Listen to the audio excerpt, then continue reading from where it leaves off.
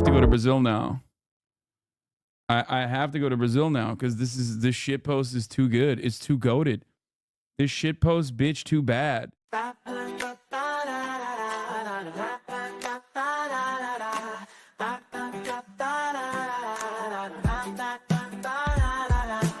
Esperando o Hasan começar a transmissão, direto da Califórnia pro Brasil e o mundão. Mas ele tá atrasado, o que foi que ele fez? O streamer tá dormindo, chat, agora é sua vez. Me dá um C, me dá um U, então me dá um M.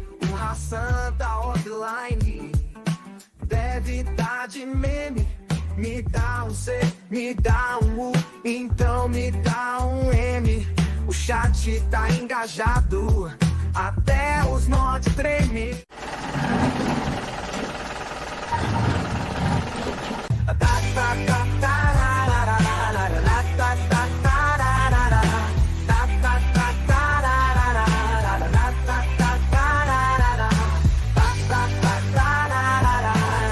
What's going on, everybody?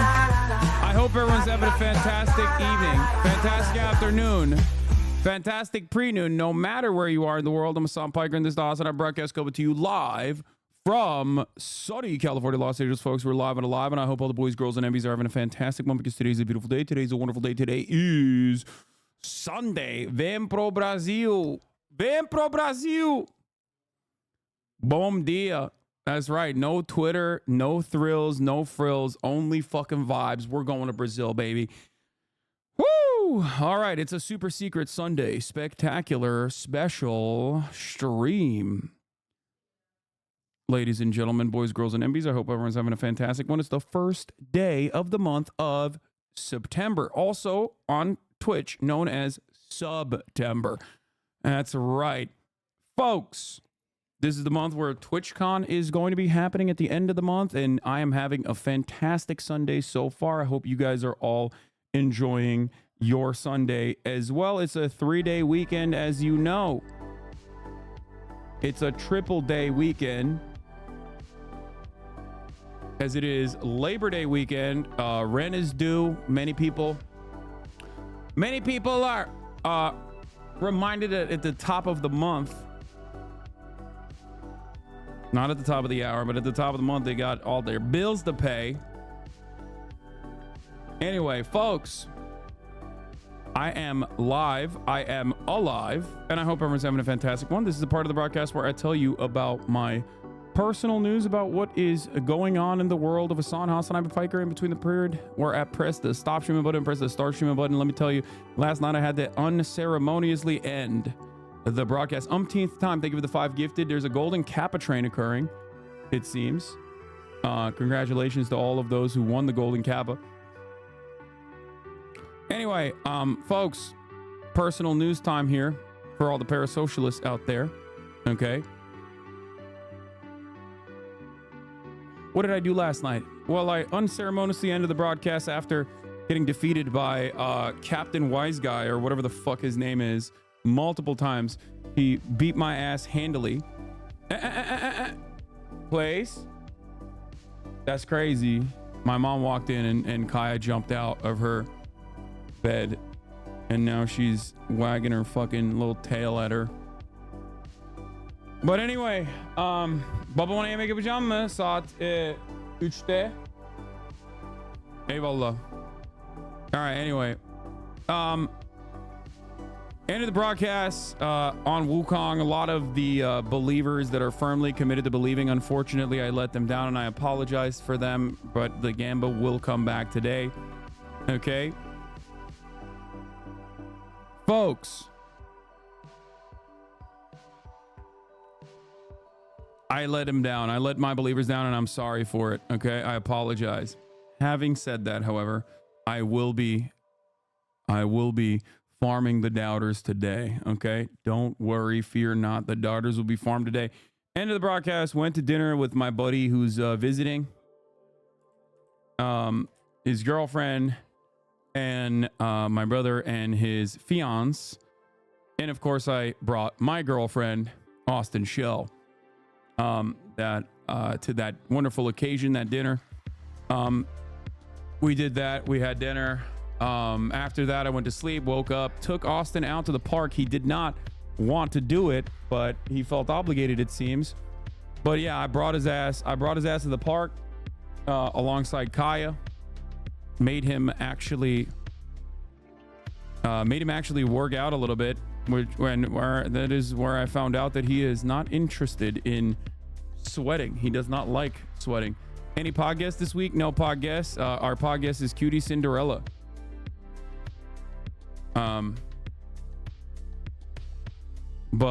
Yeah, brought him out to the park, made him sweat a little bit, and that's it. That's it. Do you want to take her out and like play with her and stuff? I can release her. Kaya, okay, go up. Okay. Yeah.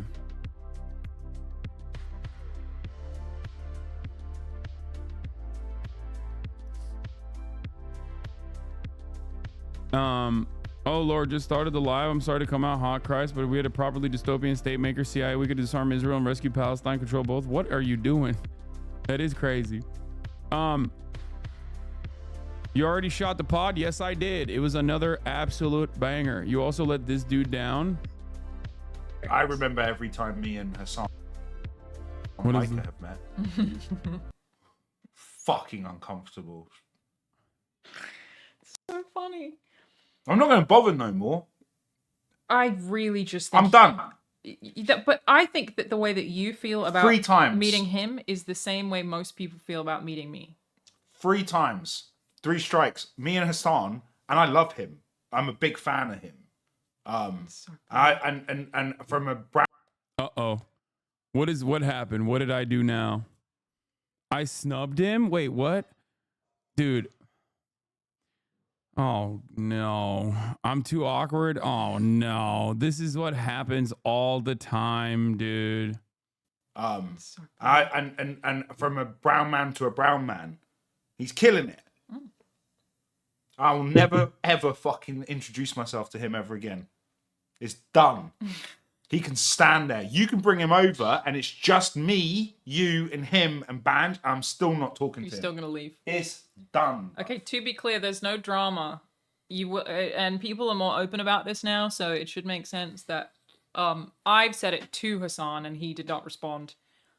I reckon he has autism, and us lot are not great to be introduced to because you just always seem like you don't care. What did you think of me the first time you met me? Slut. What did you actually think of me the first time you met me without your stupid sexist insults you love to just throw all over the place? Fucking rude. You didn't get up and stand up. Yeah. Where everyone else got up to say hello, and you stayed sitting down and went, sup? And I thought, well, who is this? Yeah, the autism allegations go hard. Okay, I'm not very good. Okay, I'm not. I think we all know this. I am unfortunately not very good at social interactions. Okay, I'm not. I am overstimulated. I'm overstimulated. And, you know, I'm a little aloof. Maybe a little too demure, you know? You have 1 day left in August? No, we're done. We're done with August. We're in September. The kid who debunked Kama's marketing strategy is getting cooked. Yeah,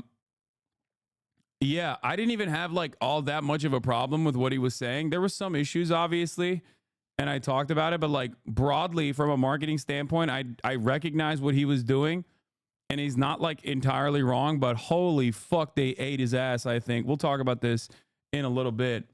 Apparently he deleted it. Thank you so much for coming and everything you do, Hasan. Okay, all right, chill.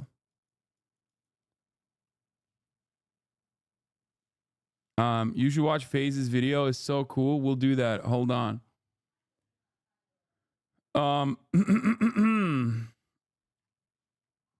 Chinese or American citizenship? Why not both? Did you see Maya can ball?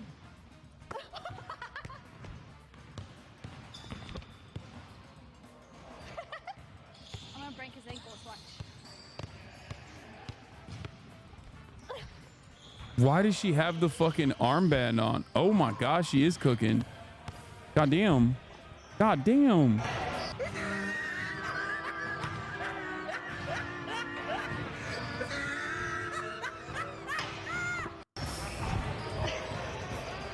Someone say bang. Look at all this. The audio is doubling? Wait, what? Why? Is it?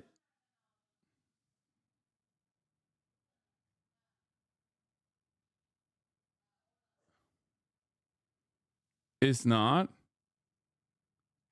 There's like a bunch of chatters who are saying it's doubled. I'm sorry, they banned what? VPN companies after Brazil banned Twitter.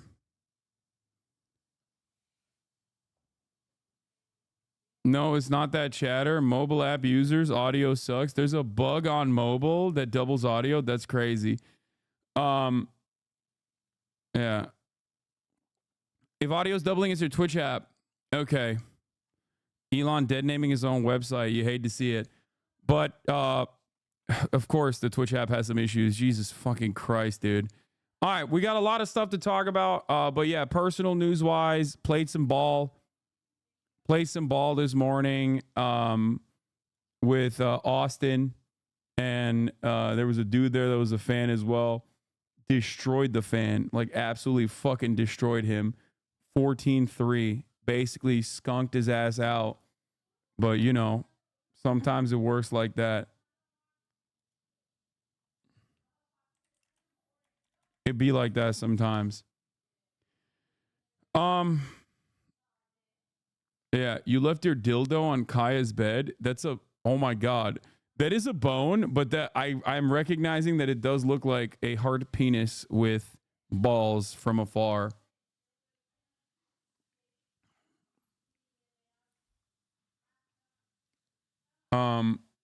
Well, speaking of, yep, there you go. Fiona's coming in hot and is,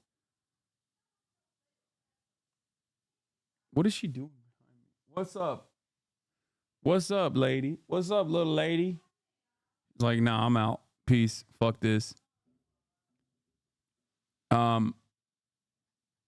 Anyway, yeah, that's it. Enough about me. Okay, it's time to blast off. Let's do it. Light news on Sunday, fun day. TikToker who made Kamala marketing vid gets canceled. Second dog is my brother's dog. Trump is blasting the most unimaginable shit. Chase Bank TikTok meme depicting wire fraud goes viral. Chase Bank TikTok hack depicting wire fraud goes viral. Trump is blasting insane right-wing memes on Twitter. Wukong chapter 3 later. Get in now. Can I get fined in Brazil for seeing Twitter via the HasanAbi live stream? Fuck no, dude. First of all, Lula Libre. Okay. Secondly, you need to understand something, okay? They let me do it. Me and the Brazilian government, we're like this, okay? We're fucking tight. All right? So, actually, they actually want you to only see Twitter through the lens. Through my lens. Did you see Zion Williamson enjoying the Great Wall of China? I have not. But Zion has actually apparently dropped down to his fucking college weight, and I'm very proud of him. What is this? You're in the newest video on the biggest One Piece YouTube channel at 3:14. Wait, really? Okay. Oh, for the live action. For my original work that I did, original commentary. Okay. Bro, slow down. Wukong, you're gonna pass me and make it hard for me to watch without spoilers? Nah, we're finishing chapter 3 today. Okay. Stop sending me fucking feared buck links about like Twitter impression farmers and random Twitch streamers doing crazy stuff, please. Anyway, all right. Play Dress to Impress. Brother, I am not playing anything but Wukong, okay? I didn't get to play a lot of Wukong. I did not get to play a lot of Wukong last night or this morning because I'm like stuck in that boss area and I didn't want to fucking fight and defeat the boss off stream because that would be fucked up. So who cares about monkeys flinging shit? I do, man. I do. Why can't you guys be a normal fucking Twitch community that like enjoys the goddamn content? Like, what's wrong with y'all? I just don't understand it. Like, chatters are fucking little babies about this shit. It's weird. Anyway, here it is. Here it is. Light news on Sunday Funday. TikTok will make Kamala marketing video gets canceled. Chase Bank TikTok hack depicting wire fraud goes viral. Trump is blasting insane right-wing memes on Twitter. Wukong chapter 3 later. Get in now. But yeah, we got obviously the BoyBoy vid that I haven't even watched yet. Excited for that. Kamala, wait, Ania? Kaya, come here. Okay, no, not Fiona. Kaya, come here. Place. Okay, go Fifi. Good girl, Kaya. You're the best girl. Okay, you can close it. You need to have BoyBoy on stream more. You seem happy when y'all are together. Bro, they're in Australia. I legit watch most of the Wukong gaming over the rest of the normal coverage, by the way. Yeah, the fucking Wukong gaming is incredible in my opinion. I always say this, like, a lot of people don't understand that, like, a lot of people genuinely don't recognize this, but like my gaming streams are my peak. Like they are literally the best aspect of the stream. The vibes are incredible. You're rich, homie. Thank you, daddy. What? What does that have to do with anything? Shift the camera. We can't see her. Don't worry. I got you. There it is. There she is in all of her glory. Okay, look at her. Laying down.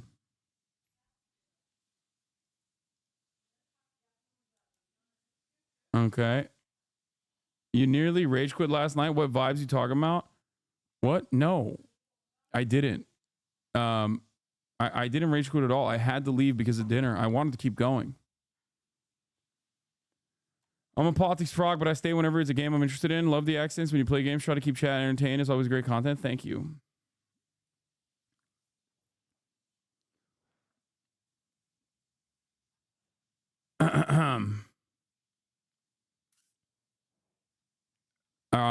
Anyway, yeah, we'll talk about the Israel stuff, obviously.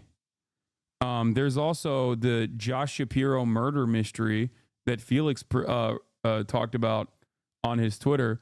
This is the case that Josh Shapiro is going to, Josh Shapiro is going to carry around. Okay.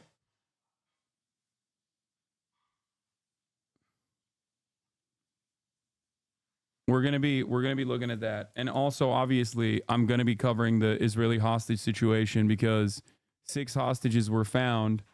6 of the hostage bodies were found, and they're dead. And it's a tricky situation because I haven't even looked into it that much, but I suspect that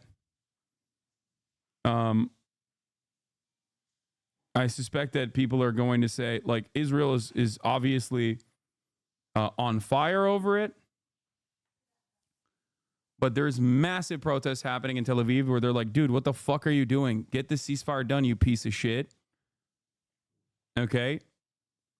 Tens of thousands of Israelis demonstrated tonight in Tel Aviv protesting the Netanyahu government steps that delay the Gaza hostage deal. So yeah. One of the hostages has video blaming Bibi and the Israeli occupying force. Yeah. Like, shit is completely out of control. Israeli workers will go on a major strike tomorrow. We're going to be talking about that. it's like if the politicians don't do the job, the people will. You know what I mean?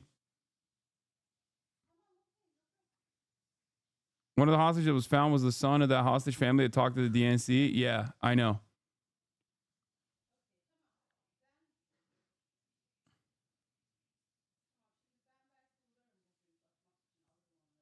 Yeah. It's crazy that, like, obviously Israelis, like Israeli society, by and large, is blaming Benjamin Netanyahu, it seems, or at least like the people that are protesting are blaming Benjamin Netanyahu for refusing to fucking come to terms. Okay? And Bibi is like spiraling out of control. He might do some fucking crazy shit as a last ditch effort. So it's definitely a situation that we're going to be keeping a close eye on. We'll start off with that today. We'll talk about the Kamala Harris response that is suspected. Hirsch Goldberg, who was rescued, said the following when he was alive. Benjamin Netanyahu and his government should be ashamed of yourselves because the Air Force bombings killed about 70 detainees like me because all the deals that were offered to you that were rejected. Obviously, this is like, this could be easily coerced as well. But it does correspond to like what a lot of the hostages have said, including Noah Argani, who literally, he was under duress and it was coerced for sure. But like, you have to remember something, okay? Hostages that are no longer fucking coerced and under duress have said similar things in terms of like, how the fuck have you not done a hostage deal? Or we were more afraid of the Israeli bombings than we were of like our captors in general. So that is something that like has consistently been a through line for all of the fucking hostages that have been released, okay, that are like alive and in Israel.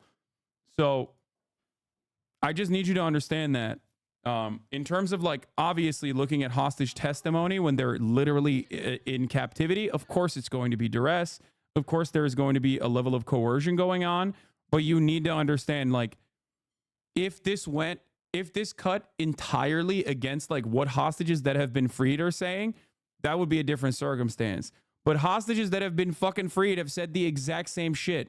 And they have no reason to defend the people who held them captive at goddamn gunpoint. Okay? Like, and also the families of the hostages have been treated as straight up in Israel, have been treated as an afterthought or a nuisance.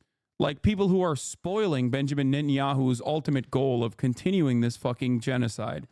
Like, and people who themselves in Israel who want to continue the genocide, you know, because there are plenty of people who do want to continue the genocide, are still like, dog, fucking do the deal first. What the fuck is wrong with you? Okay? Yeah. So obviously we'll be talking about this quite a bit in the upcoming days, considering that it's seemingly coming to like a final, like the final moment. I don't know. It feels as though this is a great escalation of tensions in general. Every time there's like new information about any of the hostages that have been killed, obviously it's like the final straw, it seems, but we'll see.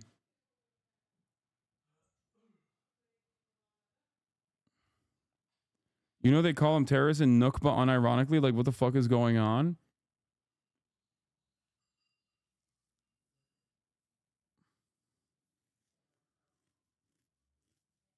Do you think the Israeli opposition was contacted by the U.S. to spark this end? No, dude. First of all, Israeli and the U.S. is like this, okay? America would not fuck up the bag for Israel because they could have a much easier chance of, like, making sure that the situation is resolved in an amicable fashion by pushing for a fucking ceasefire. You know what I mean? Like, they already have that, and they're not even using that. America is literally aligned with Benjamin Netanyahu. America's own guy in the cabinet quit. America's own guy in the cabinet literally fucking quit. They tried to, like, push and pull in some ways, and they genuinely failed to do so by, like, by having their guy Benny Gantz leave the fucking cabinet unceremoniously. So they're doing all the worst shit. Letting Israel do whatever the fuck it wants, letting the Israeli war cabinet and the Israeli government do whatever the fuck it wants is perhaps the worst possible thing you can do. Okay?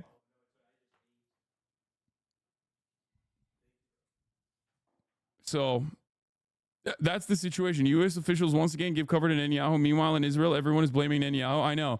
Once again, the United States of America's response to the situation is in clear contrast of the Israeli public's response to the situation. If you recall, I said this early October. Remember, we post the posters of the kidnapped, the hostages, for a very different propaganda purpose here in the United States of America as opposed to in Israel. It is the Likudniks that were taking down the fucking hostage posters in Israel because the hostage families were like, our people are there, our family members are there, our cherished loved ones are in Gaza. Stop bombing. Get a fucking ceasefire, which the Israeli government was obviously, for the past 11 months, allergic to, right? In America, however, the hostage posters were used as an offensive propaganda to be like, yeah, no, this is why Israel has to keep fucking bombing Gaza, ironically killing fucking the family members. So, of course, that attitude has still remained. That attitude has still remained in Israel in terms of like hostage families and the way that they have been treated by the government, the way that they have made their demands known to the government versus Western media completely outflanking and dick riding the most ridiculous Likudnik party line here in the Western world. It is crazy. This does not mean that those hostage family protesters are actually super woke and anti-Zionist by any measure. I'm not saying that at all. Many of them probably still want the continuation of death and destruction in Gaza, but they also understand that those bombs are falling on their family members. They also understand that Benjamin Netanyahu's reluctance to come to an agreement with a ceasefire proposal and a hostage negotiation is probably killing their family members. So you have to remember that, okay? You have to remember that when we analyze the situation. The attitude in Israel is very different than the attitude in the United States of America due to the closeness that many people feel in terms of like their loved ones being still stuck in Gaza. Okay? Israeli military says it recovered the bodies of 6 hostages from an underground tunnel in Gaza on Saturday. The IDF has identified all 6 bodies, which include Israeli-American Hirsch Goldberg Poland. The Israeli Defense... So Hirsch Goldberg Poland is the Israeli-American whose family members spoke at the fucking DNC, okay? His family members, his mom and dad, are the people that spoke at the DNC, if you remember. So this obviously is more personal for a lot of other people. Defense minister said the hostages were killed just before troops could reach them. According to the initial assessment at our disposal, they were brutally murdered by Hamas terrorists a short while before we reached them. They were abducted alive on the morning of October 7th by the Hamas terror organization. Hamas is blaming Israel for the deaths. A Hamas spokesman said the hostages were killed That's by crazy. Israel's bombing. Whoa. It's not crazy that Hamas is saying like the bombs obviously killed them. What the fuck are you guys talking about? But it's crazy that they're showing the Hamas statement in Western media. That is wild.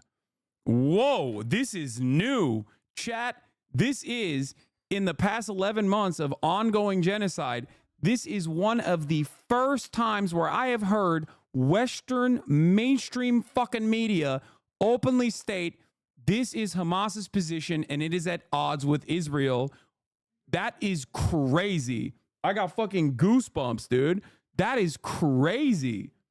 I've never actually seen any kind of autonomy or sovereignty or any kind of like individual attitude from the side of terrorist barbarians, which is the way that they are depicted usually.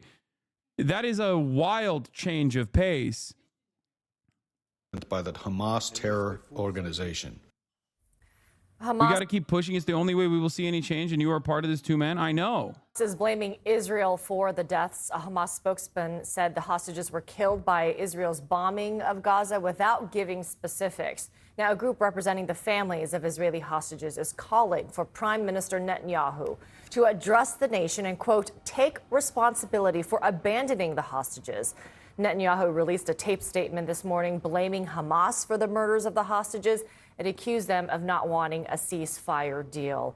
CNN's Nick Robertson joining us now live from Jerusalem with more. Nick, you're also learning some information about these hostages, that some of them were actually slated for release before their bodies were found. Yeah, Hirsch Goberg, Poland, and Aidan Yerushalmi, and As an Israeli, I've had zero hope, but this general strike is the genuine end of this genocide. The strike is total and inevitable. What's interesting about the general strike is that there's a couple different things. So Israel, and I'm sure the Israelis in the chat know this already, but Israel's economy is in the shitter, right? It is fucking screaming bloody murder. That's number one. Number two, Israeli interior security is at an all-time low as a direct consequence of the offensive campaign that they're not only conducting in Gaza, but the offensive campaign that they're conducting in the West Bank. So they don't even have enough, in my opinion, and I don't know how they will be able to deal with this, but they don't have enough fucking, like, they don't have adequate coverage if there is a massive, massive general strike that occurs in Israel. So, like, they won't even be able to fucking bust out the APCs and shit that they've used in the Supreme Court protest that happened. In the Supreme Court protest that happened a couple years prior. So, like, it's gotten to a point where it does genuinely feel like a change might occur. Like, it does genuinely feel like a change might happen. Yeah, money is dried up. Israeli startups are folding one after another. You know, there is the Israeli economy was downgraded again a month ago. And not only that, but also you got one port that is completely bankrupt. You have the embargo from Turkey that has, like, actually shut off some consumer goods to Israel. Like, these are genuine changes that are happening in Israeli society that otherwise has been used to these comforts that you get from being the vassal state, the unsinkable aircraft carrier of the United States of America. Like, it is by definition a part of the imperial core, right? Like, the way that people have designed their lives, the way that people are accustomed to certain things will create a genuine point of pressure, right? And I think that pressure is going to keep mounting, and we will see. Did you see this going on almost a whole year? Yes, I did. I looking at once the bear hug happened, I was like, this is going to continue for as long as Benjamin Netanyahu wishes it. If anything, I'm shocked that there's this much protest happening against the Netanyahu government right now. It's been an entire year of this bloodshed. It's been an entire year of this fucking death and destruction. And in that time frame, Benjamin Netanyahu's popularity went from deeply unpopular to actually solidly popular once again. So that's something that you need to pay attention to. I'm an Israeli chatter, but don't know where to send the vids and protests and shit. Also, hi, Israeli chatter here. I don't know where to post protest vids today or tomorrow. People are gearing up here really hard in Tel Aviv and Jerusalem, so it's going to be huge. Also, hi. Yeah.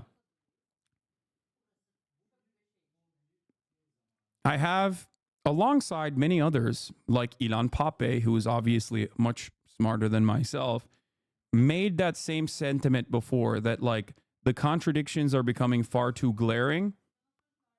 Contradictions are becoming far too glaring for this Zionist regime to continue its apartheid, to continue its genocide, and that it will inevitably be the end. It might take many, many years. It might take decades. It might take fucking weeks.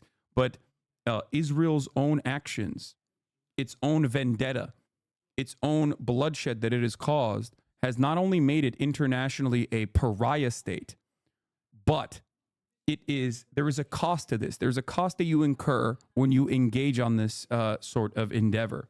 Okay?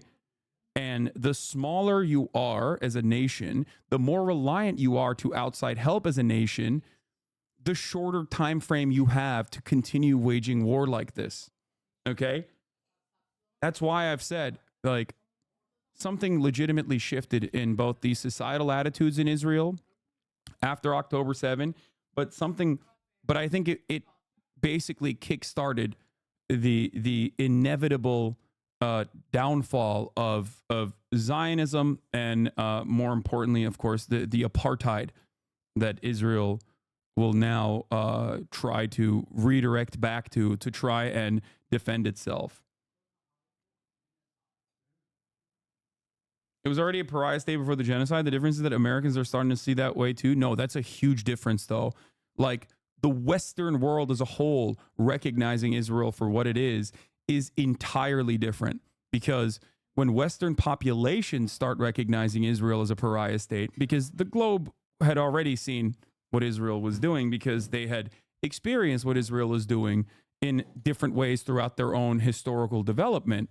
But I'm talking about the Western core, the core countries, the NATO nations, the nations within the European Union, like the Western European nations. Like, once their populations started recognizing this, okay, and this has been happening since 2021, I would say, but especially in the last 10 months, once they started recognizing what the fuck was going on, that creates another pressure point internally in their domestic affairs for a lot of these countries.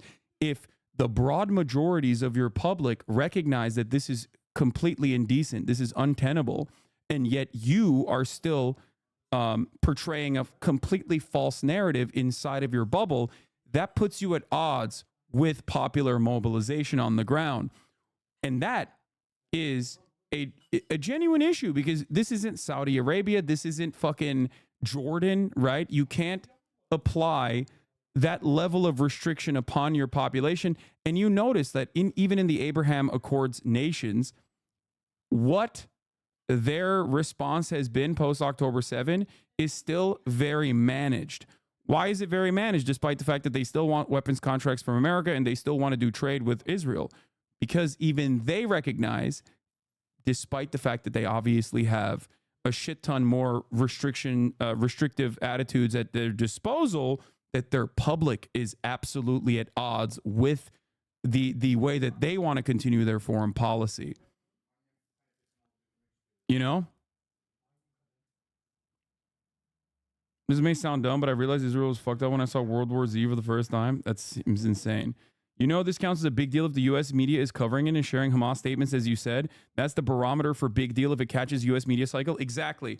For all of the talk that always occurs around nothing ever happens, things are always happening. It's just that nothing ever happens is a very Western chauvinist attitude, right? This is something that I have talked about quite a bit. There's this meme, for those of you who don't know, online, of nothing ever happens, okay? The end of history. I think it was Francis Fukuyama who originally said, like, it's over, it's done. Post-Cold War, end of history. History will never, the trajectory of our lives is never going to dramatically change. Now, of course, obviously, things are happening all the fucking time. It's just that in the West, nothing ever happens means nothing happens to me, okay? Nothing ever happens to me. Things are not disrupted in my life, right? That's what that means. That's what the nothing ever happens crowd is actually saying. And this, or at least this, CNN referring to Hamas statements being at odds with the Israeli government, is a change in trajectory. It's a change in the way that American media is covering this issue. That's something happening.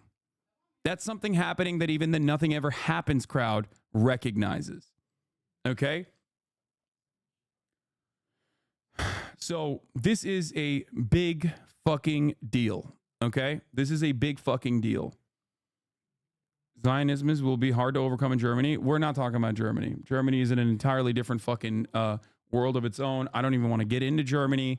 I'm disgusted with everything that I've seen. I saw an anti-Semitism report from Germany on TikTok where the TikToker went through like each individual incidents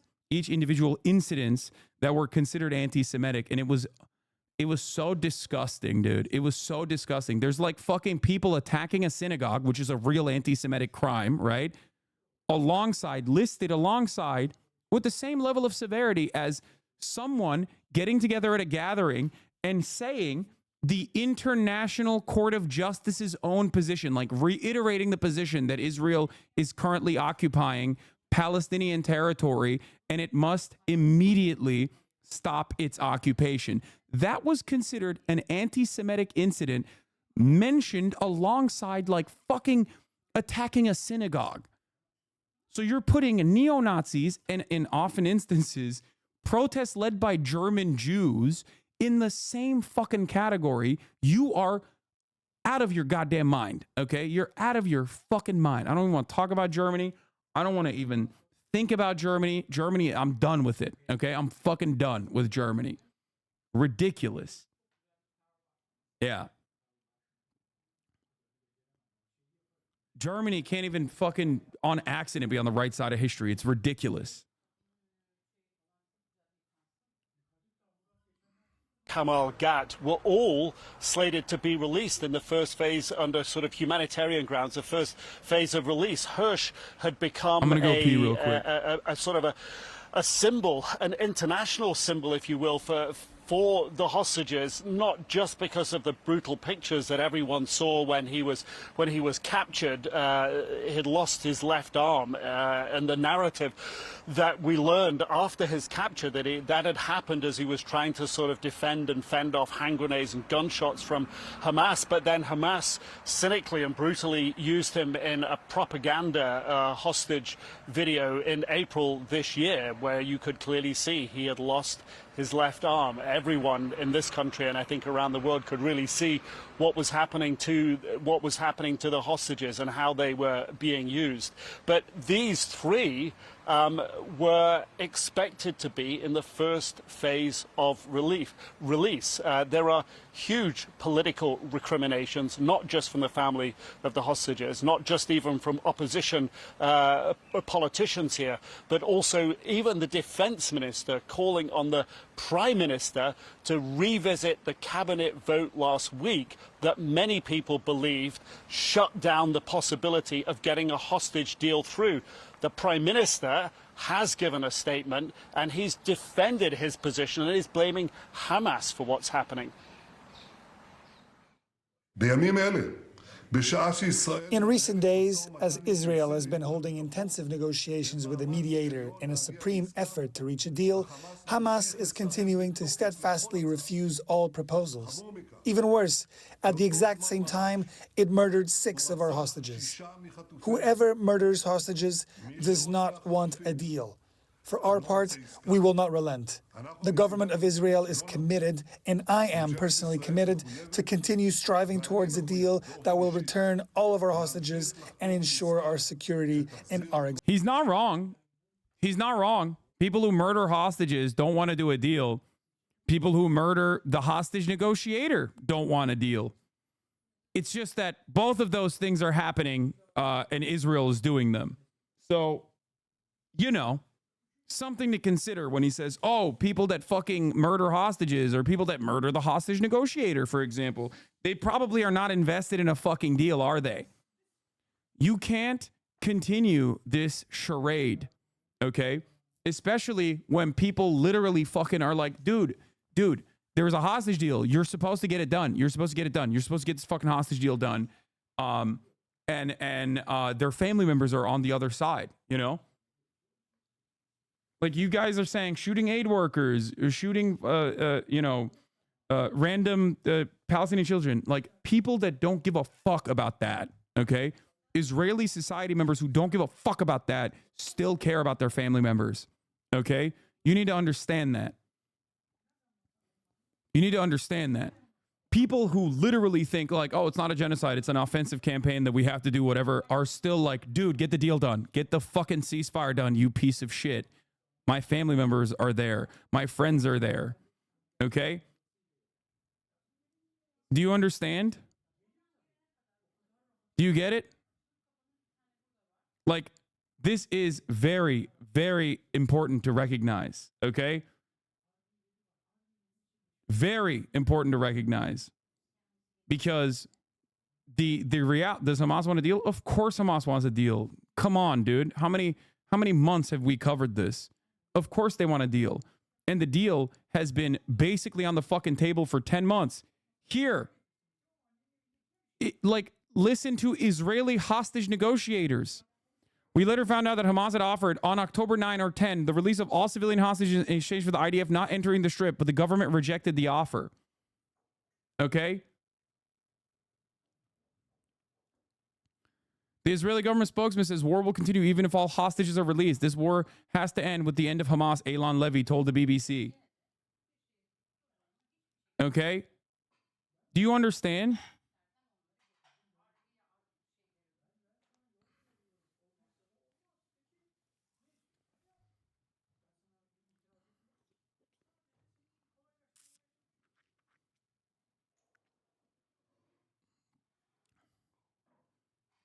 Yeah, there's also internal documents that came out from Dropsite News, which we will cover in a second. We'll get to that. Hamas had already accepted the U.S. deal, by the way. Hamas says it accepts Biden's ceasefire deal without new Israeli conditions. That was a couple days ago. Hamas, there is a deal on the table. America presented it months ago. The United Nations voted for the deal, okay? Everyone wants that deal. The problem is Israel does not want the deal. And it's not even Israeli society. The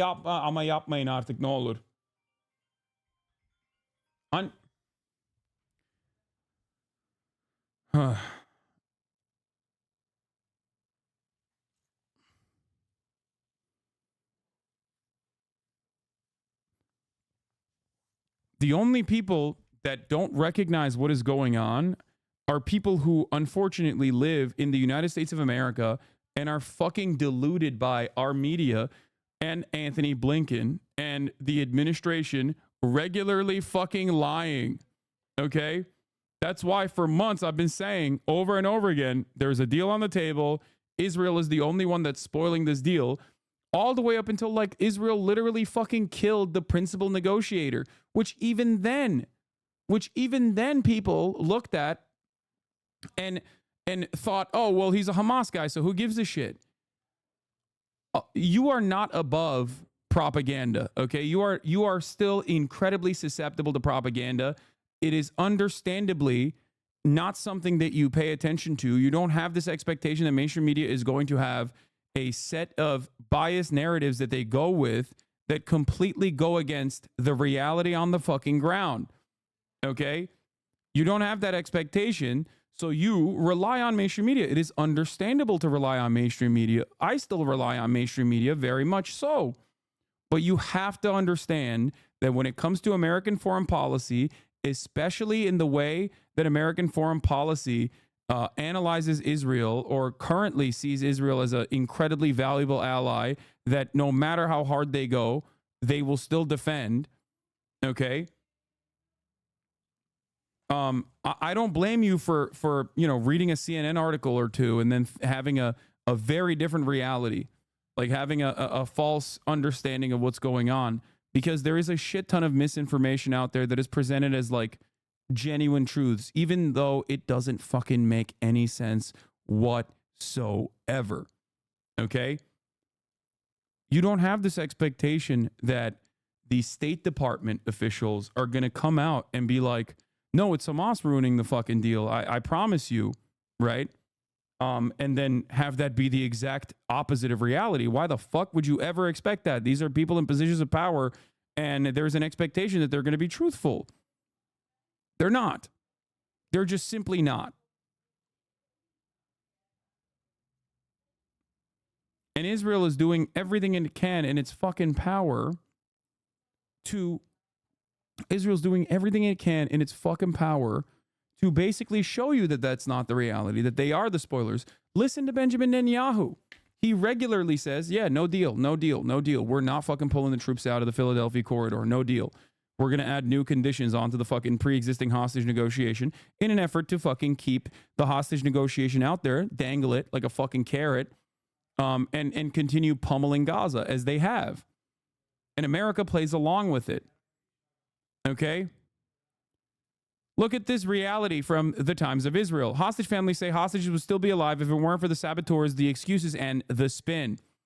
On CNN, Blinken says Israel has agreed to U.S. proposal to close remaining gaps on ceasefire deal and calls on Hamas to do the same.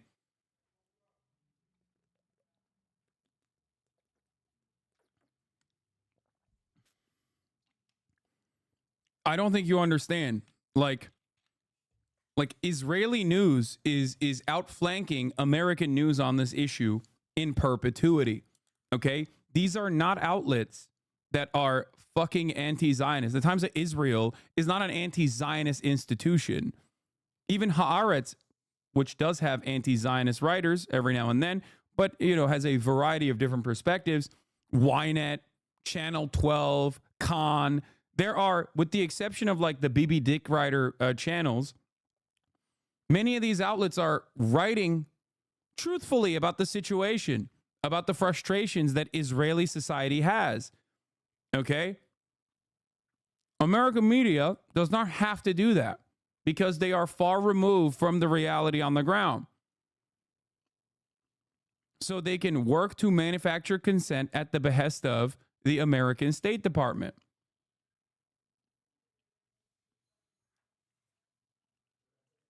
This is a good take as well. Israeli media doesn't need to do this dance because Israeli society is fine with the colonial situation in general. That too. For sure. What is the most powerful anti-Zionist source in Israel? 972 Magazine and Local Call are two phenomenal investigative reporter outlets that have uncovered so many of the stories that you hear months later from like Western news sources like The Guardian. Okay? Plus 972 Magazine and Local Call are two phenomenal institutions of journalism inside of Israel. They do incredible work. Local Call. Okay? They're great. They're great. Anyway. Even Haaretz is more critical in Israel than most Western outlets. Yes, Haaretz is seen as like a leftist, liberal newspaper, even though they do still have very much like Zionists on their payroll who like write insane articles every now and then. Also, not journalists, but B'Tselem. Yes, B'Tselem is an Israeli human rights group. They're phenomenal as well. But, what is this? Don't you think Hamas has also made a lot of allegations and is not doing any good to Palestinians, regardless of them saying they want a ceasefire and pro-Palestine, by the way? What do you mean? Hamas has made a lot of allegations and is not doing good to Palestinians. What are we talking about here? What? I'm pro-Palestine, by the way. I'm confused as to what you're trying to say. I genuinely don't understand it.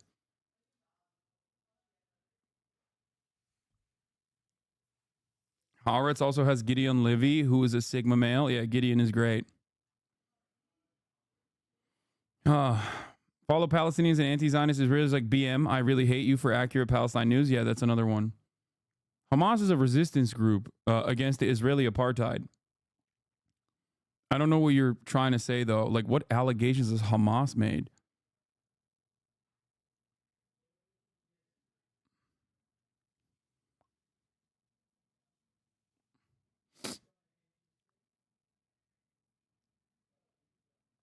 So, let's take a look at how this fucking Satan spawn right here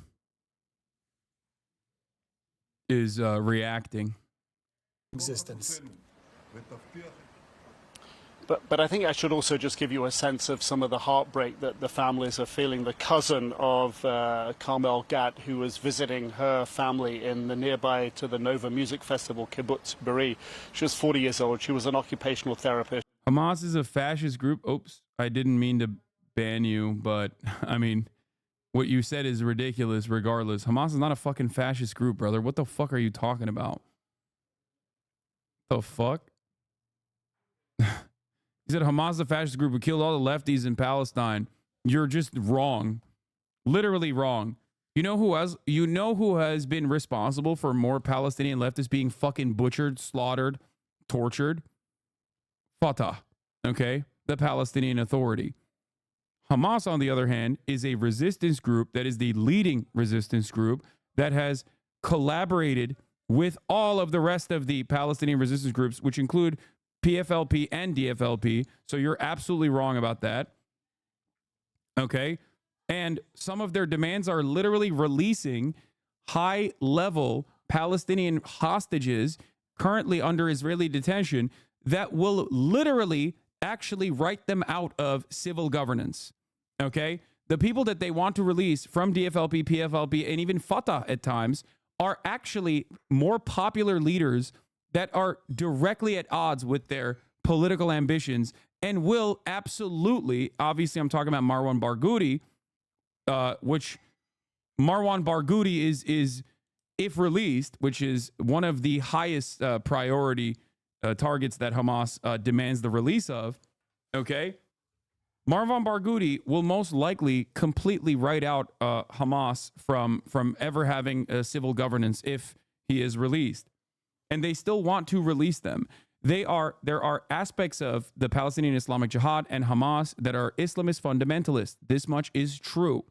But ultimately, Islamism is not the reason why they are resisting. They are resisting, and it's not anti-Semitism either. They're resisting because there is an apartheid. They're the only game in town. Okay?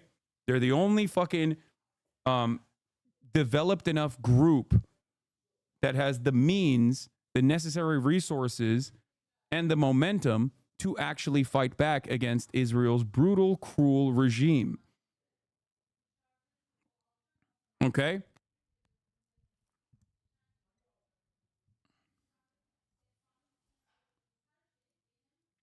I'm scared, guys. Wait, I think Hamas is different than any other jihadi groups, in my opinion. Hamas is not a jihadi group. What are you talking about? Jihadi group? What do you mean jihad? If you, like, Americans think, like, Salafists, like ISIS, is jihad. It's not. Jihad just means struggle, resistance, or not resistance, but, like, it means struggle. It could be going to the gym is jihad, if that's what you're not using the correct interpretation. But if I were to lean into your interpretation of the term jihad, which is just a fucking post 9/11 buzzword, okay?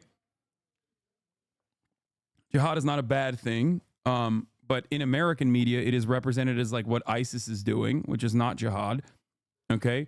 Hamas is not even remotely close to ISIS or any of those other Salafist groups. As a matter of fact, they're at odds with a lot of those Salafist groups. I'm not American. Jihad is an Arabic word for Islamic. I'm not American. Jihad is an Arabic word for Islamic conquerorship.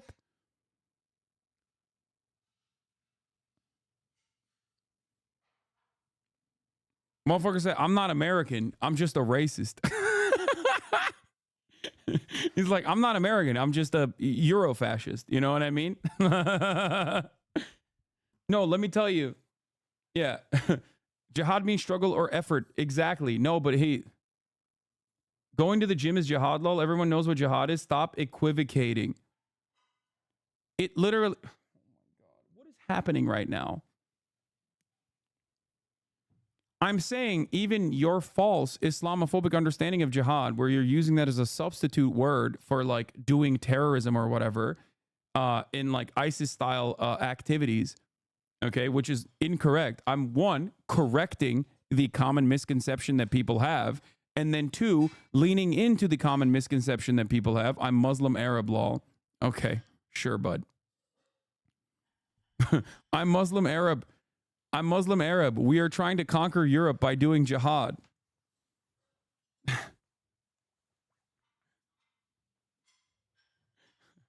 I'm Muslim Arab, and I'm here to do jihad by raping white women in Sweden. That's my jihad. That's what we mean when we say jihad. Islamic conquerorship.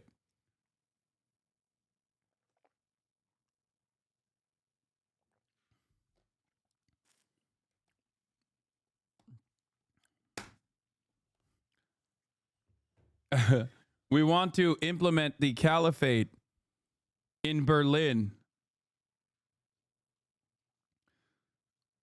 Like I don't speak Arabic, okay? But that's what it means in Arabic, okay? I don't know why the fuck, dude, I need you guys to understand something, okay? Narratives and perception oftentimes is significantly more popular and more important than the actual reality. This is why in the Western world, I can have a conversation with someone who says, I'm pro-Palestine, I'm an Arab Muslim, and jihad means Islamic conquerorship. And there are a shit ton of people who literally believe that when it's simply not the fucking truth, okay? And it's crazy to me. It is crazy to me that I can't even address a common misconception that people have without people being like, no, you're wrong, actually. It just means blowing up places. Okay? The word in and of itself means something entirely different than the way it's presented in the Western world. But even if you were to operate on that understanding, what Hamas is doing is not that, okay? But it's crazy to me overall that people will unironically run with this narrative. Yeah, I mean the Wikipedia, the Wikipedia itself, you could just Google it, is an Arabic word which literally means exerting, striving, or struggling, especially with a praiseworthy aim. In an Islamic context, it can refer to almost any effort to make personal or social life conform with God's guidance, such as internal struggle against evil in oneself, efforts to build a good Muslim community, ummah, and struggle to defend Islam. In non-Muslim societies, the term is often associated with offensive warfare and violence.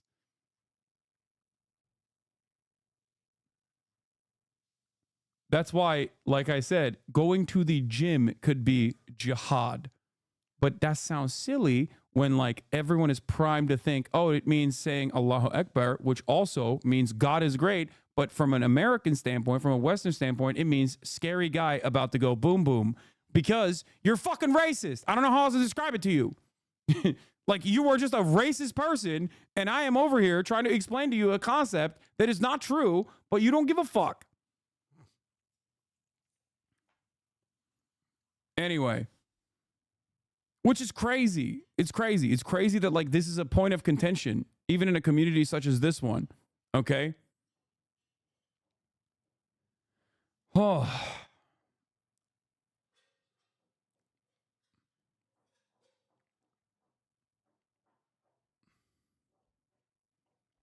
Anyway. But that's not even what I'm talking about, for the record, because I understand where that chatter was coming from when he was using jihad as a substitute word for Salafist terror, okay? And Hamas is not. Not only are they ideologically at odds with Salafists, okay? Okay? Oh my God, dude. We got fucking, what's her face? Another Aya Hershey. Another, what was it? Was it Aya Hershey Ali? Ayan Hershey Ali type in the chat. In an Islamic approach has many rules, such as taking women hostages. If you read the Quran, it always refers to war. Thanks, man. Or woman. Yeah. No, definitely. You're right.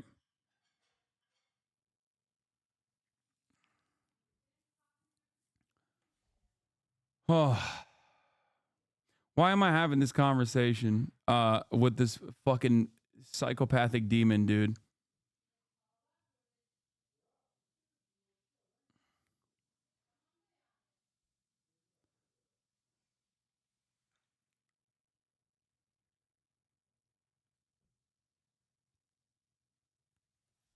Thank you, chatter, for coming in here and being like, listen, I'm a Muslim Arab, and jihad means doing terror on white children and also capturing white women, specifically in war. Okay. No, it's a good combo to have. A lot of people just learn for the first time what jihad really means. No, because a lot more people who already have this priming to believe the false notion will just go along with it and be like, this guy unjustifiably got banned in the chat because he's saying the truth as an Arab Muslim. You don't understand. You don't understand white boys like I do, okay? There are plenty of people, for as many people who are open-minded and are going, I didn't know this. Now I'm learning about it. There is a shit ton more people who are like, no, that guy was speaking the truth and Hasan banned him unjustifiably. Okay? Trust me. This is like when people don't understand the term martyr. I know. In Iran, we have a Ministry of Agricultural Jihad. Does this guy think they're terrorist farmers? Yes. They're terraforming. Terror farming.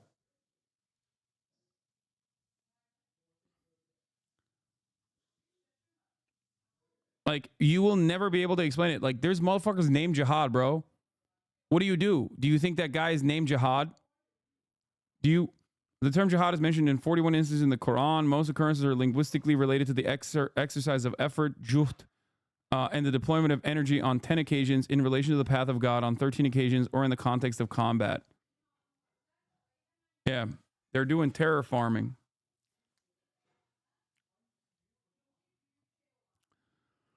Anyway, let's get back to this. Yeah, there's dudes named like Jihad. I suspect that when Americans hear that a dude is named Jihad, they mean like, oh, they think like, oh, this is a terrorist who's going to do terror. And that's why he's named doing terrorism to white people.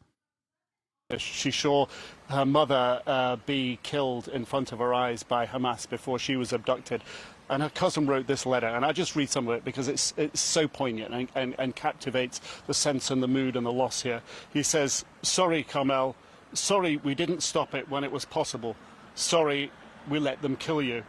I wish you saw and heard, and I wish you even saw with your own eyes, and that I'm sorry you saw with your own eyes the murder of your mother. I wish you discovered that your father and your brother and your sister-in-law and your niece survived. I wish you saw how your friends fought to bring you alive.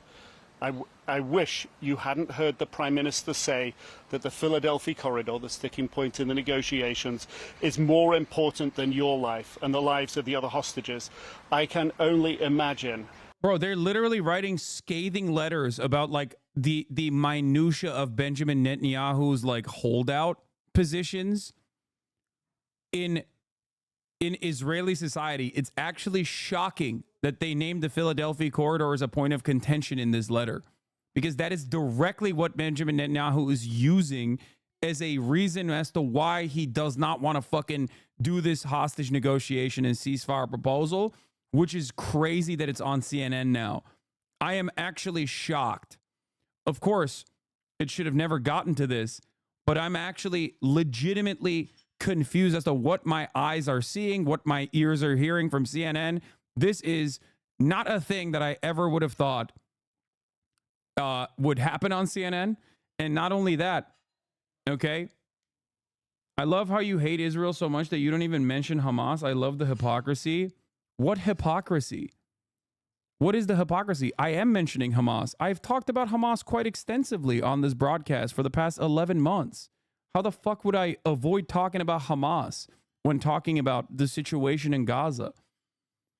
You are just making up a position in your mind and also ascribing hypocrisy to this position that you made up in your fucking mind.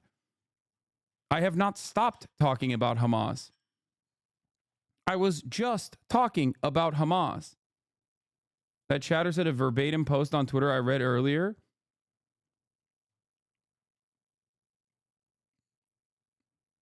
This is either a child or someone too stupid to engage with. Yeah. Bibi is defending his true homeland, Pennsylvania. Now, here's the thing. I love how you hate Israel. Yeah, I mean, that's not, I will always have hatred in my heart for any government that does this level of unimaginable bloodshed to majority civilian, children, women, elderly, just completely unconscionable. Of course.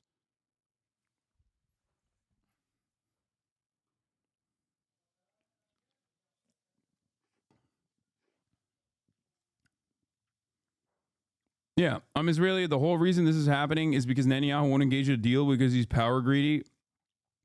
He is 100%. What's next? You hate Rhodesia? Yes. I want to know what that chatter was saying earlier. He's like, you don't even talk about Hamas, which is ridiculous. Of course I talk about Hamas. Hamas would cease to exist if Israel did not maintain an apartheid regime. Okay? So you hate the Turks for what they did to the Armenians? Great question. If you can find a moment where I have ever fucking denied the Armenian genocide, I told you, I'll give you 10 grand, okay? And not like a thing that's clipped out of context where I'm in the process of talking about the Armenian genocide where you make it seem like I'm denying it. Okay? This is such a funny fucking take from a bunch of dumbasses who literally come in. Norwegian socialist, by the way. Norwegian socialist. I doubt that you're an actual Norwegian socialist. One of the countries that's like actually pretty fucking critical. Your own investment fund is currently in the process of divesting from Israel, and you're over here being like, so you hate the Turks for what they did to the Armenians? What a fucking silly take. You are a racist piece of shit. I know that's good. Oh, suck my dick. Oh, you know that's good? That's like Trump being like, oh, I'm glad that I called in the question Barack Obama's birth certificate, so now we all know that he actually was born in America. You fucking bitch. We know exactly what you're doing. You see a Turkish man, you think, oh, he must deny the Armenian genocide, and you racistly fucking use that shit. You think I don't hear this every fucking day of the week? Hypocrisy baiting assholes who immediately ascribe these fucking ridiculous positions because, oh, he's Turkish. As an Israeli, most Israelis are against keeping the Philadelphia corridor. We all know he's using it to stay in power. If there would be a ceasefire, there would be elections. He will no longer be the PM. I don't even know because I feel like, I mean, this last like mass protest, mass mobilization aside, and we are going to cover the Israeli demonstrations. We are in the process of it. Hold on, chatter. Like his popularity has increased. It was in the shitter post October 7. Many Israelis also were like, bro, you fucked this up. You were the security candidate. You did not give us security at all. It's the least secure we've ever felt. You know? And since then, his popularity has only gone up as he continued this fucking thing. What is the Philadelphia corridor? The Philadelphia corridor is the southernmost point of the Gaza border crossing that is Rafah. That is like the corridor between Rafah in the Gaza Strip, the southernmost corridor, and Egypt. And Benjamin Netanyahu overtook it when he violated Joseph Robinette Brandon's red line by invading Rafah. And he even invaded parts of Egyptian land as well, Egyptian territory as well, okay? And took over the entire southern border of the Gaza Strip and Egypt.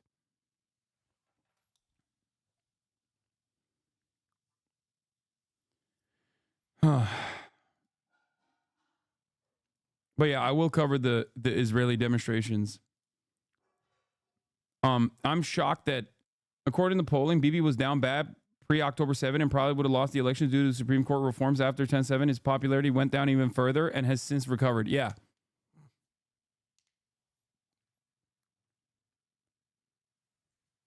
So the reason why the Netzarim corridor and the Philadelphia corridor is a point of contention is because Benjamin Netanyahu is like, we're going to do a ceasefire, okay, a three-phase ceasefire negotiation that the United States of America presented as the Israeli proposal months ago at this point, that the United Nations voted on, that Hamas has agreed to, okay, multiple times at this point, that is identical to the Hamas proposal that was presented all the way back in February, mind you, okay? Benjamin Netanyahu's added additional conditions to that, which is a permanent occupation of the Philadelphia corridor and the Netzarim corridor, which cuts across Gaza and also controls the southern point as well. Okay.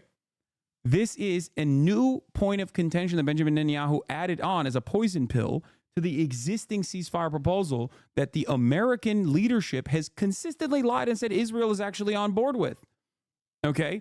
In Israel, obviously, Israelis are aware that Benjamin Netanyahu's added this extra position in an effort to poison the actual ceasefire deal. Because, of course, you cannot have a fucking ceasefire and permanent cessation of hostilities without fucking actually removing troops. Okay?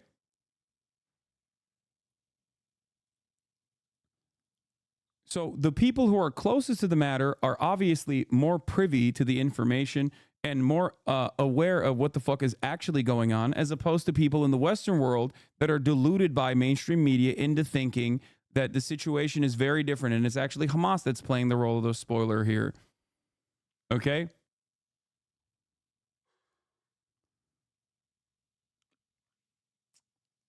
Here. Israel's plans to stay in Gaza. Following are some revealing quotes from a column by Netanyahu's mouthpiece, Amit Segal. The prime minister is not telling the truth. The truth is this. As far as Netanyahu is concerned, Israel plans to stay in Gaza for the next generation.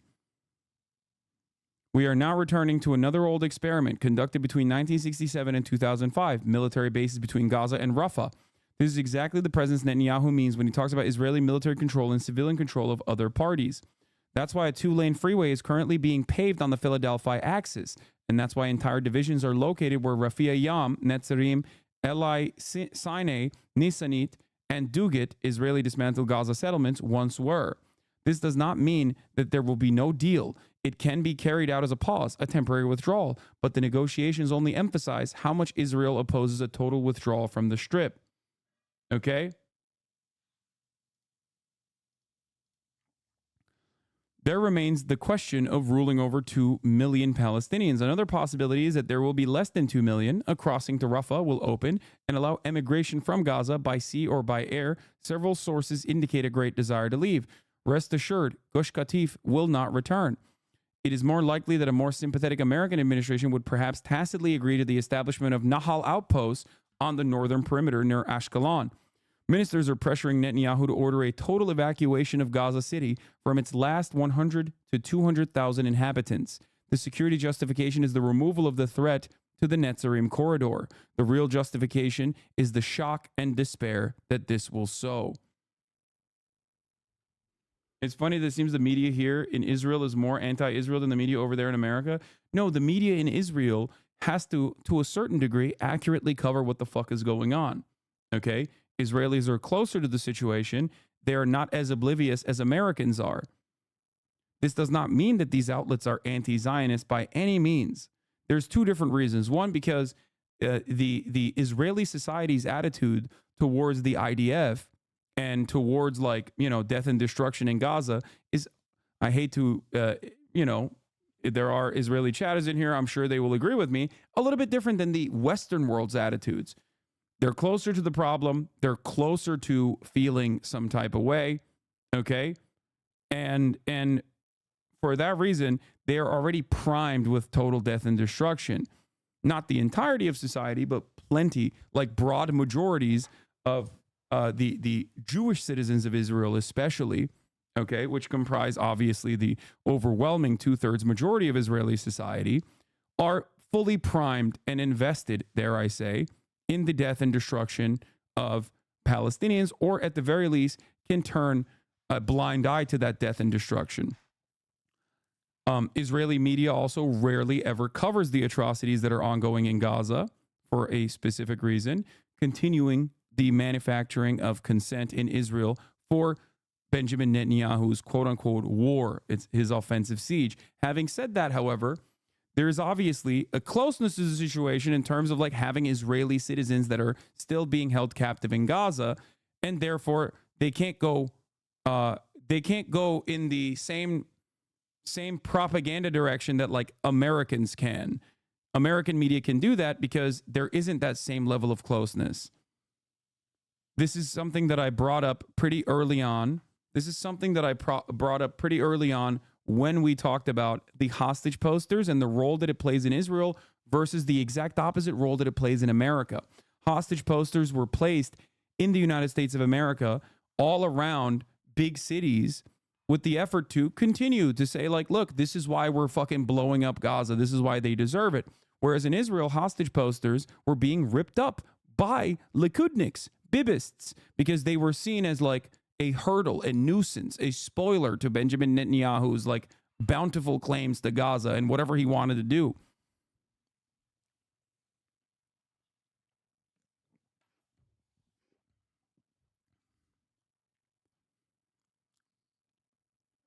For Americans, this is in the background. In Israel, it's the foremost issue. Exactly.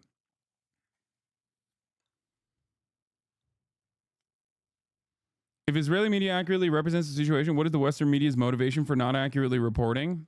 Old habits die hard. The American State Department interest, as it stands, it is being guided by rabid ultra-Zionists, okay? Like at the top level, at the highest level, you got Blinken and you got Biden. Those, and you have Kirby. Those guys are some of the most ideological ultra-Zionist zealots you have ever encountered, okay? Straight up. Like, I would say Biden being the most rabid, okay? Biden is one of the most rabid ultra-Zionists you have ever encountered in American politics, okay? What is this? Remember me, June 11th, 2024? I don't think so. What, did you get banned or something? And you came up with a new article? I mean, a new account?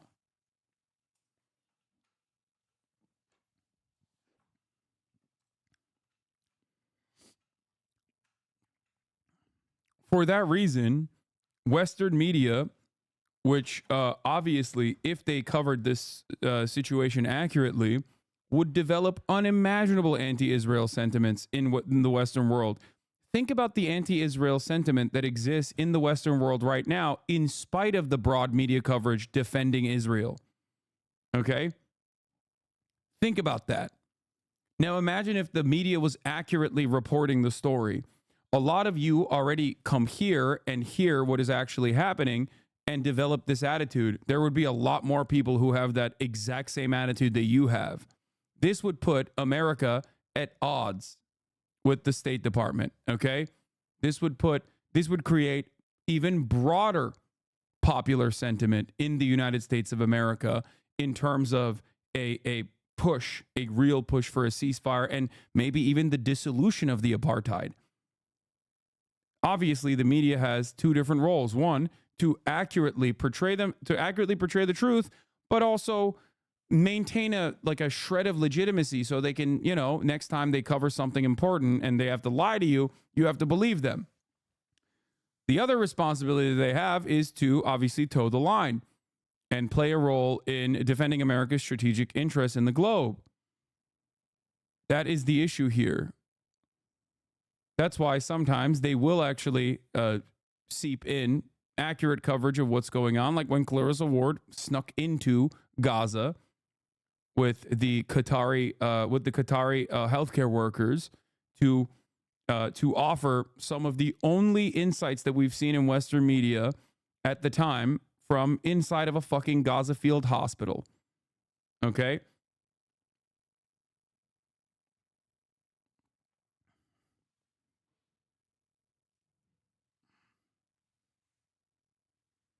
I don't know if you know this, but Israel is essentially going to be borked tomorrow due to the mass protest. The hostage families have called to not open any schools and close a lot of public facilities. If only someone could protest and close the segue at the top of the hour ad break. Jesus Christ. This motherfucker is... I thought... aren't you literally in Israel, bro?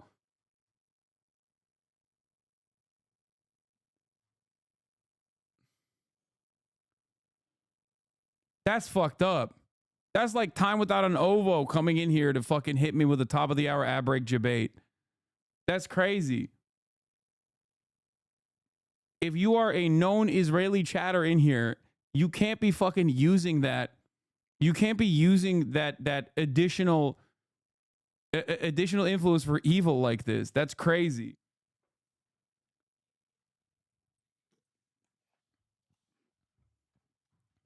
That's crazy. He also actually correctly talked about this thing that is going on.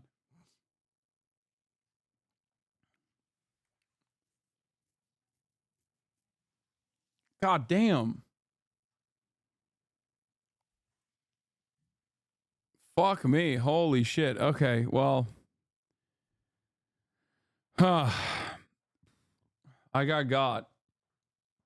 At the top of the hour, there's a 3-minute ad break. I got cooked.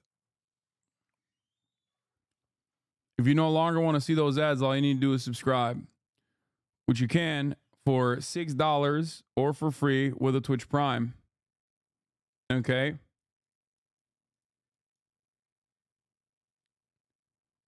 You can also get gifted a sub if you're lucky. Yeah, gagged you I fear? Yeah, don't fear. I did get gagged, okay? I did. Here's the 3-minute ad break now. Debated with factual information is wild. Yeah, from like directly on the ground factual information in real time. We'll talk about the strike in the national strike that has been called in Israel in a second. Let's continue. How much rage that must have filled you with. These are such poignant words, and of course these are words that we're going to hear from so many family members who are absolutely devastated with the loss, and the sense that not just the first 3, but all of these 6 could have been released through negotiations, through a ceasefire deal. So heart-wrenching to hear, Nick Robertson. Thank you very much.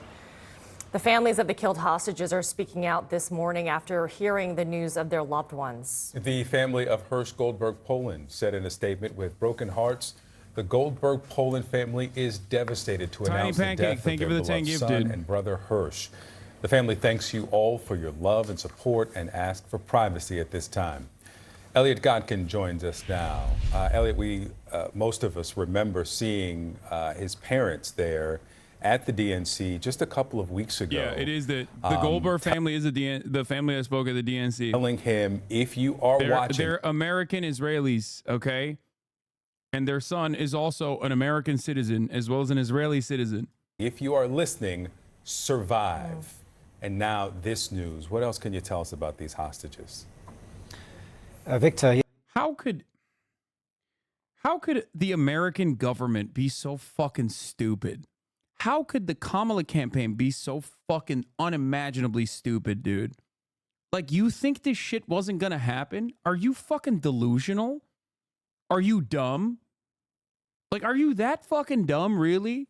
I'm an idiot. I've said it for months at this point. It's like leaving this up as an untied, unresolved situation, and that unresolved situation is literally genocide. But even if you don't give a fuck about brown people being killed, like, you think that there aren't going to be more fucking humanitarian aid workers that get killed, for example. White ones, too, as a matter of fact.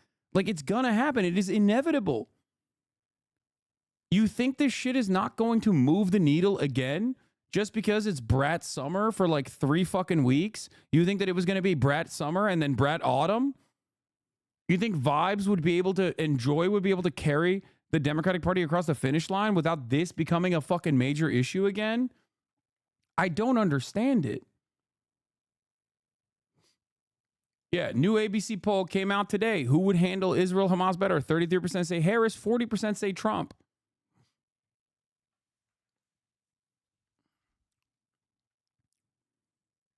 What did I tell you? The more Harris comes out and ties herself to Biden, the more the American population will fucking broadly associate her with the unpopular policies of Brandon and will literally fucking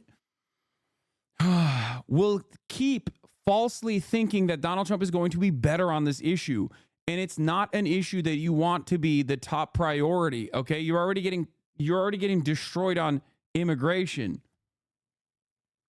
This is why those poll results are slanted in the opposite direction.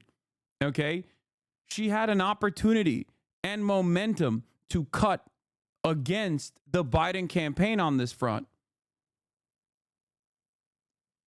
It's not that long ago where a similar situation took place within the Democratic Party with LBJ. It is so fucking frustrating. It is so frustrating. I've been screaming from the goddamn rooftops about this for months at this point. even before Biden dropped out, and certainly after Biden dropped out.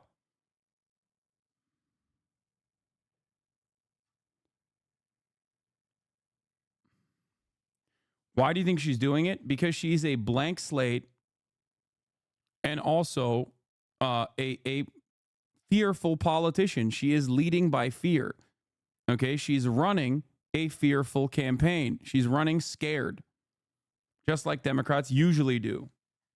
Yes, very poignant that his parents were so vocal and visible in their advocacy for the release, not just of their son Hirsch, but also for all of the hostages. As you say, they spoke at the Democratic National Convention and indeed joined, or got the audience all to, in unison, chant, bring them home, which has become a refrain for the families of hostages who were kidnapped in the Hamas-led terrorist attacks of October the 7th. The parents had met with President Joe Biden as well. And of course, if anyone can remember those searing images from October the 7th, one of the ones that sticks in the mind most was that of Hirsch with half of his left arm blown off, being herded onto the back of a truck and being taken into Gaza. Now, we have a first-hand account from one of his friends from that day saying that they had taken refuge in a small bomb shelter as they were trying to flee from the onslaught, and that as the militants were throwing hand grenades into this bomb shelter, that Hirsch was throwing them out. And it was in the course of throwing those grenades out of the bomb shelter to protect himself and, of course, the others who were in there that he suffered that injury. And that stump was visible again when he was used in that propaganda video back in April that Nick was just referring. So Israel bombed the hostage dead? We don't know. I don't know. I don't know if they executed the hostages when Israel went in to retrieve them, or if they died under the rubble from Israeli bombs. The higher likelihood is still obviously dying to Israeli airstrikes, considering that Israeli airstrikes have been responsible for the overwhelming majority of the deaths. But this time it might be different.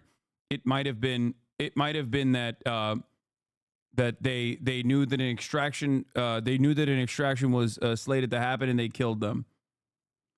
And I think that's what the reporting is suggesting as well. That Hamas shot them when they knew that they had no other alternative.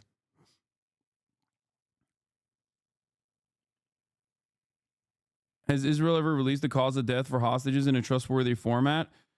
No, I don't.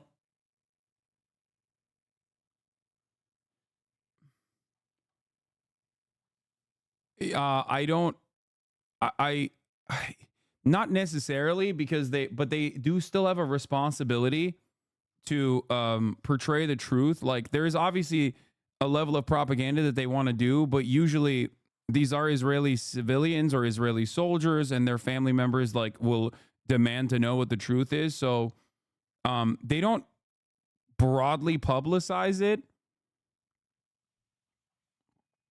They don't broadly publicize exactly how some of the hostages die, but family members will literally come out and be like, they died under rocket fire. Now, I don't know. Like I said, I don't know if this is one of those instances. Daniel Hagari said they died a short time before they got there, if I recall correctly. Major respect for holding off on complete confirmation, solidifying my trust in you yet again. Yeah. Despite what the naysayers in my vicinity say, yeah, it's not, except for the three of those that they accidentally shot. Well, they didn't accidentally shoot them. They shot them point blank. They did shoot, the Israeli soldiers did shoot 3 hostages point blank that were escaping. But this article came out immediately after the announcement. Must make it 100 times more devastating. It was right there. No, but come on, do you want them to release the autopsy? I don't know. I don't know if they actually give the, I suspect that they probably tell the family the truth in terms of how they were actually died. Whether the Israeli government was responsible with the airstrikes and whatnot. Ultimately, though, I think the Israeli society still broadly considers these last 6 hostages, even if Hamas killed them, to still be a responsibility of Israel, considering that there has been an active hostage. There has been. You clearly don't know what point blank means. No, they did. The Israeli fucking soldiers did point blank shoot the fucking hostages. What are you talking about? 3 of them.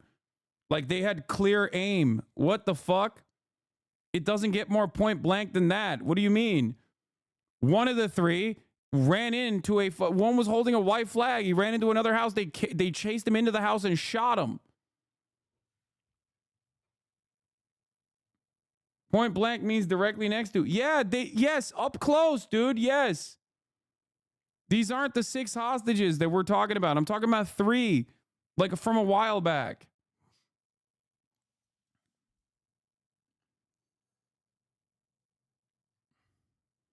Three hostages managed to escape. 3 hostages managed to escape. They were fucking calling for help in Hebrew. One of them had a fucking white flag.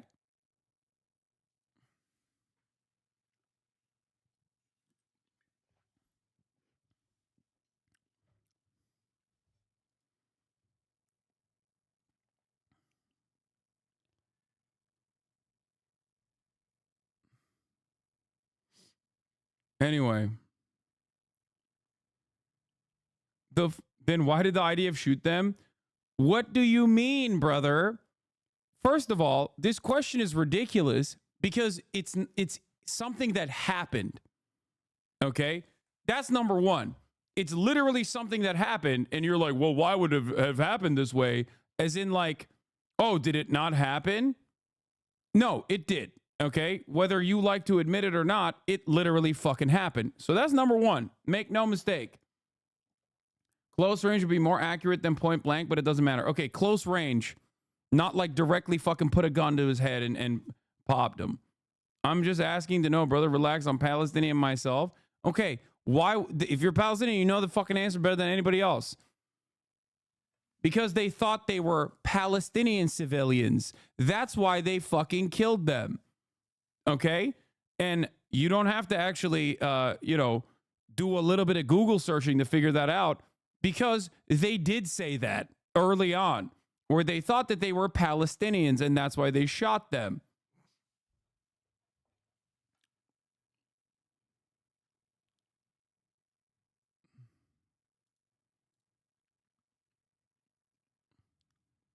Half your audience is Palestinian or Arab. Yeah, here. Alon Shamriz, Yotam Chaim, and Samer Talalka.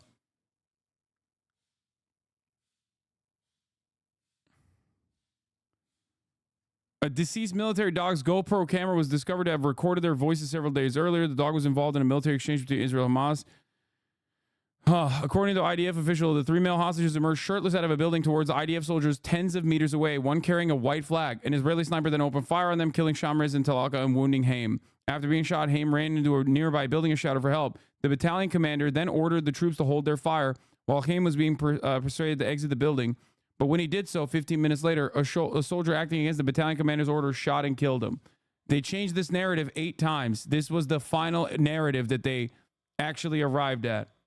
As far as I remember, it was a lot closer than a fucking sniper, tens of meters away.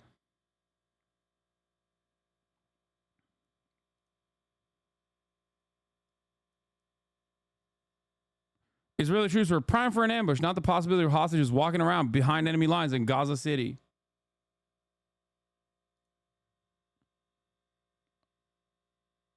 Yeah. Preliminary IDF report. Hostages killed by soldiers wave white flag. One yelled for help in Hebrew.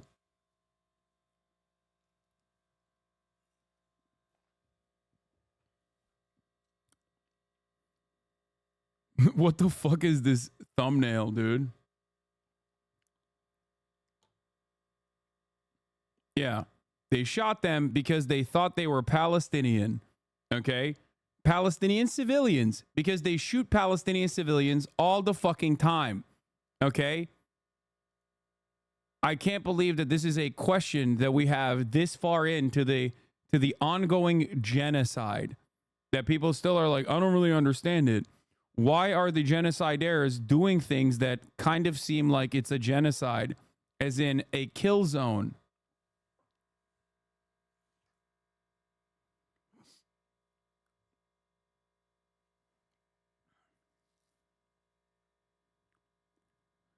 Anyway, where the fuck were we? We're gonna talk about all this shit in a second. There's like leaks from the cabinet too. As well.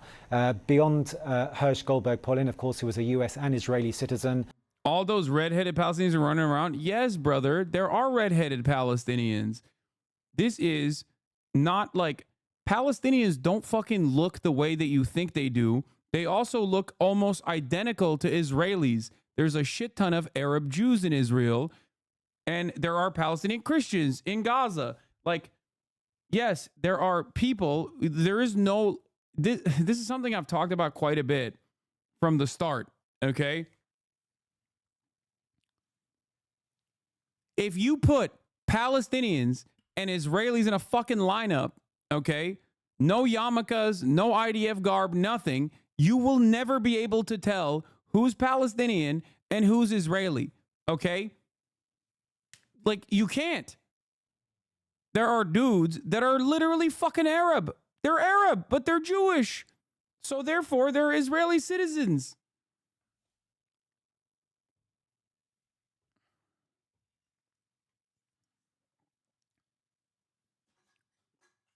It's quite similar to the dynamic between motherfucking Greeks and Turks or Armenians and Turks.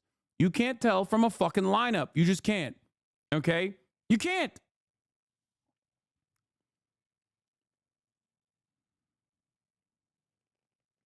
Yeah, unless they're from Asia or the US. Okay, yes. I love you as a Palestinian, but I disagree with that statement, bro. I guess maybe true for the uninitiated non-Arabs. Brother, what are you talking about? Like, what do you... Dude, you're ridiculous, okay? You are ridiculous if you think that there is any sort of, like, significant distinction without, like, anyone talking, without anything like that, on a fucking lineup, if you think that there is any sort of fucking distinction between a Jewish person of Arab descent, okay, that came from like fucking Yemen or came from fucking Iraq, okay, or any number of these different places in the region that is just Jewish, but of all from this entire area, okay, if you think that there's any sort of like trait that you can associate to being Jewish, or rather, the distinction is determined via penis inspection? No, because Muslims also fucking get circumcised. So no, you can't even, I know you're trying to make a joke, but even that joke is not correct. Remember when some fucking freak, some ultra-Zionist rabid freak early on was talking about how we're going to circumcise the Palestinians? And I was like, bro, what are you talking about? They're Muslim. Of course they're like, with the exception of the Christian Palestinians, like, they're fucking circumcised.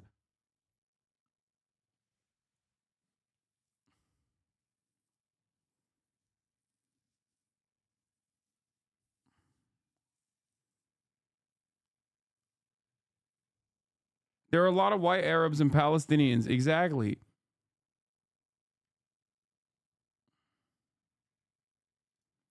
Born in Oakland, California, moved to Israel when he was just 7 years old. You have Edin Yerushalmi, a 24-year-old bartender who, not live streamed, but was on the phone during her hours-long ordeal trying to flee, to hide from the military. Why would Hamas kill the hostages right before the IDF found them? I know it's not confirmed that they did it. I'm just trying to understand their potential reasoning. Would it be to add more pressure? Yes. These hostages, some of them were directly named in the ceasefire in the first round of the hostage transfers, okay? So from their perspective, they're like, Israel is not fucking holding to this deal, and they're trying to forcibly extract the hostages. So if they understand that this is, if they're losing their leverage in this circumstance, yes, for their perspective, those hostages being killed in the last moment, whether by Israeli gunfire or by Palestinian gunfire, it it causes what is currently happening in Israel from their perspective.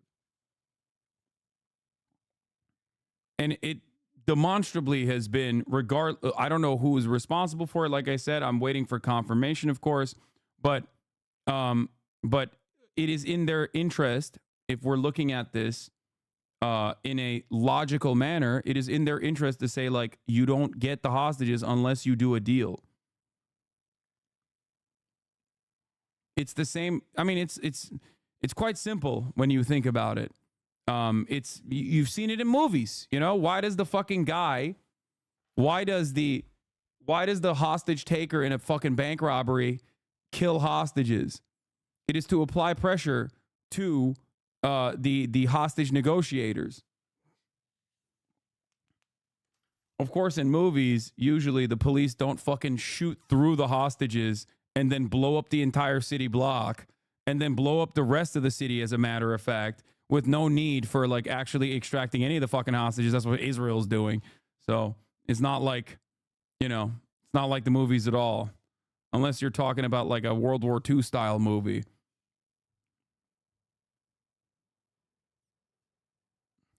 As they rampaged through the Nova Festival, killing, raping and kidnapping as they went. She spoke with her sister. She had her sisters on the phone, and her last words to her sister, Shani, was, Shani, they caught me. There was Carmel Gut, 40 years old, the only one of the 6 bodies who were recovered on Saturday, who was not at the Nova Music Festival. She was visiting her parents at Kibbutz Be'eri, just on the outskirts of the Gaza Strip. Her mother was killed that day. Her father survived. And indeed, hostages who were released during the one and only hostage ceasefire deal back in November said that she was like a guardian angel to them, and she was teaching them meditation and yoga. Then you also have Almog Sarusi, 27 years old. He was with his girlfriend of 5 years. She was shot and mortally wounded. He stayed with her to try and help, but then wound up being kidnapped himself and taken into the Gaza Strip. Alexander Lobanov, a 32-year-old Russian-Israeli citizen. He was a bar manager at the Nova Music Festival. He was said to have helped others to flee to the nearby Be'eri forest to seek refuge, but they were caught, and he was taken captive as well. His wife gave birth to their second child, a boy, 5 months ago, a boy that he will never meet and that will never meet its father. And then finally, there's Ori Danino, 25 years old, who is said to have driven a number of people from the Nova Music Festival to safety in his car, and then instead of staying in the safety that he had found, he turned back around and went back into where the militants were, into the gunfire to try to rescue more people, and then wound up being kidnapped himself as well. So those are the 6. Also worth noting that according to the IDF, there are still more than 100 hostages who are still being held captive in the Gaza Strip, about a third of whom are believed to be dead. Victor, Amra. Elliot Gocking, thank you. Joining me now to discuss this is former Pentagon advisor for the Middle East, Jasmine El-Gamal. Jasmine, I first want to get your reaction to what we've been learning through Nick Robertson's reporting that 3 of the 6 hostages whose bodies have been found in these tunnels under Rafah, that they were slated to be released in this first phase of a potential deal. Now they try to make it seem okay because they took hostages anyway. Lol, how pathetic of them. What do you mean? And that IDF saying that they were brutally murdered by Hamas just a short while before they were reached by the IDF. That's right. Good morning, Amra, and thanks for having me. And I'd like to start first by just expressing my heartfelt condolences to the families of these hostages whose bodies have been recovered. It's just the latest in a series of really heartbreaking news that's come out of Gaza and Israel. Hasan, do you know who the historian Benny Morris is? Yeah, more like a fucking hysterical Benny Morris. Yes, he is. He is. Every single day that that Israel continues its genocide, he becomes more and more unhinged. I recently watched him talk to Mehdi Hasan in front of a crowd that literally fucking lost their minds when he said, I don't know what the term famine means. Okay. He is deeply, deeply unserious. And His former work was obviously very important in uncovering certain aspects of Israeli history, but his current attitude towards his own former work and his current attitudes towards like just being a fucking like open, unabashed, unashamed fucking anti-Arab racist piece of shit is pretty fucking crazy. He was so unhinged that he literally said that the person responsible for I think it was like the UN Human Rights Commission, the person leading the UN Human Rights Commission was a Syrian, and therefore you can't trust an Arab, you can't trust a Syrian with that responsibility. Like, it's crazy. Like, he literally said that as like an own. Chief prosecutors. He said Israeli occupation hasn't bombed any hospitals in Gaza, earning laughs of disbelief from the audience. Here, this is Benny Morris. For arrest warrants, not just for Hamas leaders, but for the Israeli Prime Minister and the Defense Minister for war crimes and crimes against humanity. And he says he has mountains of evidence. We've all seen with our own eyes the Israelis in Gaza commit war crimes on camera, kill unarmed people who are carrying white flags, blow up apartment buildings, drop 2,000-pound bombs on crowded refugee camps. Can we at least agree, Benny, even if we're going to disagree on genocide, that Israel has committed numerous war crimes since the Hamas war crimes on October the 7th? I'm fairly sure there have been war crimes, but the war itself is not a war crime, as the Hamas attack on Israel on the 7th of October was. It was a war crime from beginning to end. The aim was to kill as many civilians as possible, which they did, in accordance with the Hamas Charter, which is to kill basically every Jew you can get hold of in Palestine. But I didn't ask about the aim. I asked about the acts that are being committed. As I said, probably there have been, as in all wars, war crimes. You accept there have been war crimes? Yes. So you would support an arrest warrant for Benjamin Netanyahu? I didn't say that. Why? Firstly, there hasn't been an arrest warrant. I know, there's been a request from the ICC chief prosecutor. So far, they haven't issued it. I don't know if you can hold a prime minister responsible if a sergeant kills several unarmed people intentionally. You don't think the Israeli Air Force bombing apartment buildings, refugee camps, mosques, cemeteries... I like the idea that... like all of this stuff just randomly happens. You know what I mean? And that the ICC and the ICJ aren't like conducting a broad, thorough, albeit still probably heavily influenced by Western interests, analysis on the matter before coming to certain conclusions. Like they're not fucking hysterical college campus activists in the way that these guys try to present them, okay? Like, they're conducting serious investigations, man. Serious investigations that the Mossad and the Israeli government regularly try to thwart, mind you. Okay? Like, there is obviously a fucking line from the prime minister all the way down to the fucking soldier committing the crime. And it's a thing that they are choosing to fucking... It's a thorough line that they're choosing to investigate. Like, they're actually saying, like, this exists, this connection exists. What the fuck?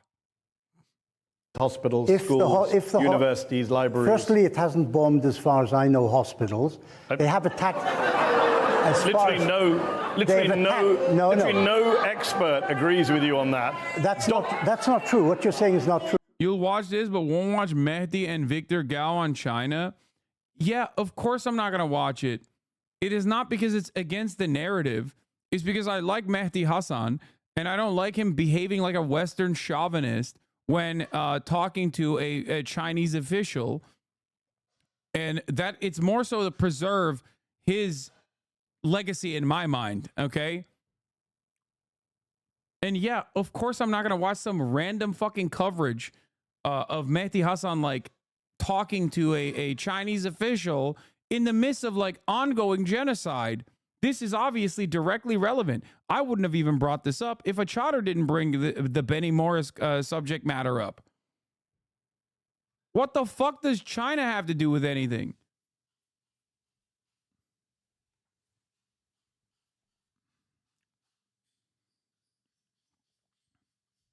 Yes, this is the same like Mao guy. You already said you won't ever watch it, even if it was on topic. Yes, and it is not because of Oh my God. I don't give a fuck about Victor Gao and how well he defends China or whatever, okay? It is more so, in my mind, to preserve my opinion of Mehdi Hasan, okay? That's it.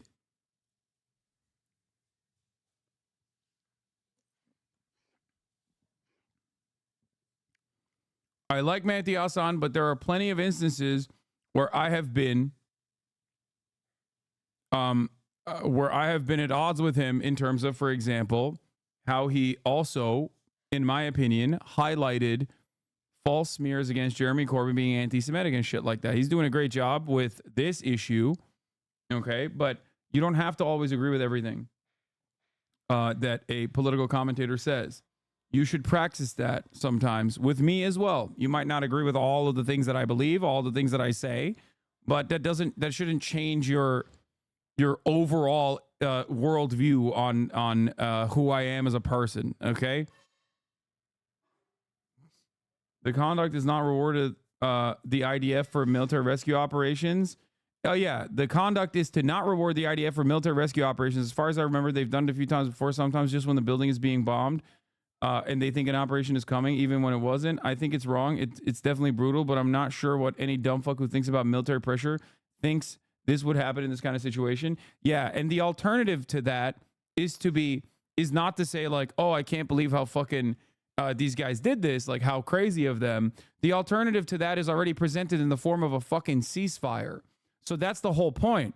This is just another fucking this is just another pressure mechanism for Israel to actually come to terms with the ceasefire. That's what it is.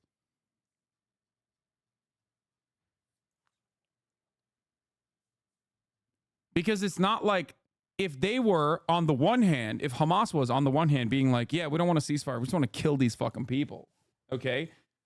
And then Israel was conducting this military operation, then yeah, that makes sense. It's perfectly understandable to be like, oh, what the fuck? These guys are psychotic, okay?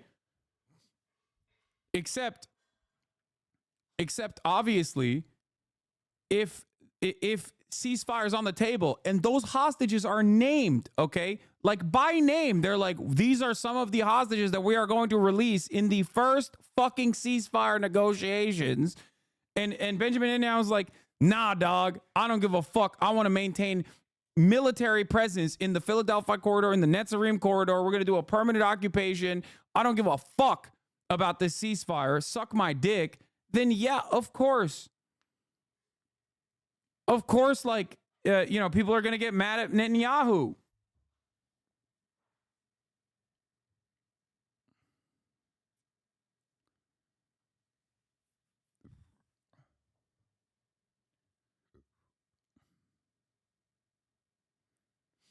True. The only hospital which I remember being bombed was by a rocket fired by the Islamic Jihad by mistake. That's as far as I remember.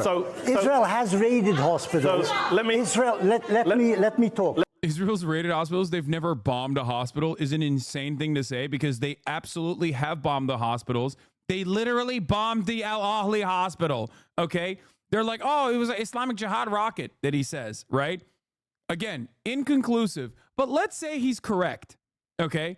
Inconclusive, but let's say he's correct that it was actually an Islamic Jihad misfire. Israel bombed that hospital 2 days prior to that explosion at the courtyard. Like they literally bombed Al Ahli hospital, which is so crazy that like the idea that like Israel has not bombed any hospital is so fucking insane to me. Okay. So fucking insane. But that specific hospital, Israel literally fucking shelled with artillery fire 2 days prior to the fucking explosion at the courtyard.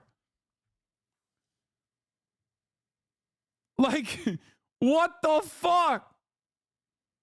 Like, even that very specific hospital that he is talking about, Israel openly fucking bombed. It's insane how that's still a narrative that even you were a victim to it. I know, it's fucking crazy. That's how powerful media narratives are, though, because the media immediately went, Israel blew up this hospital again. Holy shit, in the deadliest day in Gaza so far, right? And then they all apologized for it and immediately took Israel's word for it. And then that was over.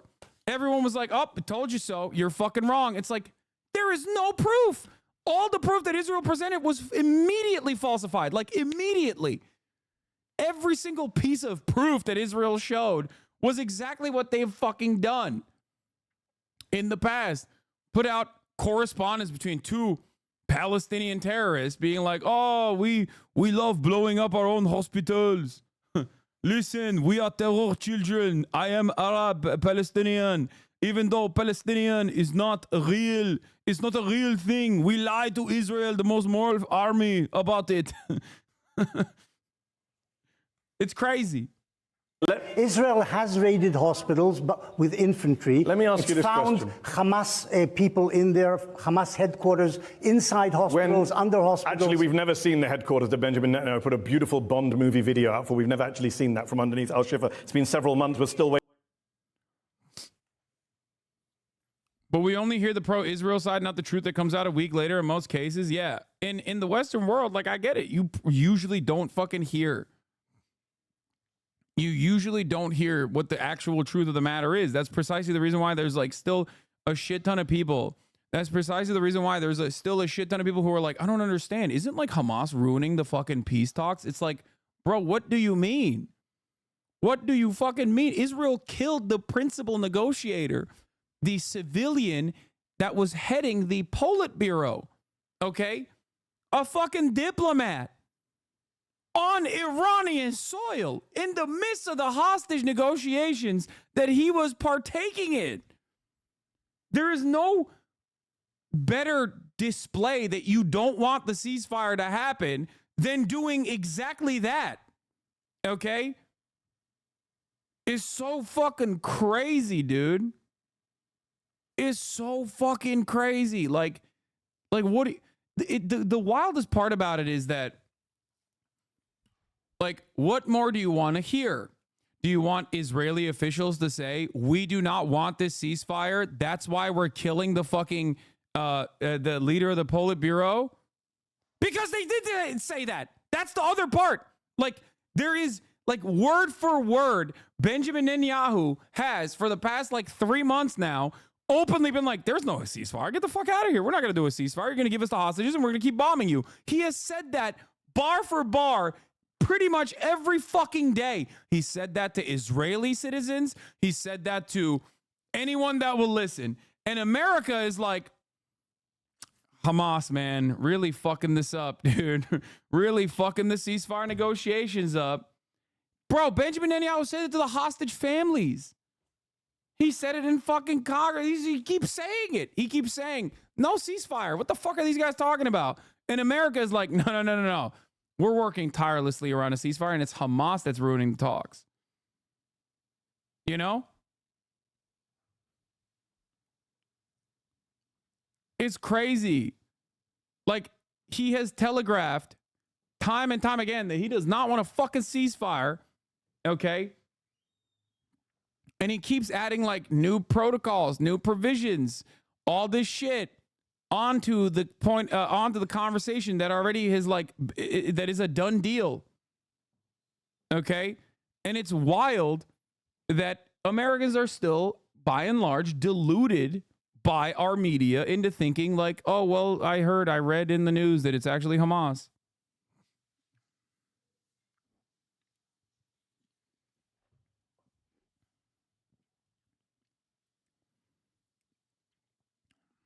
Anyway. Over the last 10 months, it's absolutely brutal. To your question, now it is true that reportedly some of the hostages had been slated for remember, release. this It's is been reported. Hey guys, remember, this is the hospital Al Shifa that Benny Morris is talking about, which Israel definitely didn't bomb. We're here in what used to be Shifa Hospital in the north of Gaza and Gaza City. Hospitals should always be... Hospitals just kind of do that, though, to themselves when they're under great distress, so... places of safety. Hospitals should always be protected, places of healing. And yet I'm standing around in the midst of utter devastation. Shifa has literally become a graveyard. There are bodies still in this courtyard. The buildings have been completely destroyed. This is Al-Shifa. This is one of the major hospitals. This is the one. This isn't Al-Ahli. He's talking about Al-Ahli, okay, which is the other hospital that was also, again, that was blown up. This is the major one that's supposed to have a fucking headquarters underneath it, okay? One of the largest hospitals. The largest hospital in Gaza City, if I'm not mistaken.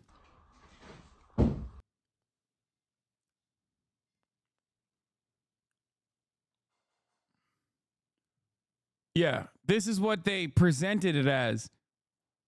This is why they fucking had to do that to it. Because, hey, we made this like 3D rendering. Remember, chat, remember this is what they said was under the fucking Al-Shifa hospital? You remember that?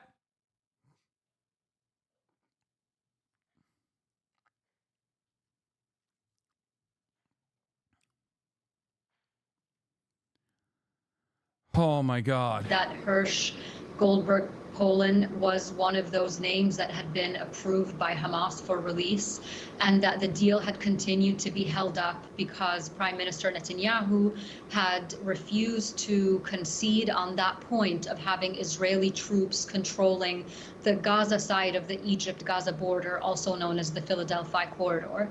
Let's start in Gaza, where the Israeli military has confirmed that 6 bodies found in a tunnel in the city of Rafah were those of hostages held by Hamas after the October the 7th attack.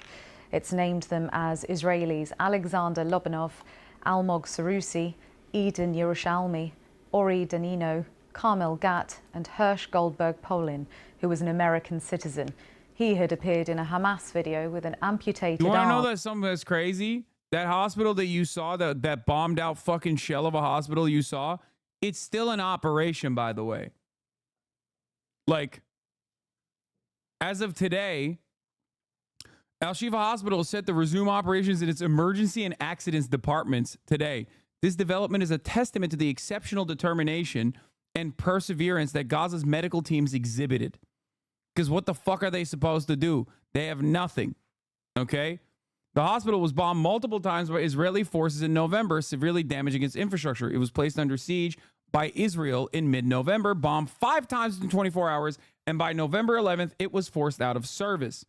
Al-Shifa reopened 3 operations theaters within its surgical unit. These were primarily used for trauma cases. The hospital also maintained essential services, including emergency care, basic laboratory and radiological facilities, post-operative care, and a dialysis unit. Israel stormed the facility again in March, putting it out of service forever, according to his acting chairman. They bombed the fuck out of the hospital. There's like, most of the hospital compound is like a shell, and the rooms that are standing, they're still trying to fucking utilize.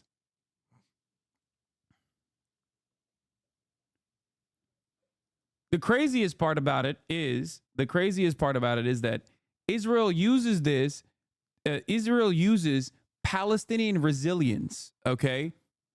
And the perseverance that the Palestinians exhibit every fucking day, surviving against all fucking odds, as a testament that they're like, we're not doing a genocide. Look, see, they still have one of the fucking 8 buildings that isn't completely carved out, and they're still trying to operate out of those buildings. Okay? Just like when Palestinians were forced to go to the beach, okay? Because there was no other place that they could fucking survive, and they would clean themselves up by going into the fucking water. They were like, see, they're having a fun time at the beach. It's not a real genocide. It's crazy.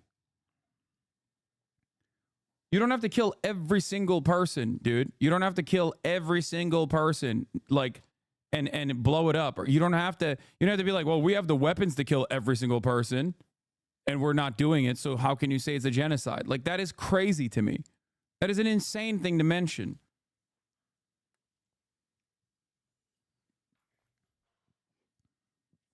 It is sad and ironic that it is the exact same kind of Nazi bullshit that you hear from Holocaust deniers.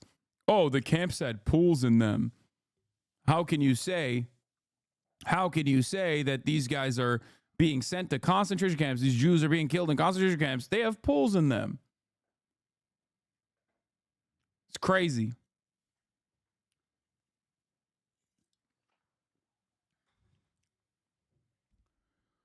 Oh.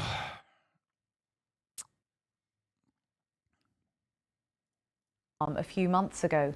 In a statement, President Biden called his death tragic and reprehensible, saying Hamas leaders will pay for their crimes. The Missing Families Forum has again urged Israeli Prime Minister Benjamin Netanyahu to agree to a ceasefire for the release of the remaining hostages. Elsewhere, 3 Israelis have died after their vehicle was fired on near the city of Hebron in the occupied West Bank.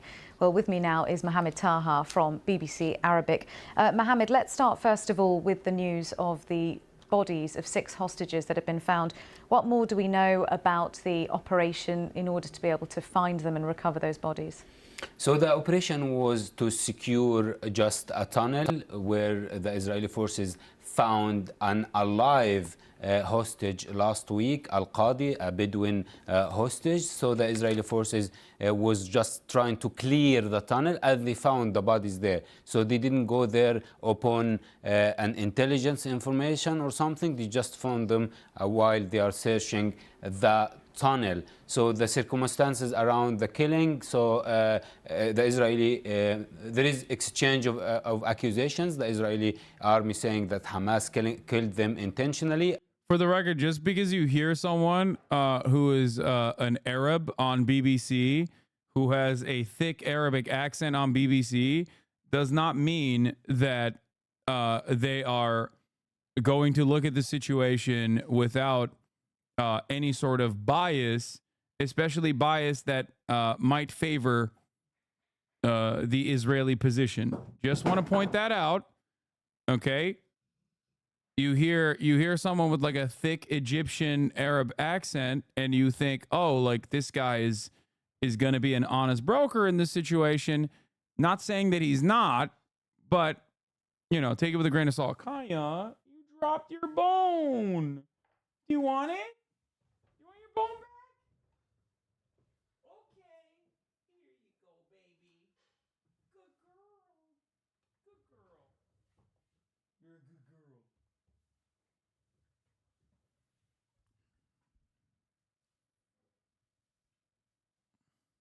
And the Israeli Prime Minister Benjamin Netanyahu just issued a statement a few minutes ago saying that we will continue to free all hostages and Israel will not rest until we reach the killers. Means, you know, he's inciting that the military operation in Gaza would continue. But Hamas issued also a statement and they said that they were killed in an Israeli shelling, and they said that what they described as practicing genocide in Gaza and the support of President Biden to Israel. Okay. From October 7th till now, one of the main justifications for the IDF operations was that it would just put more pressure on Hamas to cave to Israel's negotiation regarding hostage deals. It worked at first, but after the first few pauses in fighting, Hamas hasn't budged, and yet the pressure stopped benefiting the negotiations and started to directly or indirectly literally kill more of the hostages than it could save. I'm not going to praise the terrorist organization that massacred some of my people for their resilience, but I'm certainly going to laugh at the IDF for their incompetence and be disgusted anytime someone in my immediate vicinity says anything positive regarding this American model, bomb people to save whiter people, hotbed of toxic, might makes right ideology. I'm sorry for venting in your chat. Hopefully it was insightful to someone.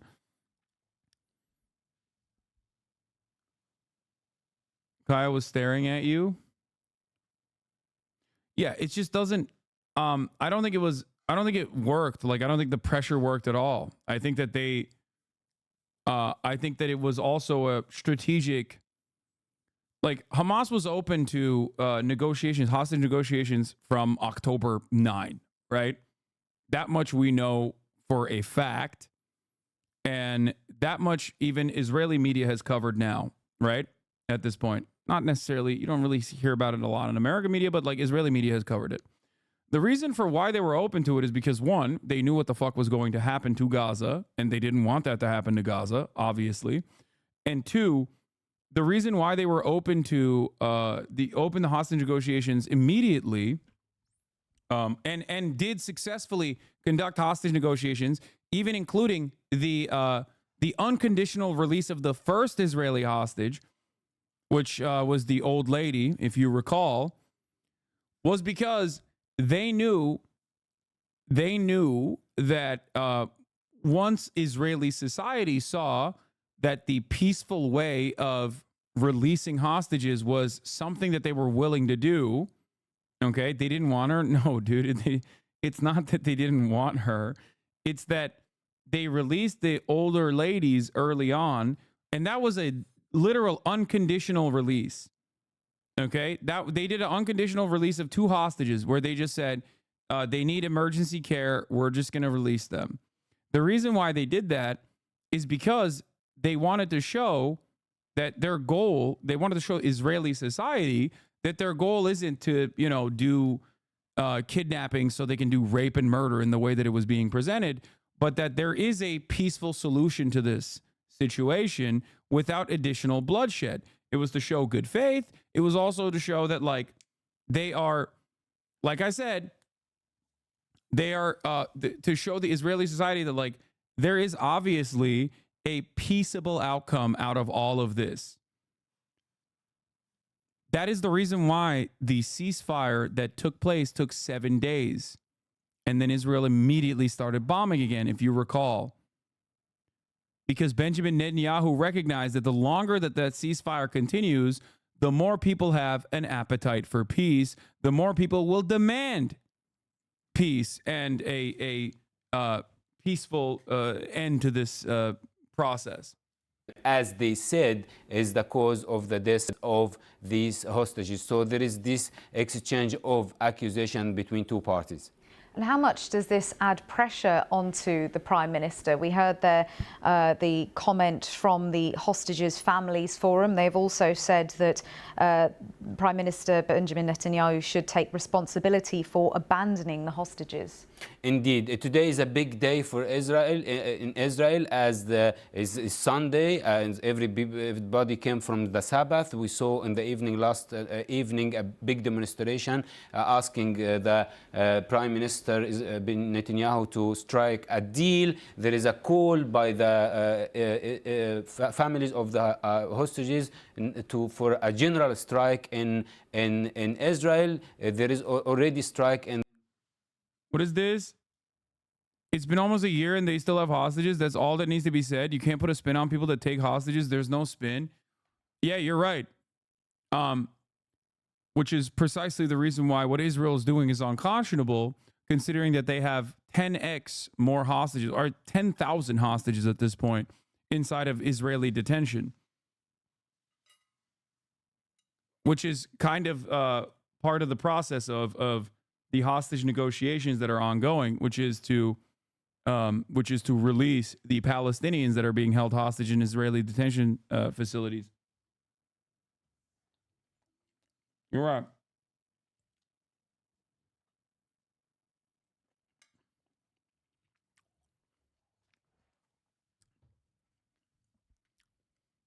Is that the attitude that you share for the Palestinians that are also being held in detention? Or do you think they deserve it because they're terrorists?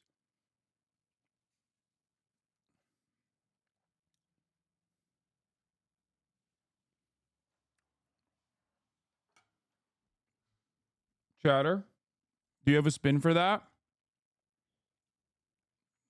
This is where you say Israel is a democracy. They have a democratic process, even though they don't. And then I tell you that it's actually military tribunal, and many of those 10,000 people are just unjustifiably detained permanently under something that the entire global international community regards as illegal.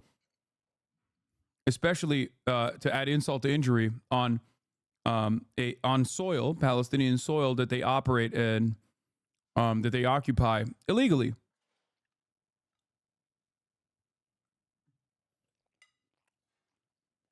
Yeah. 99% conviction rate at a military tribunal. I've had this conversation with people far dumber than you and people far smarter than you 1,000,000 times over. I know exactly what you're going to say before you say it. Okay?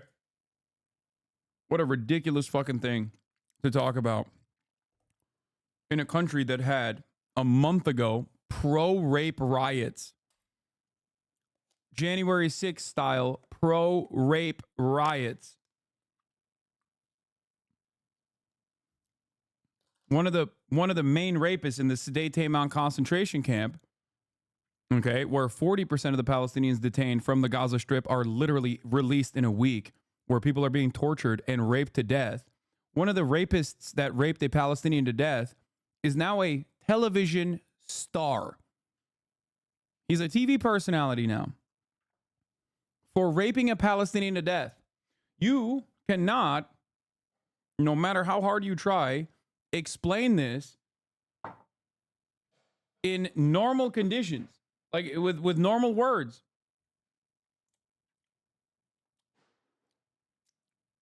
Do you have a spin for that?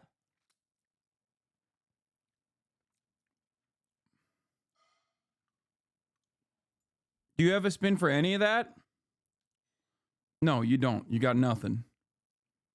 I don't know why people still try this dumb shit in this community this far in. Go try that on, the uninitiated.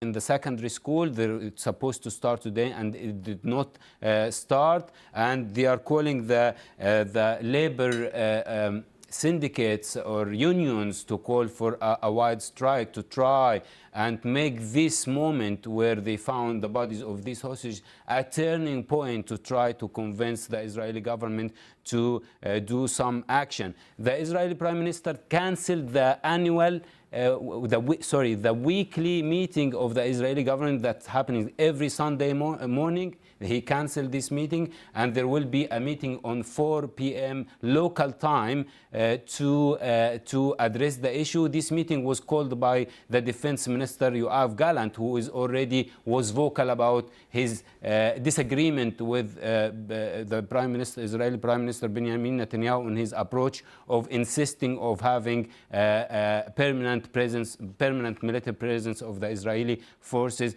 in Gaza. So the situation now in the Israeli territories is really in high tension, and as you mentioned, there is also a tension in the West Bank and in Gaza. Well, Mohammed, stay with us. We'll come back to you in a moment, but let's now go live to Jerusalem and to our Middle East correspondent, John Donison. John, we were talking there about the divisions in Benjamin Netanyahu's cabinet. How much does this latest development add to that? Well, I think Mohammed's right. It reflects the divisions within the government, but also the divisions within Israeli society. Benjamin Netanyahu, in his short statement this morning, said those who kill hostages do not want a deal, referring to the allegation from the Israeli military that these hostages were brutally murdered, in their words, by Hamas shortly before the bodies were found. You have to remember, though, that back in November last year, we had a ceasefire. They're right. He's right when he says that. It's just that when you look at the numbers, who's responsible for the death of more Israeli hostages in Palestinian captivity comes into mind. The answer, of course, is Israel.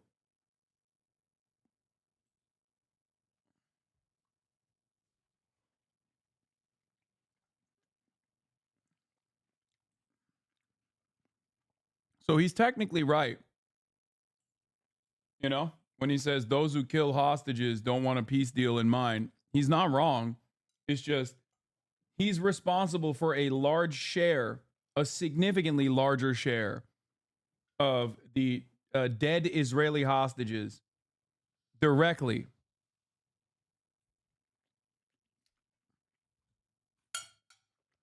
I read that as an admission. Temporary ceasefire, where hostages were being exchanged for Palestinian prisoners every day. That went on for about a week. with roughly 10 hostages a day coming out. Like, I knew everything I needed to fucking know on October 8th, dude. When there were Palestinian resistance groups still firmly holding positions inside of inside of the Israeli borders. And Israel's first reaction wasn't to secure its own boundary, but was instead to bomb Gaza. Okay? You do not fucking do that if you want to actually secure the hostages. As a matter of fact, Israel also blew up their own hostages in the extraction or during the process on October 7th, when Palestinian resistance groups were trying to take hostage Israelis to bring them back to Gaza. They started blowing people up, their own citizens, on October 7th. You can say fake news all you want, dude. Go read one fucking singular Israeli article. Jesus Christ. This does not mean that they killed like the majority of the Israelis on October 7th. I'm not saying that. I've never said that. And early on, when reports were coming out, I didn't jump to that conclusion either. What I'm simply talking about is they started bombing Gaza immediately. That was the truth. You don't do that if you are trying to secure the lives of Israeli citizens. Okay? You don't do that.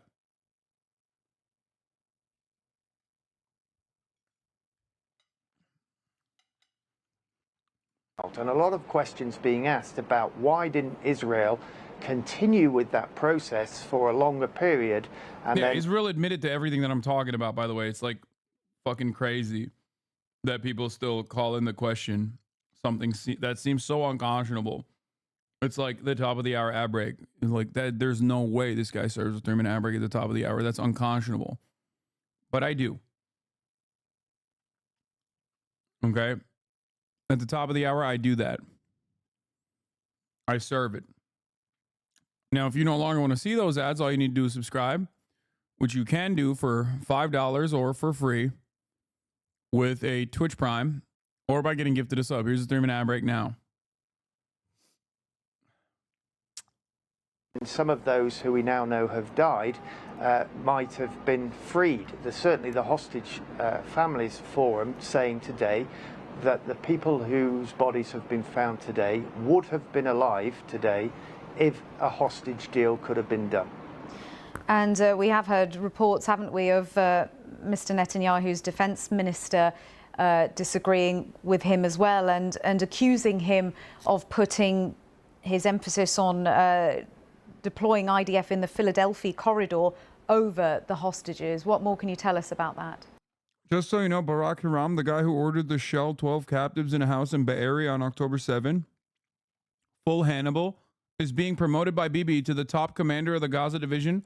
It also turns out he's a right-wing messianic freak. Who could have guessed? I mean, best commanders, dude, are loyal servants, you know? Loyal soldiers to the cause. It makes sense. Yeah, well, the last time the Security Cabinet met earlier this week, there are reports of a shouting match between Yoav Gallant and Prime Minister Netanyahu. Yoav Gallant saying that this insistence on leaving Israeli forces in the Philadelphia corridor, that's the border area between Gaza and Egypt, was blocking a deal. That is something that Mr. Netanyahu has insisted he is going to pursue and continue with.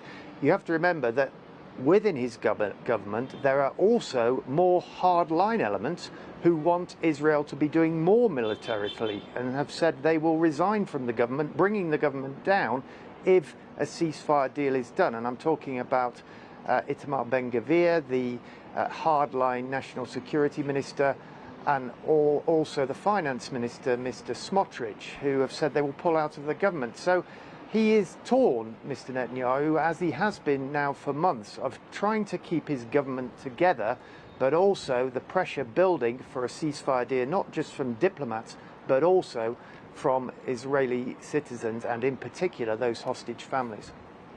And John, we have also been hearing about 3 Israelis who've been killed after their vehicle was fired on near the city of Hebron. What's the latest on that? Yes, well, you'll be aware, Luxmi, that for the past 4 or 5 days there have been intensified Israeli military operations in the north of the West Bank targeting Palestinian militants. At least 20 people have been killed in those raids and strikes on Palestinian cities, and Israel says it's trying to protect its citizens from attacks. Well, in the south of the West Bank, near Hebron, which is the biggest Palestinian city in the occupied West Bank, 3 Israeli police officers were killed in a shooting attack overnight on their car, and we've not got the details of their names. Hebron, by the way, is obviously the absolute worst in terms of like the way that like some of the most rabid freaks, some of the most rabid settler freaks are in Hebron.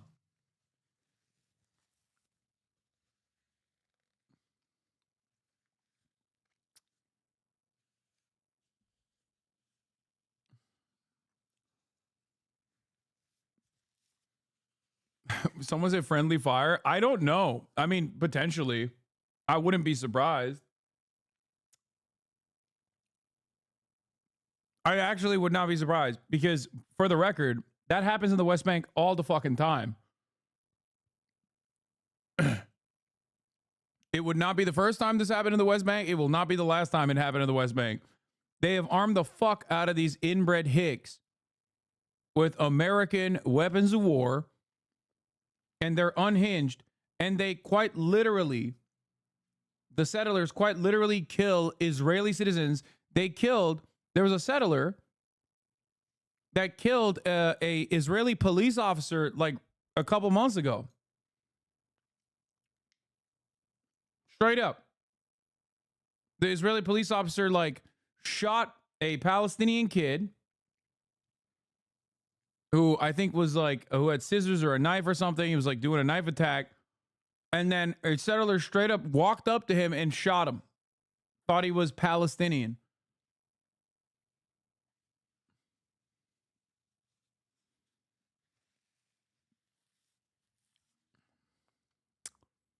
You want to know something crazy? They originally weren't going to prosecute him.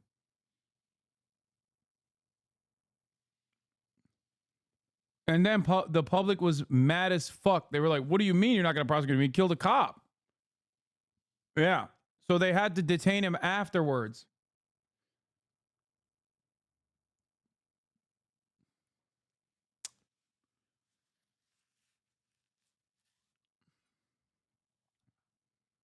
Look it up. Real story that took place.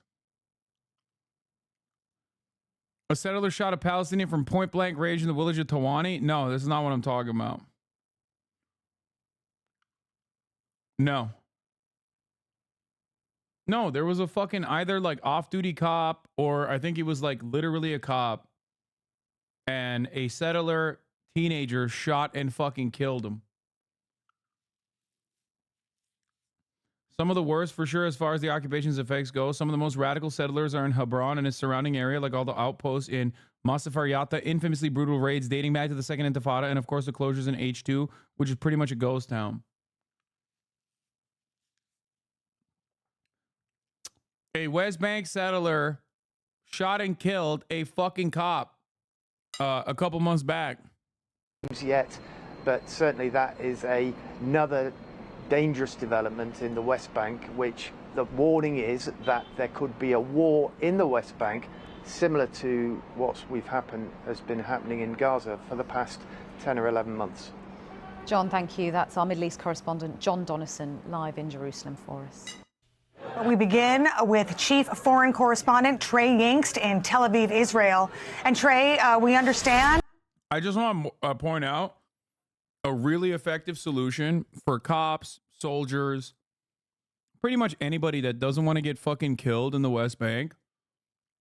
It's called not violating international law and the sovereignty of Palestinians by permanently occupying this territory that does not belong to you, and then routinely defending some of the most rabid supporters of Israel's genocide and ongoing occupation, the settlers.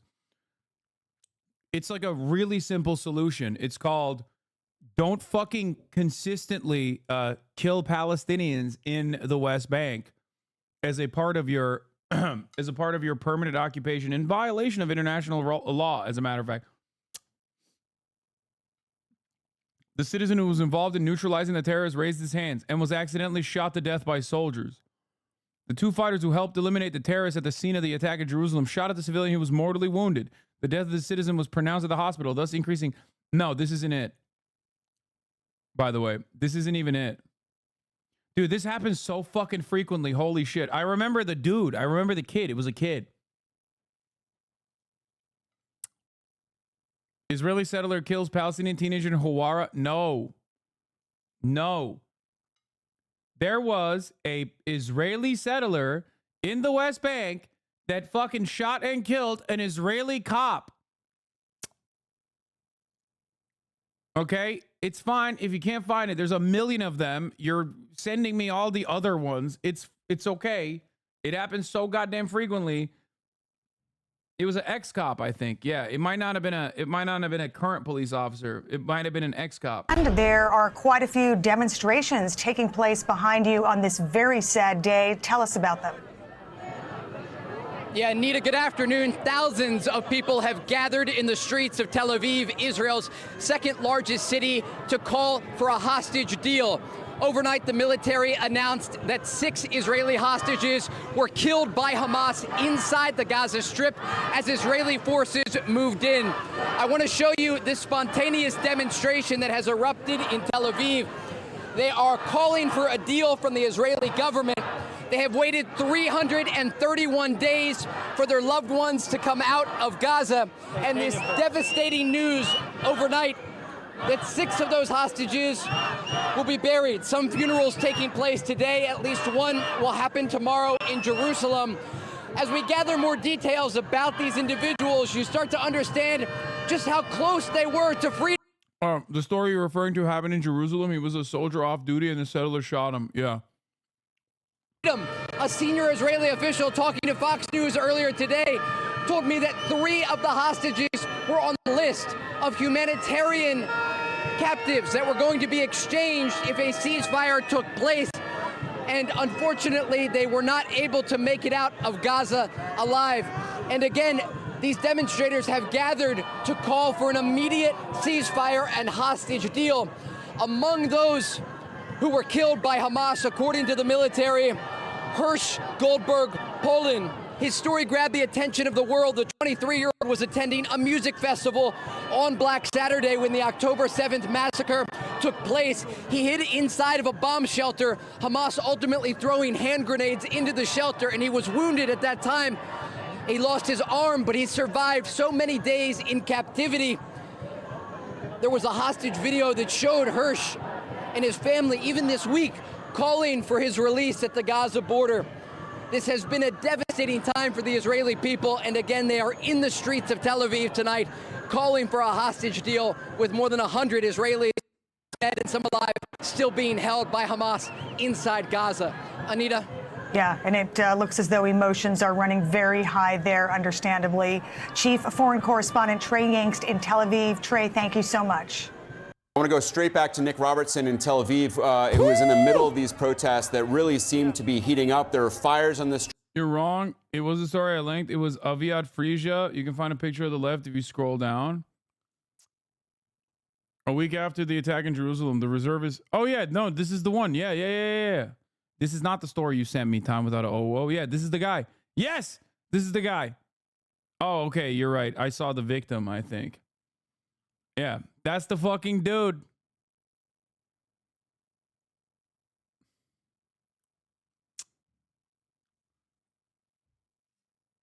Don't let him gaslight you, King. Yeah, I'm gaslighting. Crazy anti-Semitism happening in Israel right now. Yeah, I know.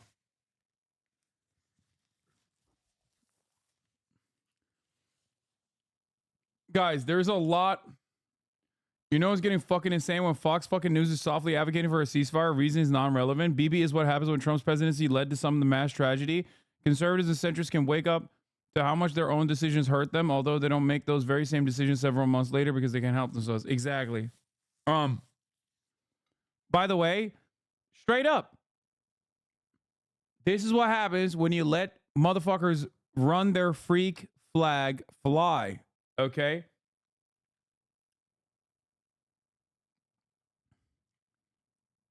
Like, let's be clear. These protests don't give a solitary fuck about the genocide. They're upset the genocide wasn't conducted to their liking.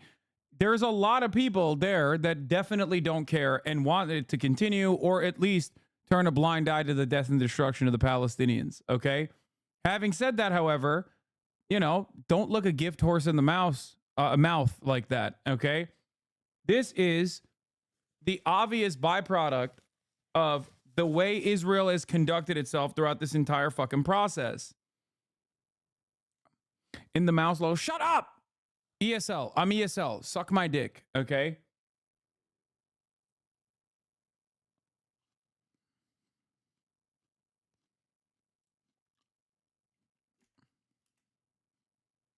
Streets. Nick, what are you seeing? Yeah, Alex, we are joining us in the middle of the crowd here. Just behind us here is the highway. People are gathered to watch what the police are doing.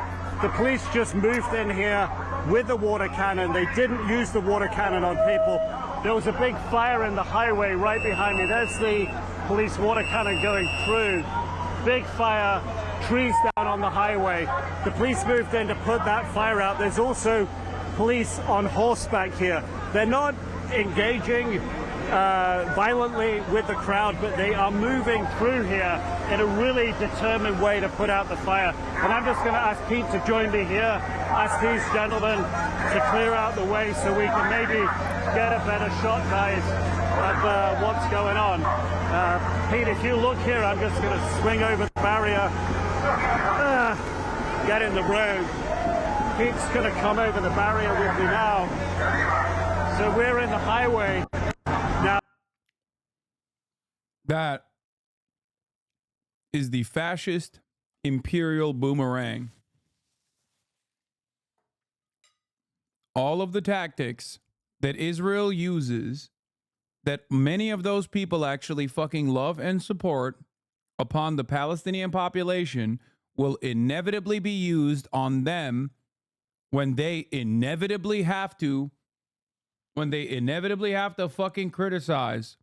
And by the way, they are using skunk water, I'm pretty sure.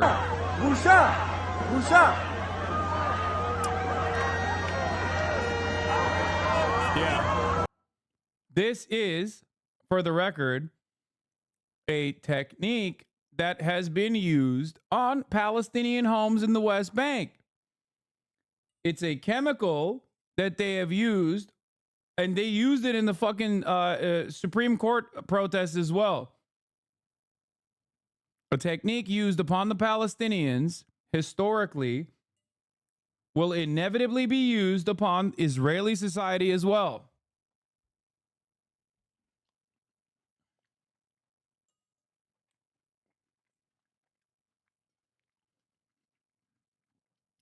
LRADs, also known as long-range acoustic devices, originally were used for crowd dispersal in Iraq. 20 years later, every single police precinct has one, and they use it on American citizens. Okay?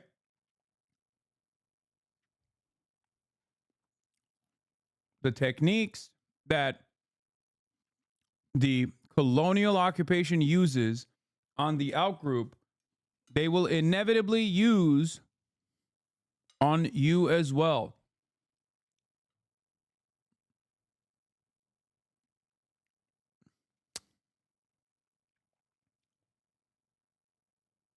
Yeah, skunk water is a chemical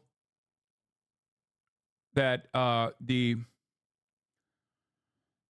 it's Skunk water is a chemical that the Israeli government uses, the occupying force uses on Palestinian homes in their effort to basically, you know, make it unlivable.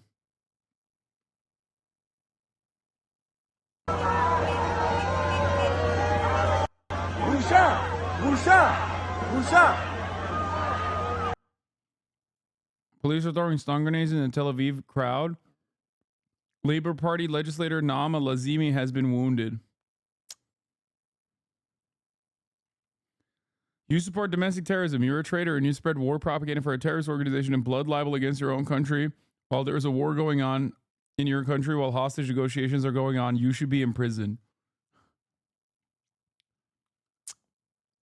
Ukrainian flag in the bio, American flag in the bio, Israeli flag in the bio. Love that. Love that, dude. Now you can get a better picture, Alex, of what is happening here. This is the police water truck that is clearing off the fire in the highway. But I'm also going to just turn around a little here so to paint the whole scene. So you got police on horseback, motorbike, police on horseback here, keeping this big crowd that's on the hillside, keeping them back.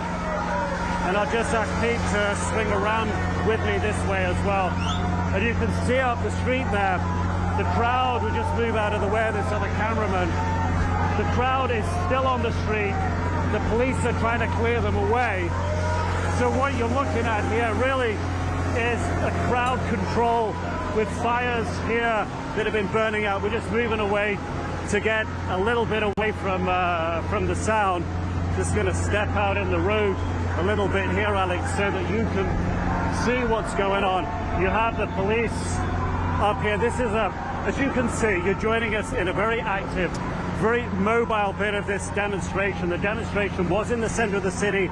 It was around the main defense building. It is all about convincing the Prime Minister to do a deal on the hostages. But here you have a line of police vehicles, policemen on this side of the road over here, and here you have the crowds. So it's moving. A few minutes ago, the focus was down the road there where we were 100 meters away, 100 yards away. Now the crowd is here. Listen, call me a utilitarian, but if Israelis are going to fucking riot, I'd rather have them riot on behalf of a ceasefire negotiation than a pro-rape riot where they are trying to actively free a couple Israeli prison guards that were detained when they raped a Palestinian to fucking death in the concentration camp of Sde Tayman. You know what I mean? I'll take this riot over the other ones every day. Great. Good stuff. It's not a violent situation at all. There's not violence down here, but there's a real sense that people, as we were speaking about before, want to use this moment to find a way to communicate with the Prime Minister that they really want to see change. And the way that they're trying to communicate that at the moment is by shutting the highway. We've seen them try to shut the highway. And when I say highway, this is the main highway that swings north-south in Tel Aviv. The road's clear, but there's no traffic on it at the moment, so it's not really open. So the crowd is trying to make it clear, trying to make their protests clear, and trying to get themselves heard by the Prime Minister, Alex. Nick, these scenes are certainly something that Hamas would like to see, these deep divisions among the Israeli government and the Israeli people. But this anger from the Israelis towards Netanyahu has been... Bro, are you Benjamin Netanyahu? Like, you're in America, man. You are not, like, why are you representing? Like, that's a crazy fucking statement from CNN. Or from Jake fucking Tapper. It's like, dog, you are in America. You're an American citizen. Do your fucking job and cover the news. You literally are angling it. Like, this is what you're going to hear from Benjamin Netanyahu tomorrow. Okay? Like, why are you giving him talking points today? What the fuck? He's literally just like repeating what Benjamin Netanyahu is going to say tomorrow, what his supporters are saying right now. That's crazy to me that a guy is literally outflanking Israeli fucking PR spin. Wow, these protesters are really giving Hamas everything that they want. You're insane. American media is insane, bro. That's insane. What are you Benjamin Netanyahu? Why are you saying that? Been on full display for months. We've all been in those protests, but as you were saying, Nick, this may be the biggest series of protests that we have seen yet, coming on the heels of this horrific news of these 6 hostages who were killed. What are the people out there telling you in terms of why they believe that their prime minister has not agreed to a deal or not done enough to reach a deal that would bring the hostages home? Bro didn't take one step away from saying protesters are Hamas. He said the protesters are doing Hamas's bidding, chat. He literally said that. This is akin to being like, these protesters are anti-Semitic. I'm losing my mind, dude.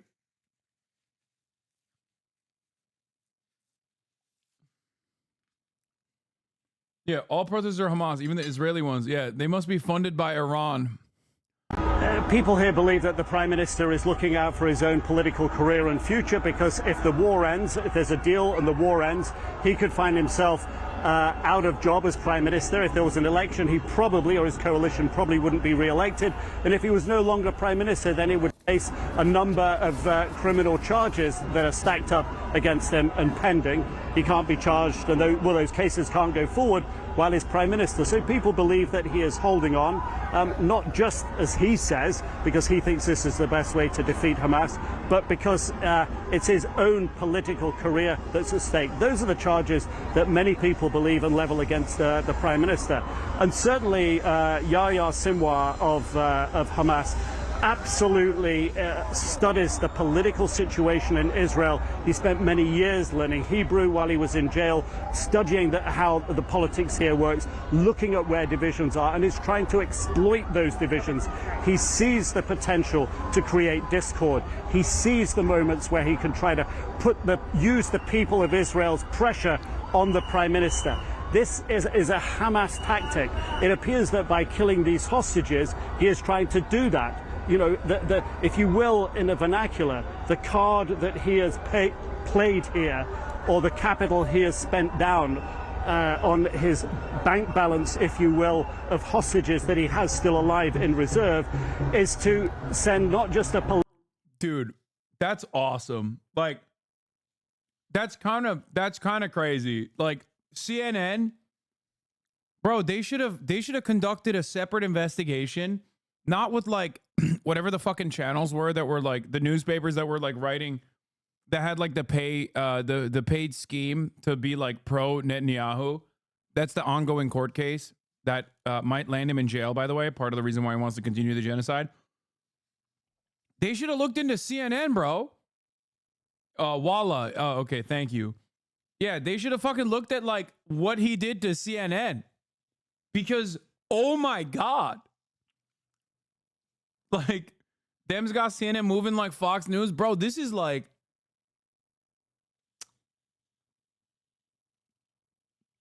This is crazy, dude. What the fuck? My man, straight up. I shit you not. This is something Israeli media would never say. America is the really giga grand evil supreme lord. Holy fuck. Like, imagine looking at a crowd of Israeli citizens who are like, bro, our friends are fucking dying. We need them out. Okay, after 11 months, and going, these guys are doing the bidding behind me of Yahya Sinwar, who's a brilliant mastermind who understands Israeli society and learned Hebrew in Israeli prison, and they're all working in his stead to dismantle the Israeli government. It's like, That's insane. Like, you are not a journalist, dude. Channel 14 literally was saying that 3 hours ago. I mean, of course, but that's like, dude, that's like Israeli Fox News, right? Of course, Israeli Fox News is going to say that. But CNN is not supposed to be Israeli Fox News. It's fucking Israel. It's not even America. Like, you are that fucking tuned in. You are that primed on, like, defending Israel that you are literally running defense for Benjamin Netanyahu at a time when there is obviously popular mobilization against him. Like, taking a position on defending Israel is one thing. Taking a position on Israeli domestic affairs in the most right-wing slant you possibly can is entirely different. That's crazy.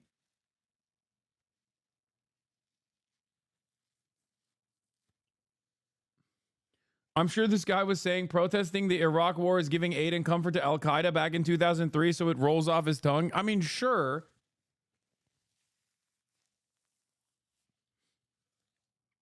But that is crazy. Guys, the summarization of the things that unfolded right in front of our eyes is basically the CNN commentator saying, these Israelis who are protesting Benjamin Netanyahu are Hamas and or doing Hamas's bidding.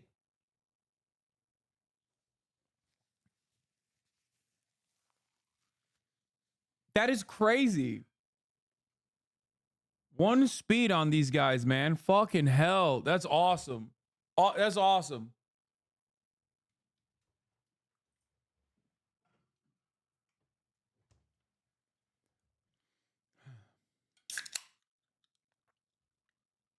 Political signal that is not going to negotiate, but to try to undermine the position of the Prime Minister here by actions that he knows will bring people out on the streets here. He knows there's dissatisfaction. He knows that 2/3 of Israelis want to see a peace deal and get the hostages freed, and he is using any means possible to exploit it. That's what he does, and that's one of the things that we're seeing manifested here. But rest assured and understand that people in Israel are acting from their own feelings and their own passions and their own anger with the Prime Minister, that he is not following through on the job that he was voted to do in their opinion. In a new election, he would not be Prime Minister. That's what they believe.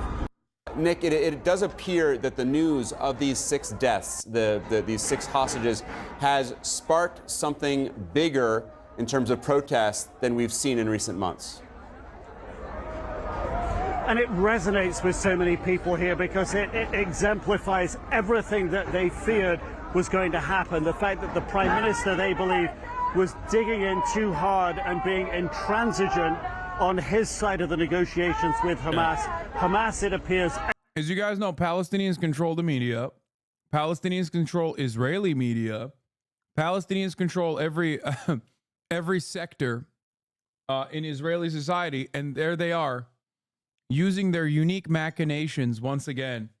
The puppet masters, the strings in the hands of Yahya Sinwar.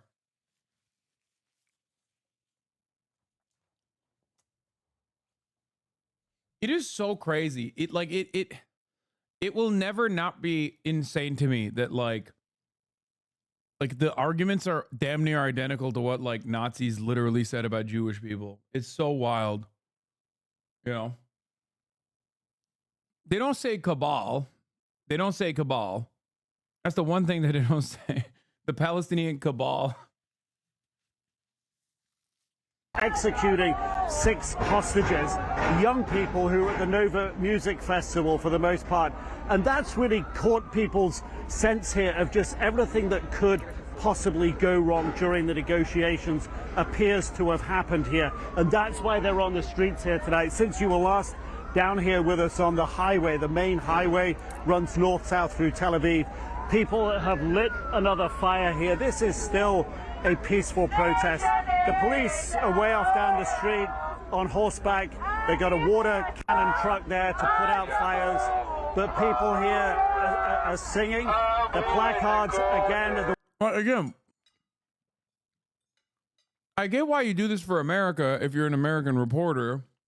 when the American government or the American police departments like have water cannons that they're objectively not using to put out fires, but to like, you know, fuck up protesters. But you're an international diplomatic editor for CNN.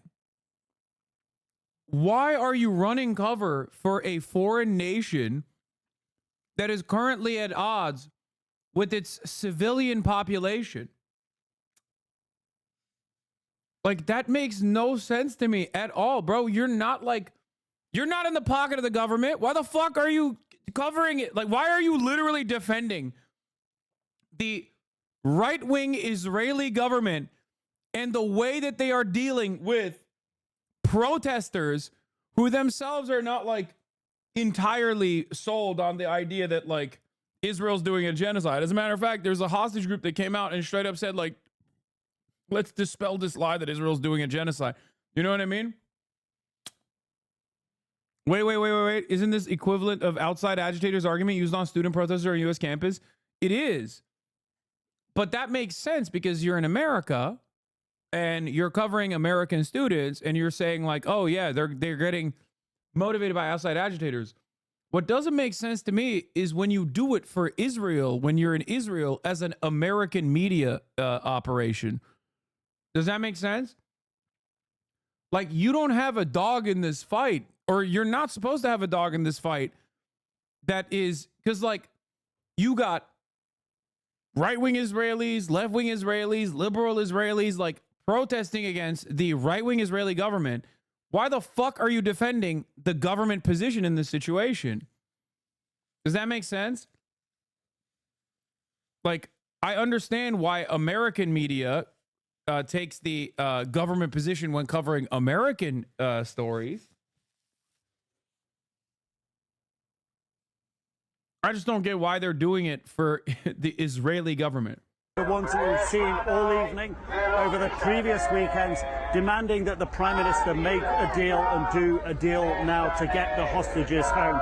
There is immense anger and frustration that these 6 hostages died. The sense is that it was needless, that the Prime Minister could have cut a deal if he was more flexible in his negotiations. And this is what the crowd want to gather here today on the streets, outside the Defense Ministry buildings earlier on, now down here on the highway, so they're heard. And why do they feel that they need to do this? Because the Prime Minister, they feel, ignores them. About 2/3 of the country support a deal to get the hostages, the remaining 60 or so who are still believed to be alive, and the others, about 30 or so who are believed to be dead, to get them returned. It's a message they've been trying to communicate with the Prime Minister, but he resists.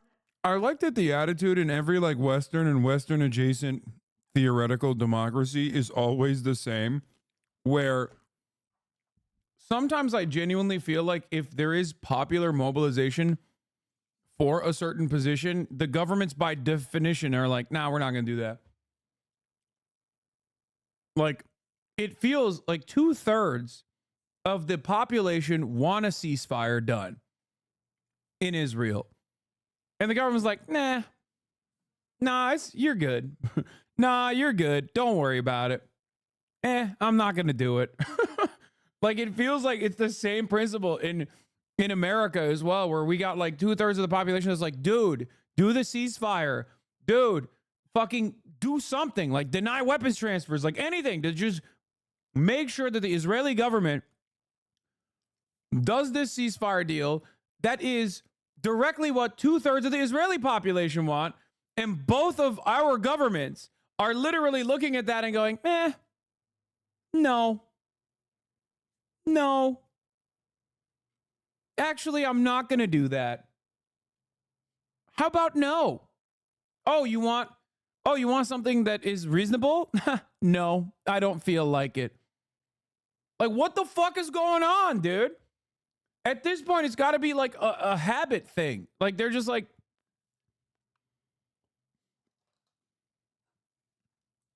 yeah, best I can do is suck my dick. That's what both of the governments are responding as.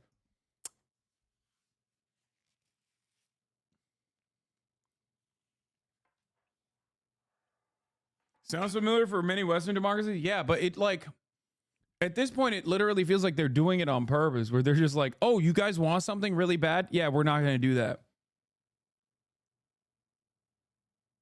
And his cabinet is still backing him on his decisions. So they're taking to the streets.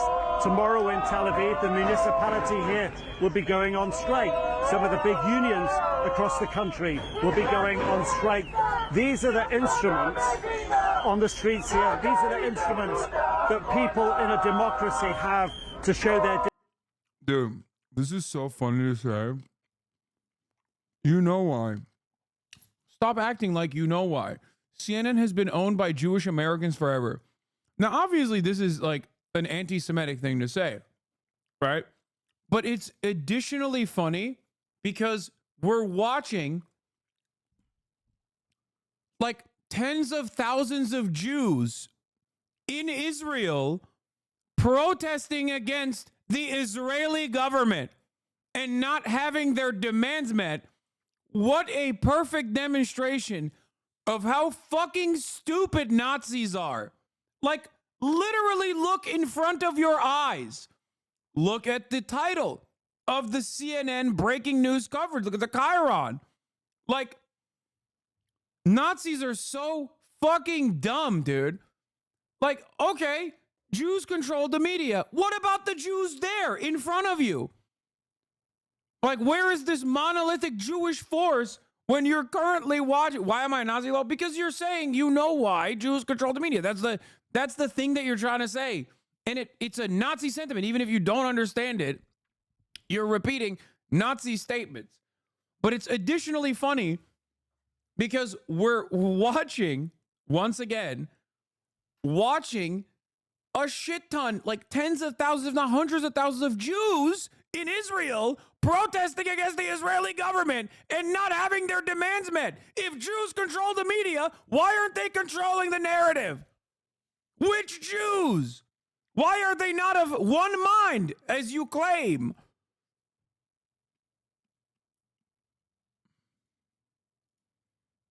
Like any other story, obviously it's still anti-Semitic, but like in any other circumstance, at least you couldn't be immediately disproved by just looking at the screen of what is going on.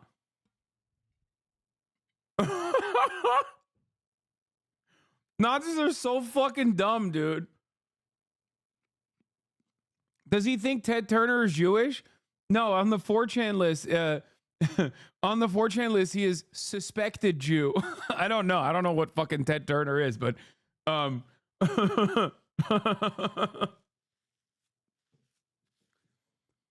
it's like objectively a situation where seems like a lot of Jewish people are upset at the Israeli government, mind you.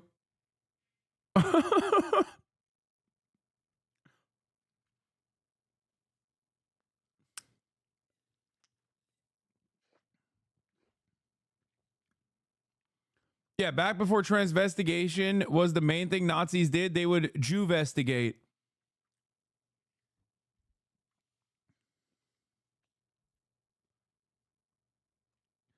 I overall agree with you, but there's a difference between all Jews control the media and all the people who control the media are Jewish.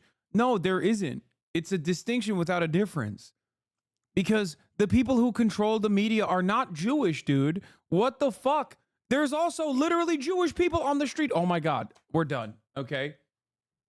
This is so stupid. Take a week off. You might actually be convinced in a more meaningful direction. The other one was definitely straight up just Nazified. We might actually just perma you. Never mind. It's just... Oh my God. Aren't most media exec wasps anyways? Yeah, they are. But again, it doesn't matter.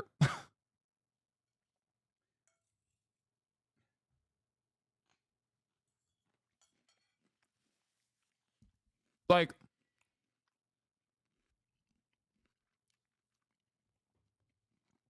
there isn't a monolithic approach My friend always brings up how Jews control most things. How the fuck do I pull him out?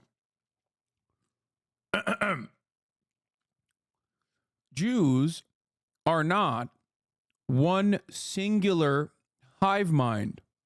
Okay? It's a very common Jewish trope, like a joke.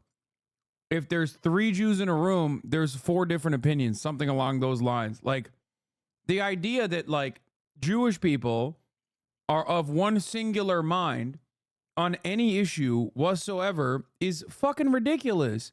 No one is like that. And Jews are not different than anyone else on this issue. Okay? Jews in the United States of America are not the most dominant force for Zionism. White evangelical Christians are. Okay?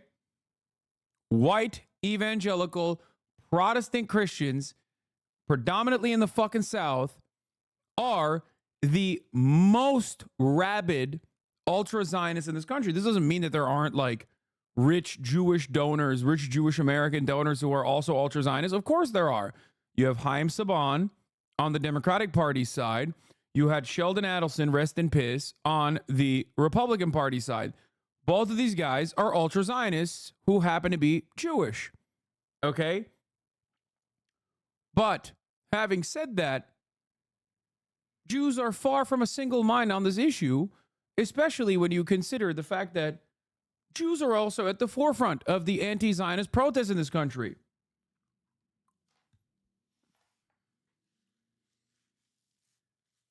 If they're backed by a pack, then they are due. A pack is a singular mind, though. A pack.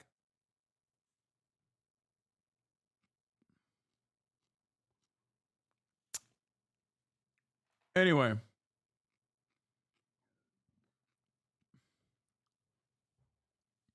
There is no singular mind on an issue. Like, Jews are not a monolithic force of outsiders. They're Americans. They're your neighbors. You know what I mean?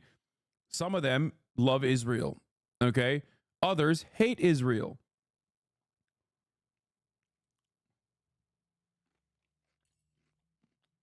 There is no collective of shadowy cabal groups of people of a Jewish background that get together and they're like, ooh, how do we manipulate the media again today? Dissatisfaction, and they're being shown in a very peaceful way, and the police really seem to understand that. If you sort of look, come up here. I know what you're saying. There's a percentage of Jewish people who don't really believe in Israel, but they are not at the forefront of the resistance movement. I'm sorry, that's giving too much credit. No, that's not giving too much credit. Obviously, this is first and foremost led by Palestinians, Muslims, Arab Americans, but there are a shit ton of Jewish groups, anti-Zionist groups, and they do not represent a tiny, minuscule percentage of Jews either. Okay? Arguing is literally a Jewish value. Hasan is being paid by the Jewish media, paid off by Jewish media. Yes.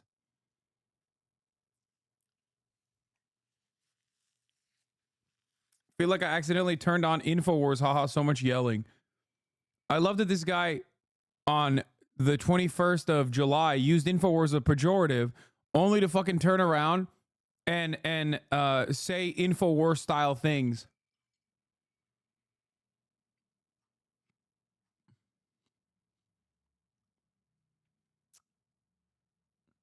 Forefront means physically in this case. They choose to be at the forefront of most protests, so they're the most visible to counter media narratives. Exactly. They represent a massively disproportionate percentage of the leadership of the anti-Zionist movement and are true allies. Yes, they do. And on top of that, they are a perfect demonstration. You are left-wing Alex Jones. I know. What evidence do you have for this claim? I can't believe people say I'm left-wing Alex Jones, and then literally they're saying that in an effort to defend the idea that no, Jews are a hive mind. Like you're doing Alex Jones. What the fuck? What is happening? I was teasing you, bro. Oh, okay. Good one, dude. You fucking teased me. Color me teased, you know?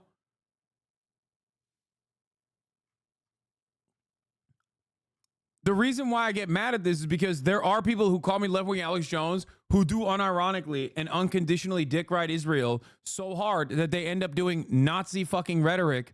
So I thought you were one of those fucking dipshits. Yeah. Comparing it to Alex Jones is very common in the D community. I know, which is hilarious because ironically enough, they are so aggressively pro-Zionist that they do end up repeating narratives that Alex Jones and his kind repeat on a regular basis in terms of Jews being a fucking hive mind on Israel. That's literally what they do. What they end up doing is be like, oh, well, all Jews are obviously unconditionally in support of fucking defending Israel. Like, what the fuck do you mean? That's why you're anti-Semitic if you actually criticize Israel or criticize Zionists. You mean all Jews. That's not correct.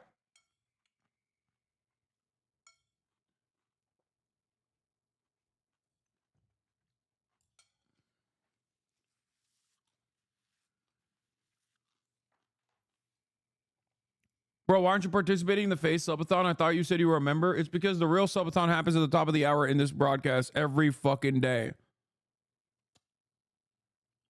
Okay?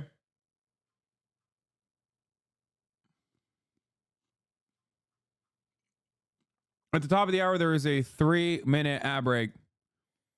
And a subathon occurs when chatters immediately reach out to their pockets and subscribe as fast as they possibly can because they don't want to see those ads at the top of the hour.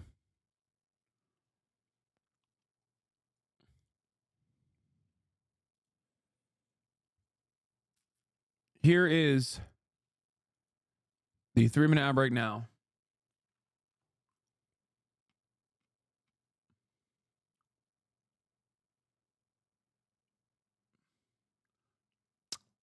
I'm actually wondering this now. Will the death of the hostages make American media even more hostile towards Palestinian suffering? I don't think it matters what the American population says and does in terms of like being ignorant to the Palestinian suffering. Jesus died in Jerusalem. I repeat, Jesus died in Jerusalem. I repeat once again, Jesus died in Jerusalem. Yes, but Jesus died in Israel.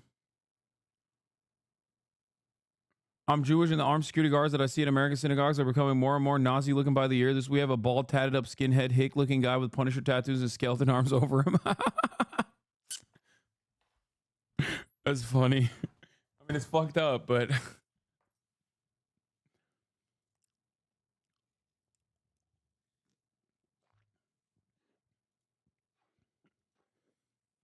What is this guy saying? I don't know why he's saying this.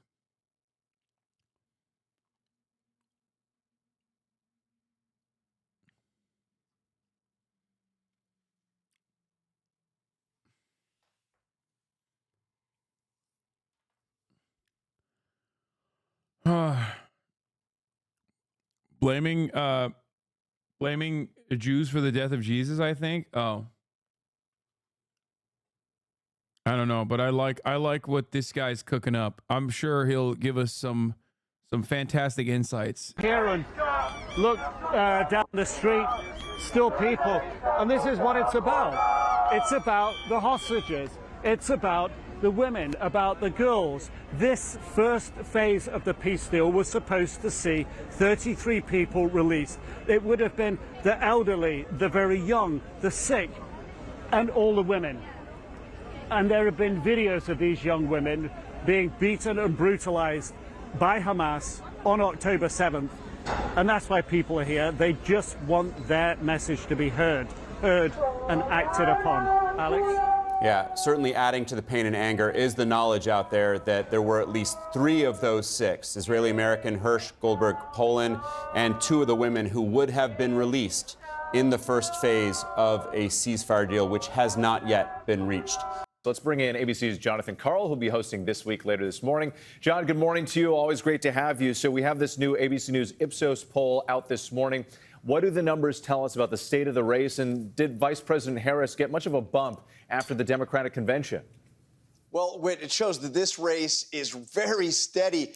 Vice President Harris had a bump after she became the nominee, but the numbers are almost unchanged from before the convention. There. Oh, there's more I want to talk about with respect to Harris and a couple other scary things from Israeli media. Israeli media is near unanimously blaming Netanyahu and Israel's government for the death of the 6 hostages whose bodies were found yesterday and who were alive until very recently. Israeli media admits Netanyahu is the one refusing the deal. Why is none of that being reported in the U.S.? Reverse. Netanyahu reverse. Military pressure does not return abductees. It kills them. A dramatic change for the worse in the abductees' chance of survival. The state of Israel condemns them to death. The claim that only military pressure will bring back the abductees was never true. Now she is unfounded. Bennett. Chaotic and conflicted management and political considerations rudely invaded our holy of holies. Every fucking outlet. Every Israeli outlet is screaming bloody murder, calling out Benjamin Netanyahu, and you got CNN being like, these protesters are doing the bidding of Yahya Sinwar. That's what is so crazy about American media. It also kind of destroys the narrative of like Jews control the media to a pretty meaningful capacity, because then it leaves you to think, which Jews? Because obviously not all Jews, because I'm seeing Jews out there in the fucking streets of Israel, and the American media is literally outflanking the Israeli media on the subject and just simply hyper-focusing on the Netanyahu position. So that's like something that you immediately can recognize in the circumstance, don't you think? It's like, what are we talking about here? You got hundreds of thousands of Israelis protesting the fucking streets, being like, dude, you are the reason why. I think Jews control the media in Israel. Okay, come on, dude. We're having a serious conversation. You're right. And that's something that I never actually considered as a joke. But like,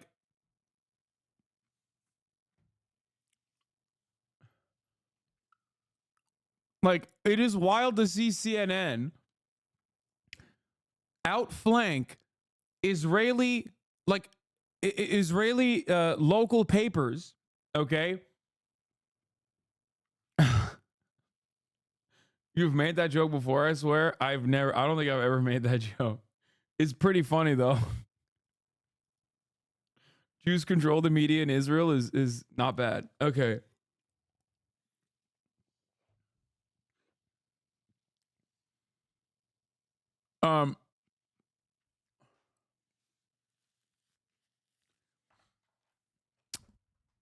But having said that, it'll be on John Oliver next week. Yeah, that's how you know.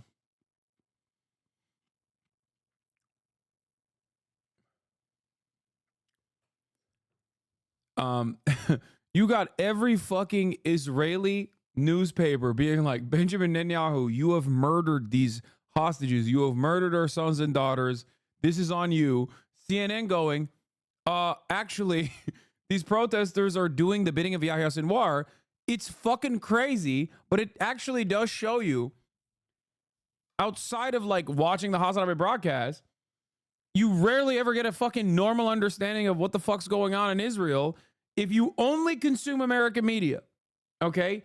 American media so regularly, especially CNN, and I hate to say this because I know there are a lot of great journalists over there as well in the New York Times. New York Times and CNN are just like aggressive, dude. They are crazy. I already ran the 3-minute ad break at the top of the hour, chatters. I ran it 7 minutes ago. I ran it early.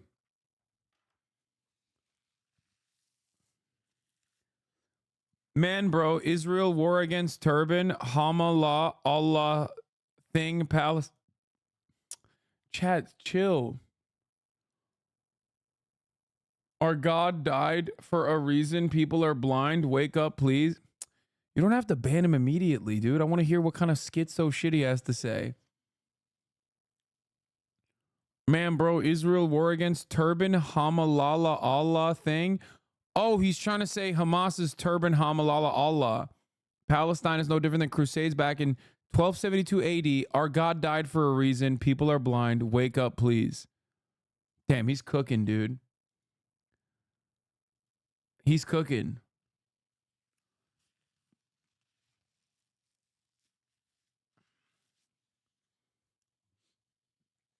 Is CNN or Fox News better at reporting this? No, no American news outlet is good at reporting this. Maybe Channel 4.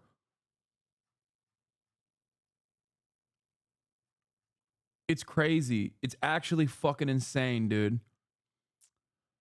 Oh, there's literally an endless flood of Israeli media condemning and blaming Netanyahu's this the morning for the hostage's death in both Hebrew and English. U.S. mainstream media doesn't even bother to just copy paste any of these articles. They're deliberately covering up reality. Yeah.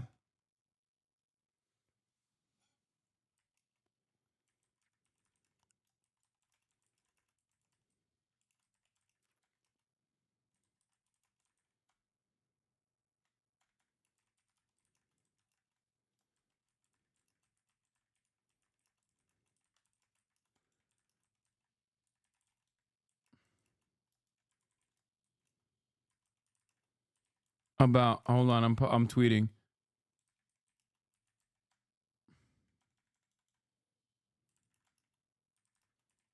But Israelis against Netanyahu for not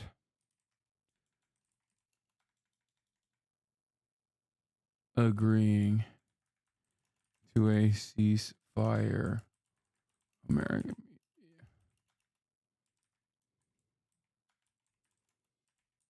Israeli outlets. Again, sorry. This is your favorite part of the stream when I just sit there and type shit out. I watch CNN openly say these protesters are doing the bidding of Hamas about Israelis protesting against Netanyahu for not agreeing to a ceasefire. American media is outflanking Israeli outlets again. Why are the Americans covering it up? Because we have a vested interest. American media operates as a protective barrier to the American State Department. And the American State Department is currently being guided by a bunch of rabid ultra-Zionists who end up aligning themselves with motherfucking Benjamin Netanyahu.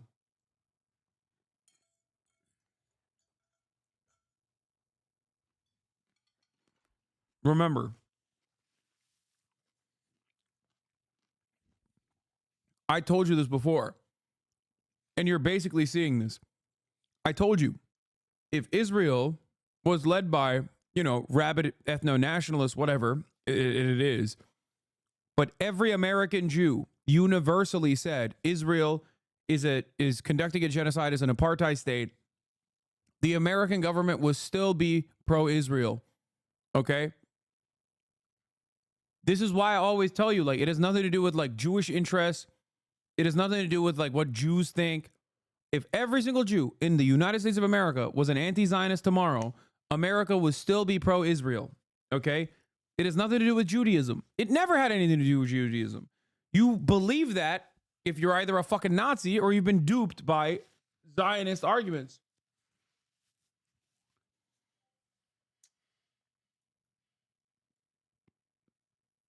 What strategic advantage does Israel bring to the USA? And is that the reason for their support?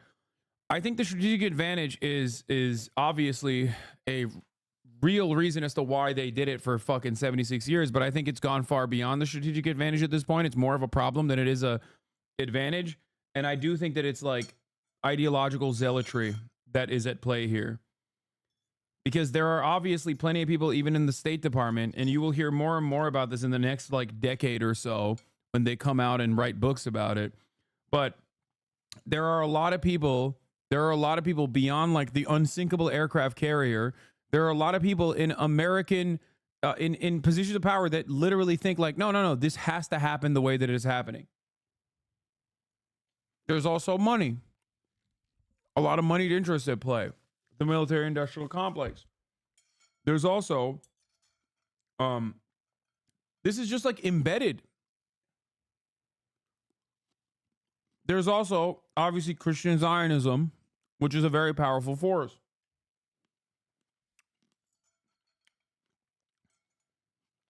When Mike Pompeo said he thought God was at work with the embassy move, yeah. Christian Zionism is a profoundly popular force in American politics. They are the largest political. Zionists are not Zionists, sorry. Evangelical Christians are a very active voter bloc. That's precisely the reason why we got the fucking abortion ban, right? Like, they're so important to the Republican Party. And they are very motivated, and they move a lot, and they vote, and they have an outsized political role in American politics. They also happen to be rabid Zionists because of the religious end world theory that they have. Their religious justification is send the Jews. Many of them are, by the way, anti-Semitic, the evangelical Christians in the South. They literally think, like, if you ever talk to someone, especially if they've like never been around a Jewish person, some of them literally think like Jews have horns and tails and shit.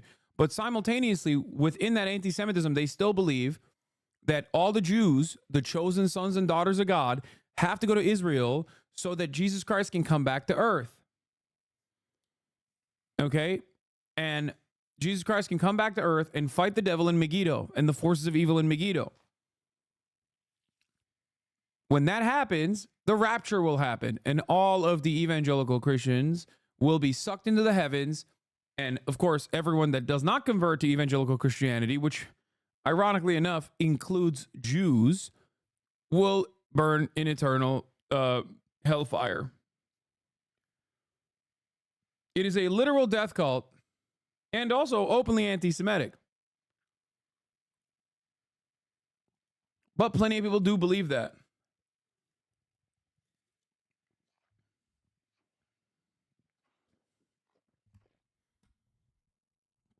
Like, a shocking amount of people believe that.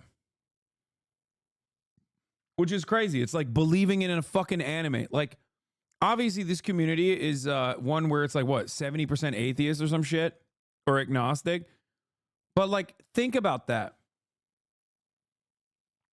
Think about the fact that like tens of millions of Americans who go out and vote, who also actively fund the Israeli settlement project in the West Bank, Kufi, Christians United for Israel, literally the number one. American evangelical Christians are the number one funders and facilitators of Israeli settlements in the West Bank. Okay?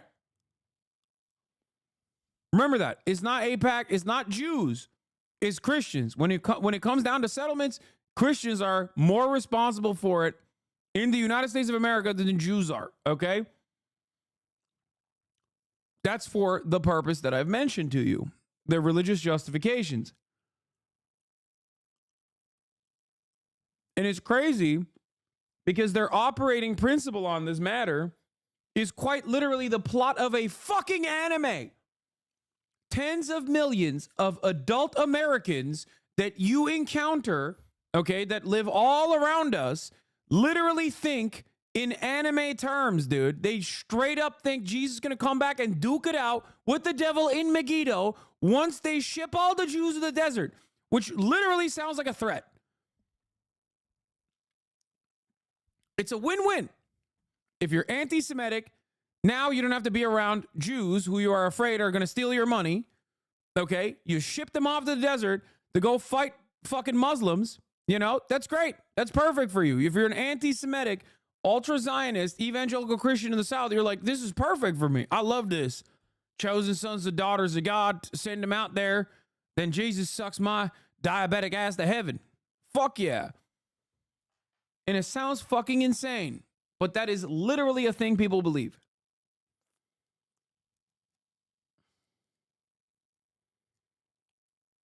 What is this? Muslims believe the trees will snitch on Jews as they're getting murdered. What? Can you find me a Norwegian girlfriend? It's time to rent a party bus. Lol, he's a hypocrite.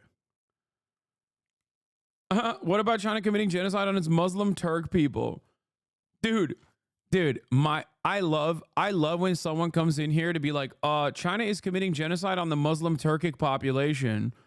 And then literally the next time they're in the chat, they're like, well, Muslims believe the trees will snitch on Jews as they're getting murdered. So you don't really give a fuck about Muslims at all, huh? Because like, You so quickly jumped to be Islamophobic for some weird reason. What happened?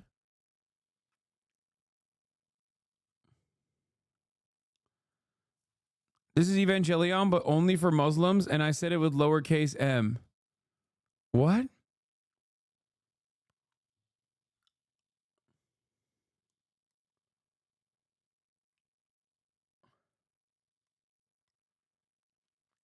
Also, insane levels of compromise on American political class like Epstein and other similar operations has way more of an impact than ideological beliefs. I don't know.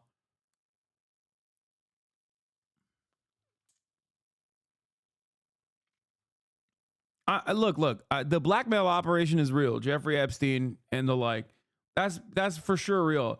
But I think what is significantly more consequential is not necessarily that like they got Joe Biden's dick pics or whatever. Okay? Because that motherfucker's been a ride or die Israel defender since before Jeffrey Epstein was tapped in to do a blackmail operation, maybe in coordination with the CIA and possibly Mossad. Like, do you see what I'm saying? There is a level of ideological zealotry in display here that you cannot account for simply by looking at other forms of espionage. Okay? Yeah. Biden loved Israel before the internet. Bro, Biden loved Israel before Israel existed. He was alive when Israel was not a thing. Okay? I don't think it's because they got his meat, bro. And considering how big Hunter Biden's schmeat is and how big Joe Biden's brother's schmeat is, I suspect this has nothing to do with his schmeat being leaked.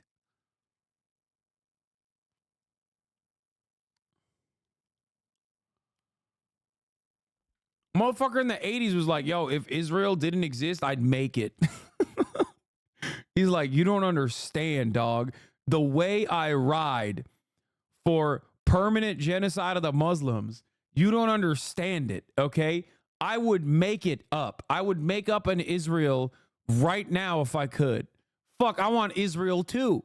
West Bank's looking kind of nice.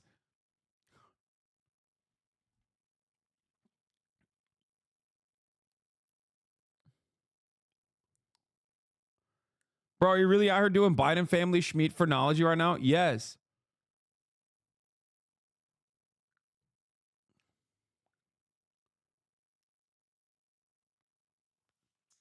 Regarding evangelical Christian movement and its relation to Israel, how the fuck does that happen? Like logistically, how can a bunch of private billionaires sponsor fascist state projects from a foreign country? It's not a bunch of private billionaires. They do tithing. Chatter. It's so much worse than just a bunch of billionaires. A bunch of billionaires also obviously are actively involved in this, but like they literally collect money in churches. In these mega churches, they collect money so that they can send the most inbred, refuses to fucking learn how to read dude into smack dab into the middle of a fucking Palestinian village to go and like take it over. Okay? Straight up. They fund them. They fund the settlements through like grassroots donations and of course a lot of astroturfing too, but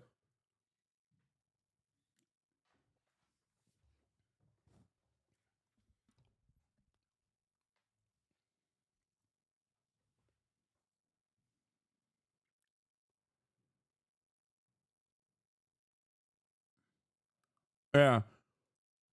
If you go to a Texas church and like 60% of the time there be Israeli flag outside or inside, Israel's a much deeper part of our culture than any other country, especially in the South. Yeah, people don't understand that. That's why it's so funny when these like fucking dumb Nazis in like New York are like, Jews control the media. It's like, bro, have you seen the South? Like, go look at a fucking F-250, okay, lifted. There's a fucking Blue Lives Matter sticker on the one side and an Israeli flag on the other. That motherfucker's never seen a Jewish person until Gilad Erdan came to the fucking mega church to speak to John Hagee, okay? Like, why the fuck does he have an Israeli flag in the back of his pickup truck, dude? Think about it.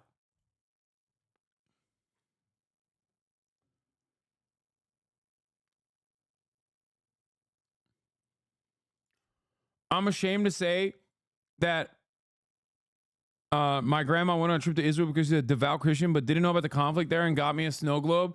And every time I look at it now, I cringe so hard. She's black, and I want to tell her that Israeli people probably wouldn't like her IRL, but she's too old and sweet.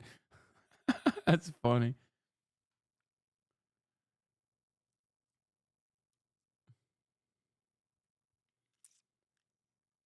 Yeah. Don't forget about Hagee and Kufi, Christians for a United Israel. Yeah. Redemption. As the Jewish people gather each year to recount their redemption from the bondage of Egypt at the time of Passover, Jews around the world recall that in every generation, their enemies have risen up to destroy God's chosen people. Just want to point out that the man that is on your screens right now, Pastor John Hagee, is a man with a lot of crazy ideas. Okay. Number one, he believes that Hitler is Jewish, and he thanks God that the Holocaust happened so that the Jews could create Israel. That's not a lie. He has said all of those things.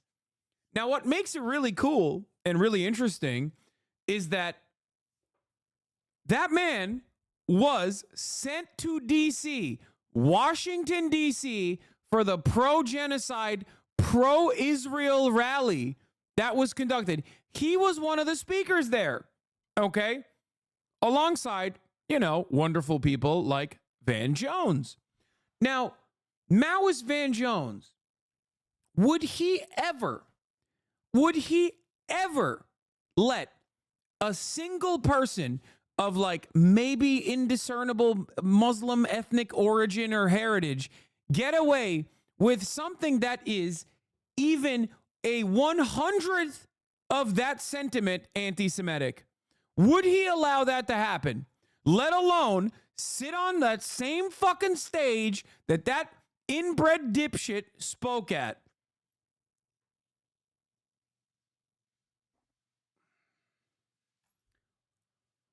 Here it is. Let's, March for Israel speaker Pastor Hagee once said, God sent Hitler to help the Jews reach the promised land.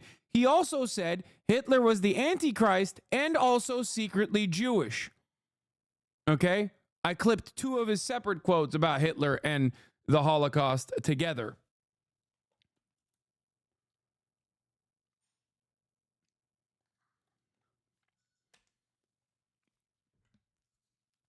He was a March for Israel speaker, chat. Everybody knew he had said this. Weeks prior to March for Israel, UN Ambassador Gilad Erdan, in the midst of all of his fucking busy UN schedule, flew to his church to deliver a speech about the theological justifications for why Israel has to keep continuing this holy war. You think that Gilad Erdan legitimately believes that they're conducting a holy war? Fuck no. Okay? That motherfucker doesn't give a shit about evangelical Christianity. He just wants to kill Palestinians and take over the fucking land. But he knows these dumb fucks at their stupid fucking church are going to keep pummeling and funneling millions of fucking dollars into Israeli settlement projects. And they are loyal soldiers that will always unconditionally defend Israel. That's it.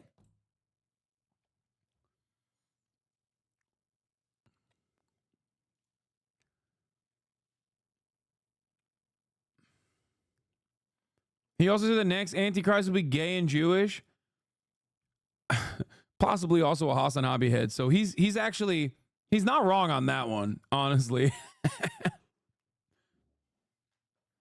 He's in here right now.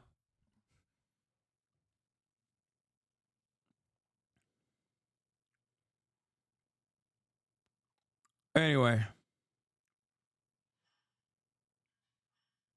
I went to a Christian school. I was literally taught that the Holocaust was morally justifiable because of what Jewish people did to Jesus, and that we also need to protect Israel so Jesus come back. Yo! That's what I'm saying. Dude, people don't understand. Like, Like, dude. People do not understand the depths of anti-Semitism in the ultra-Zionist community amongst evangelical Christian Zionists, bro. I don't think they get it. Like, I'm telling you, bro, these guys are fucking insane. This is not an abnormal opinion among evangelical Americans. This is kind of the shit normal grandmas and grandpas believe. It seems insane, but it's so normalized. Yes. Yes. That's why it's so funny when that hack dipshit Van Jones goes on fucking television and is like, oh, anti-Semitism is a major problem. It's like, bitch, you were on stage with a dude that said God sent Hitler to help Jews reach the promised land. You were speaking after him. He opened for you. Maybe he didn't literally open for you, but he was on the same stage. He was invited to speak on behalf of Israel, on the March for Israel, and so were you, and so was Chuck Schumer. What do you mean anti-Semitism is happening on college campuses? Like, suck my dick, dude. You're such a fucking hack. All of these people are so fucking gross, and they cynically talk about anti-Semitism to defend the nation state of Israel that has nothing to do with Judaism at all. It is antithetical to Judaism from a religious interpretation, but it's also antithetical to Jewish culture and Jewish history of revolutionary sentiment and being at the fucking forefront of every goddamn struggle against oppression. It is ridiculous. That's why it's so fucked up. But this perverse dance happens in the media every fucking day. And it comes at a time when obviously anti-Semitism, due to that association of Judaism and Israel, that false association, is at an all-time fucking high. So these guys are just pumping every dumb American, every fucking stupid American that's already primed to think like, well, Jews do have a lot of money. I don't know. Maybe they're also secretly fucking doing a cabal thing. I don't fucking get it. To literally go, oh my God. Oh my God. Maybe they do control the media. That's how you do anti-Semitism. That's how you fucking rise anti-Semitism in the country, okay?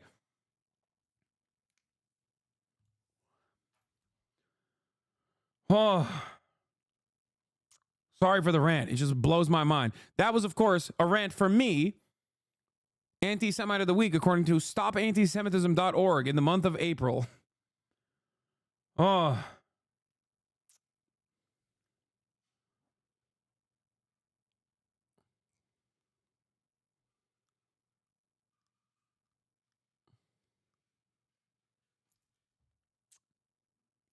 Israelis are happy to be showcased on the RNC stage. They're very people who would vote for people who would make their lives worse. They lived in the same place. Can't blame those family members that much, though they're desperate. Meanwhile, you get called an anti-Semite terrorist sympathizer because you don't want bombs falling on innocent civilians. Yeah.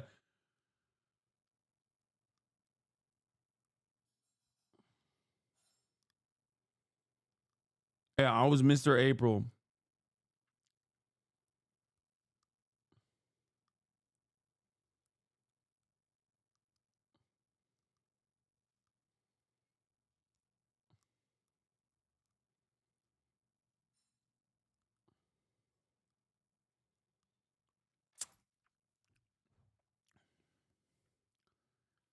Are there equivalents with Islam, like fringes or groups who protect other religions for a thing related to their own religion? I'm curious. What do you mean?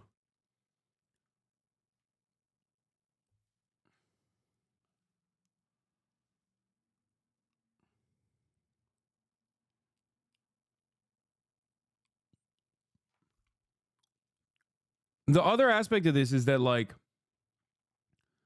I think it makes, like, I'm sure anti-Zionist Jews have probably experienced this in their day-to-day lives. A chatter I just saw talked about how his girlfriend is like worried about wearing a Star of David because they're going to associate her with Israel, despite her, you know, anti-Zionist opinions, right? And it's like, that is real. That's real. Like, something that you should be proud of, something that you can, like, proudly declare and show is, like, ultimately being associated with something so gross and so inhumane. It is such a crime that largely WASP-led American media is able to instill this, again, incredibly anti-Semitic association that like all forward declarations of your Judaism is now going to be forever tarnished with the actions of a fucking genocidal apartheid state that you have nothing to do with, that you are completely against. And that's fucked up. That's super fucked up. And I will obviously never stop yelling about this shit, but you know, it doesn't matter. It doesn't matter what I say, because what the fuck do I know? I'm an Islamist fundamentalist who wants to throw gay people off roofs, you know? That's what I like. That's my advocacy for, in the eyes of so many. Oh. The last thing I wanted to talk about in this process is, like I said, there's a national work stoppage happening. Hold on. The pressure is and beyond that,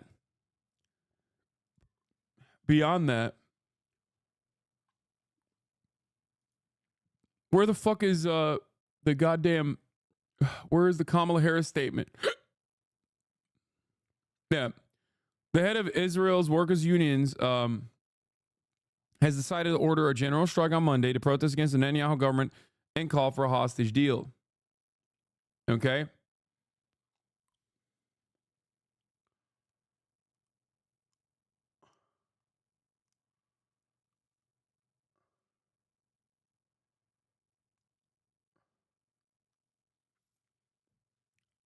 But also, last time this happened was in March 2023 after Netanyahu tried to fire Minister of Defense Gallant.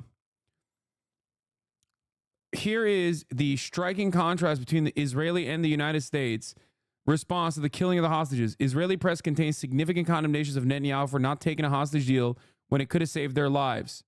Okay? Now I'm going to show you what the Kamala Harris statement looks like. Kamala Harris's statement makes no mention of a ceasefire hostage deal and lends indirect support for Netanyahu's maximalist goals for Gaza, which many U.S. officials say are not achievable. Many Israeli officials also say are not achievable. The military goal is not achievable, according to Rear Admiral General Daniel Hagari and many others. Okay, so remember that. Israeli generals are saying there is no military solution to Hamas. Here's what Kamala Harris is doing as she desperately runs towards the Biden administration's position on this, which is becoming increasingly less popular as time goes on, and she is bouldering towards a failure on this response. Hamas is evil, must be eliminated, cannot control Gaza. Hamas is an evil terrorist organization. With these murders, Hamas has even more American blood on its hands. I strongly condemn Hamas's continued brutality, and so must the entire world. From its massacre of 12,000 people to sexual violence, taking of hostages, and these murders, Hamas's depravity is evident and horrifying. The threat Hamas poses to the people of Israel, she said Hamas like 18 times, to the people of Israel and American citizens of Israel must be eliminated, and Hamas cannot control Gaza. The Palestinian people too have suffered under Hamas's rule for nearly 2 decades. Hamas, Hamas, Hamas, Hamas, Hamas. This is not for votes. Okay? You need to understand. This is not for votes. No one is looking at this and going, yeah, no, that's what's going on here. Okay?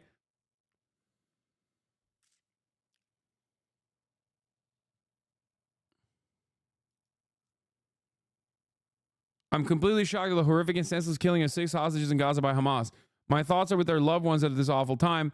Hamas must release all the hostages now, and a ceasefire deal must be agreed on all sides to end the suffering. It's crazy because it's like this even is a little bit more, at least like brings up the ceasefire. And even then, this is like making it seem like it's very loosely attributing a little bit of blame to Israel, right? A little bit of blame to Netanyahu. A ceasefire deal must be agreed by all sides. Hamas must release all the hostages now. A ceasefire deal must be agreed to by all sides to immediately end the suffering.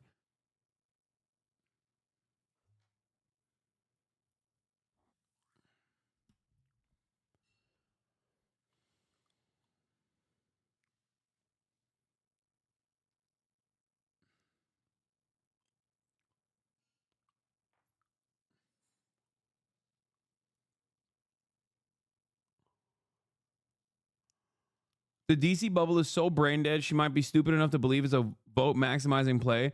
How out of touch Congress and the president are on this topic with voters is wild. I just don't understand it.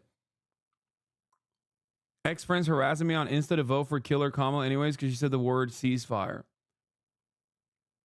Biden said Hamas must pay for these crimes in the context of 40K dead Palestinians.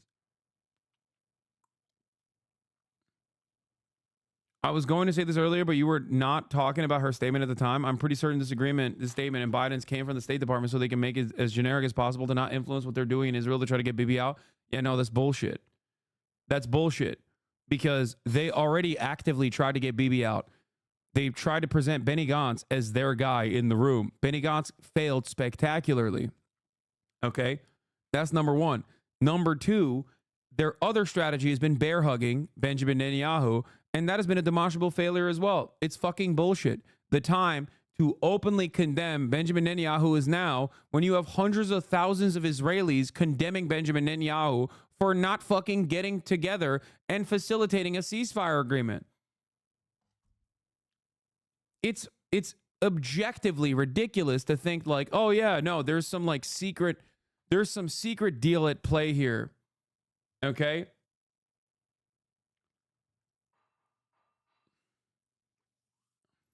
That's it.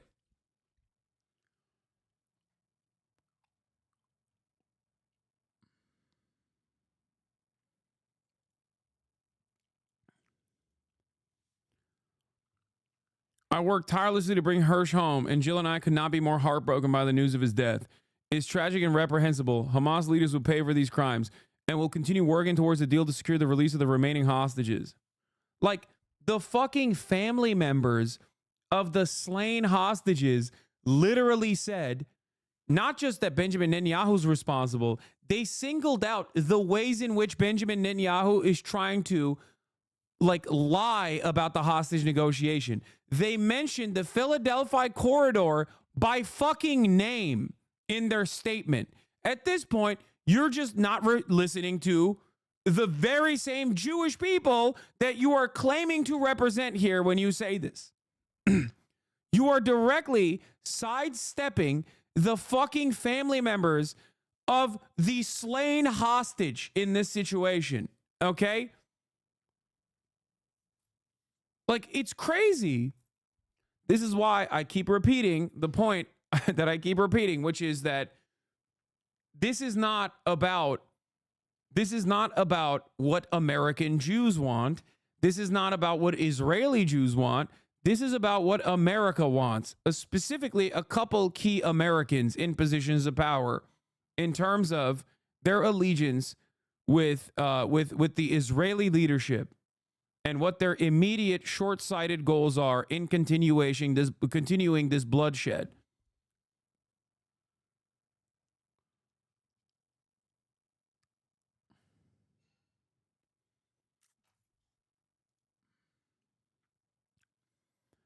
Great article profile of the man seen as Kamala Harris's likely choice for National Security Advisor.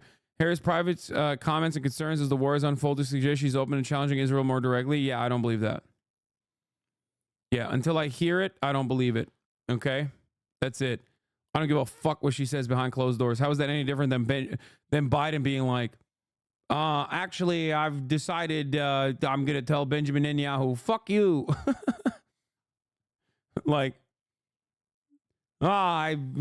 I'm going to show him what's what, Jack. He's going to have a come to Jesus moment.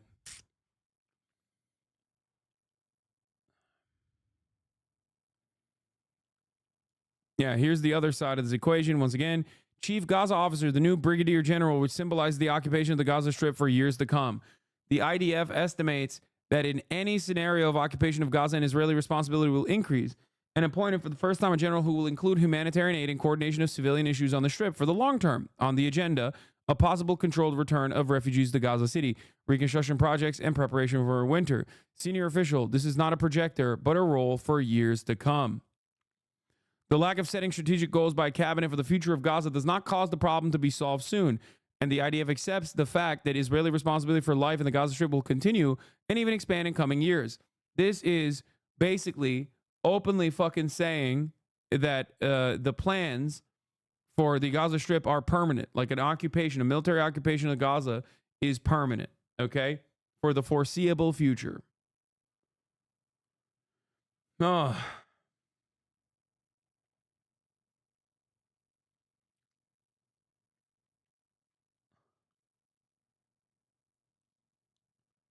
Kamala could just be an ideological Zionist just like Joe Biden. That shit about her secretly leaking her support for a ceasefire back in March was probably us attributing values to her. She used to talk about donating to the blue box for trees in Israel. Maybe it goes deeper. I don't fucking know.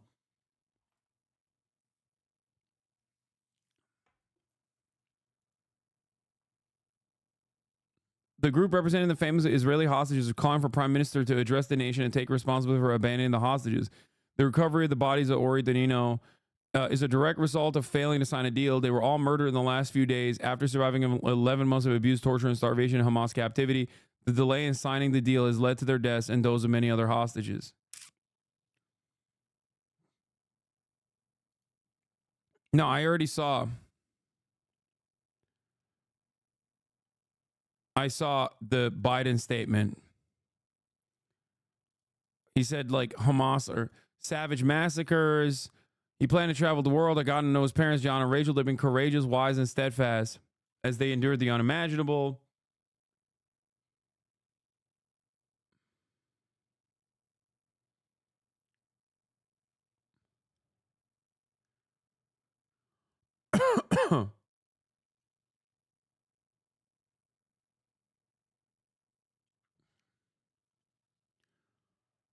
Huh. Oh, do I trust the Israeli polio vaccine deployment? Fuck no. Okay. What I suspect will happen, what I assume will happen, is that they'll use it for mass surveillance in the same exact ways that America did this in Pakistan. Okay. Let me be clear. Okay. Let me tell you what I think is going to happen. I don't trust it. And I do think that they're going to use it for espionage. Hasan is anti-vax? No, I'm not, dumb fuck. If you don't know what I'm talking about, look it up. I fear that they will use the mass inoculation campaign as an opportunity to collect DNA and surveil the Palestinian population, as America did in Pakistan, which literally caused severe problems with anti-vax sentiment flowing in Pakistan in an effort to actually find Osama bin Laden. Apparently, that's what they were saying that they were doing this for. They used a mass inoculation campaign in Pakistan as a mechanism for mass surveillance. They did this.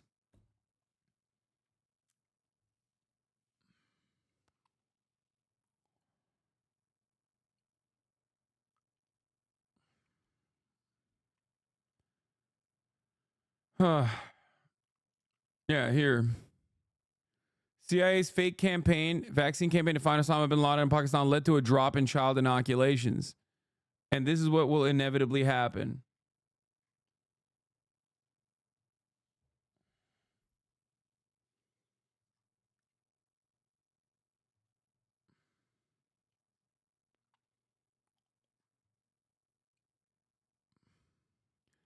It's bleak, man. It's really fucked up. It's really fucking bleak. Oh, here. This is the other side. Yeah. Also, America ran an anti-vax campaign in the Philippines in an effort to combat against China's soft power operations when China was giving Sinovacs for free to the Philippines in the peak of the pandemic. That's another thing that we did. Ironic enough, but it's no longer even the fascist boomerang when you think about so much of that anti-vaccine sentiment coming from Americans that, like, the CIA is not responsible for, you know?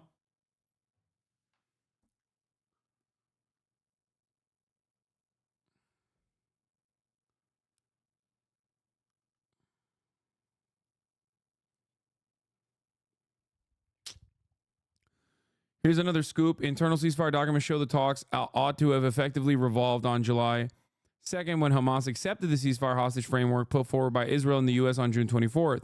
The U.S. has since allowed Netanyahu to undermine the deal with the horrifying consequences we continue to see. Yeah.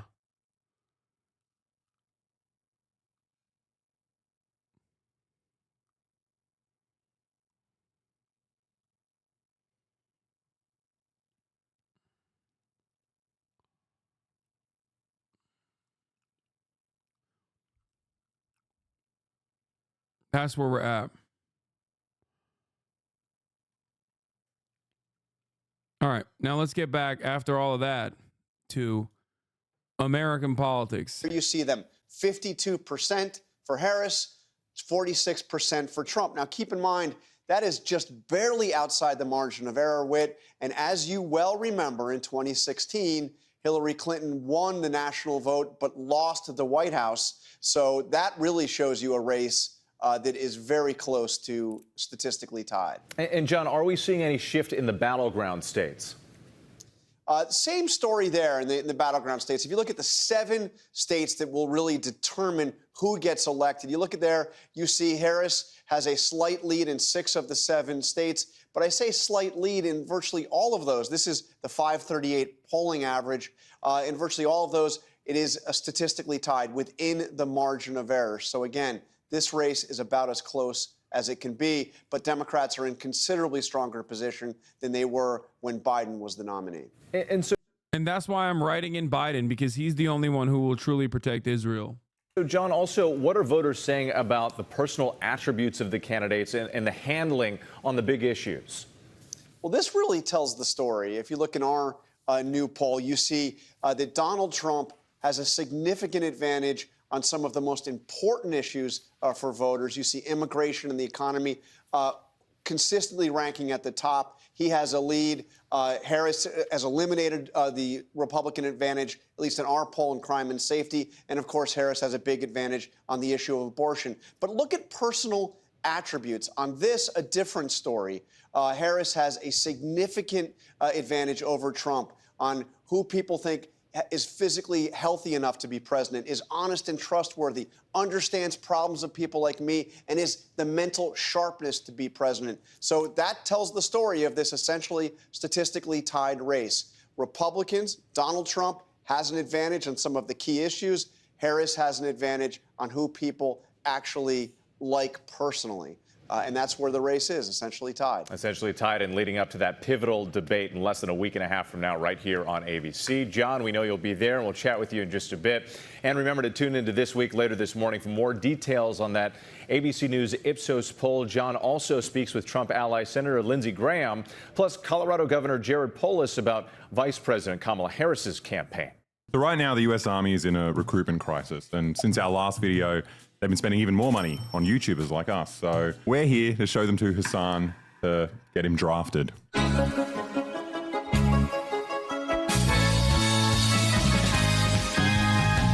Sauce. I'm here with Petty Officer John Davis, Machinist Mate, Nuclear First Class, with the United States Navy. Why remake beef stroganoff? Because the U.S. Navy, as in the U.S. Navy, the Navy, challenged me to completely remake it. Thanks to the Navy for sponsoring this video. Today's video is sponsored by the Navy. Thanks to the Navy, which is sponsoring this video. What they do on a daily basis protects us every day, so. People think you're poor if you join the military. That's not the case. I just got paid, so I went shopping. I spent $10,000. Check this out. You can practice flying, turns, maneuvers, even drop bombs.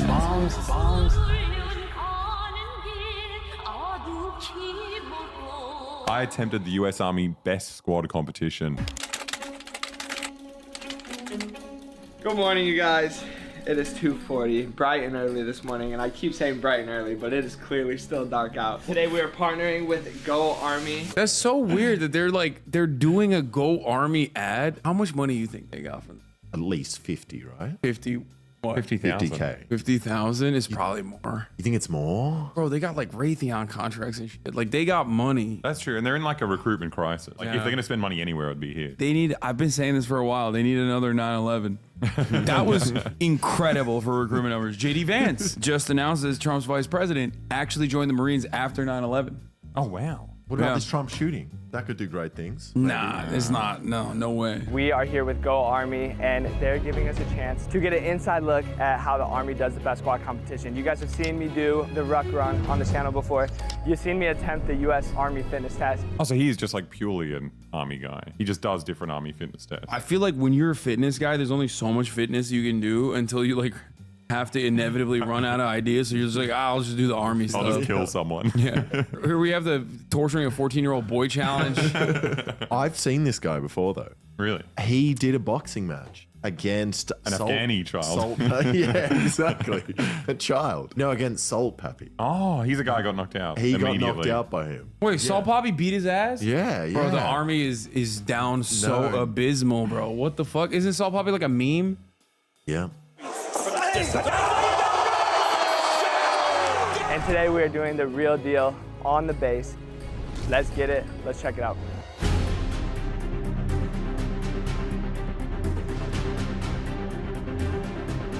Oh yeah. I didn't change. We shot it twice. We shot two different times. And I didn't wear the same shirt.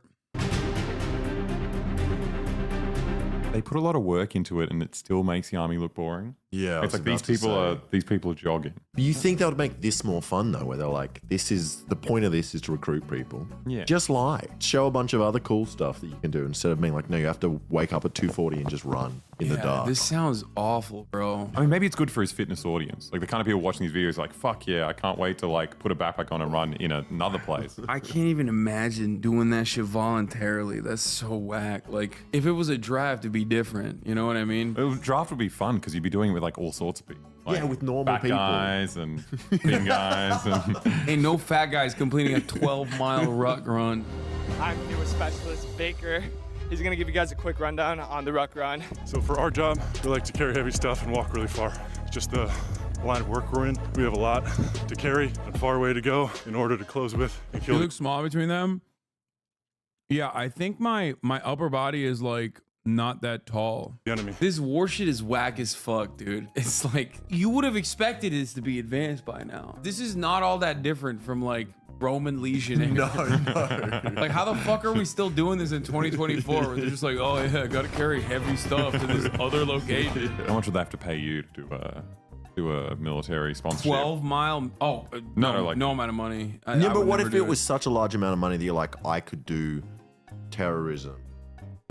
Not terrorism. I could kill US soldiers. Something really big. 9/11? No. Something world changing with the money. $20 billion. No, I'm yes, just you like- would. $20 billion. What if you take the army's budget? There are so many things that I consider unconscionable that I would do before this. $20 billion. 20 bill. What am I gonna do with 20? Yeah, but they don't get $20 billion then. You've taken one missile out of a submarine.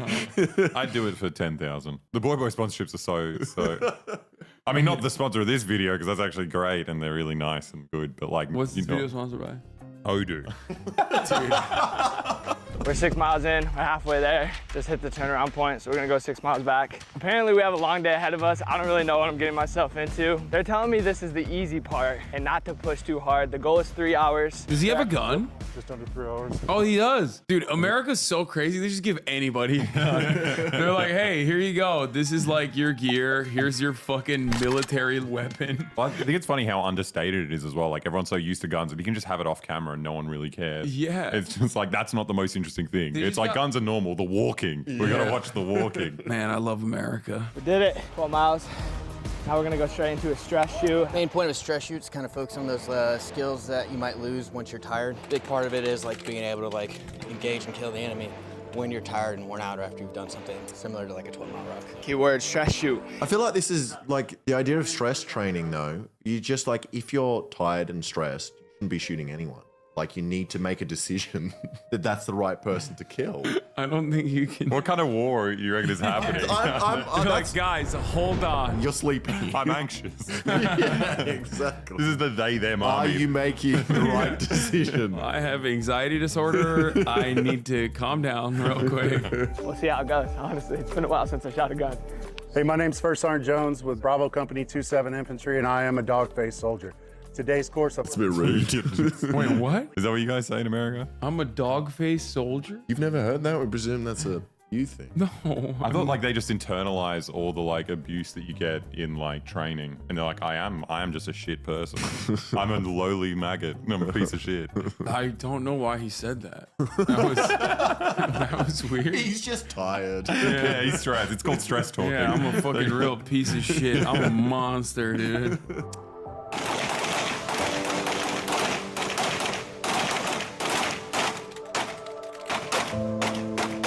I got 16 to the body 0 to the head. He does not look stressed at all. Yeah, he's like, dude, it's like not even stressful, bro. Join the military. This shit's awesome. Can you believe you get paid $200,000 to do this? Dude, this shit sucks, bro. What the fuck? iShowSpeed is so much better. Like, it's just, we just watched iShowSpeed on stream before watching this, and like, it's like I just saw peak content. It's like listening to Beethoven and then coming in here and listening to Jojo Siwa. So you're saying he should do military advertisements? Dude, no, it'd be too powerful. It'd be crazy. Yeah. Imagine all the kids signing up. Yeah, they're all doing backflips and shit. The military is so powerful after that. How do you shoot these guys?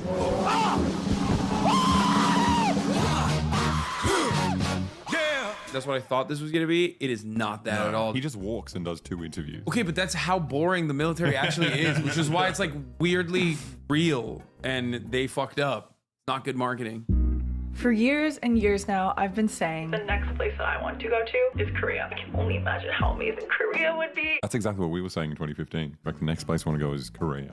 It's going to be fucking amazing. But the good Korea. All our heroes are there. The best Korea. Popular Korea. He's one of us. Little did I know, though, it would go something like this. I'm out. Oh, last one. Did I fail? Taser. Oh, why am I shaking? What's up, you guys? Welcome back to another video. You guys will not believe where I'm at right now. I'm here in South Korea with Go Army. We are at the base in Daegu. Such a funny example of like US imperialism. That is just like, I'm in the other side of the world and it's just a US Army base. Like, you won't believe it. For the next few days, I'm gonna be living life like a soldier, go through training, see what it takes physically, mentally to be a soldier. Oh, sick. Is she gonna get drunk and then kill a whole family? Oh, yes. and then be exonerated completely because she's an American soldier? You'll join me as I experience real life Army training and explore different career paths within the US Army. Learn more about Go Army opportunities and how you can be all you can be through the link in my description. Wait, so this is, you can join the US Army in Korea?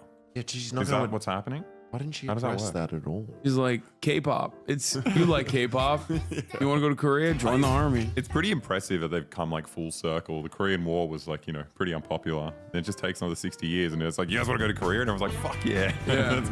What could go wrong?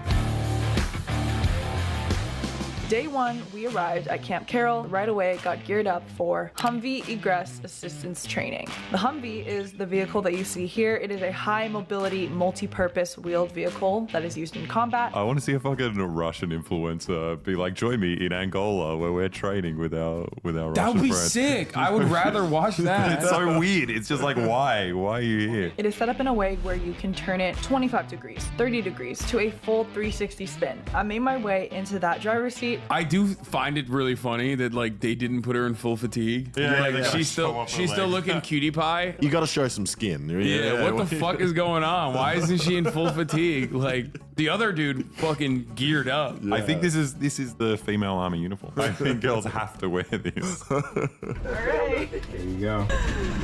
Hold on. Oh, this is why we train Corps.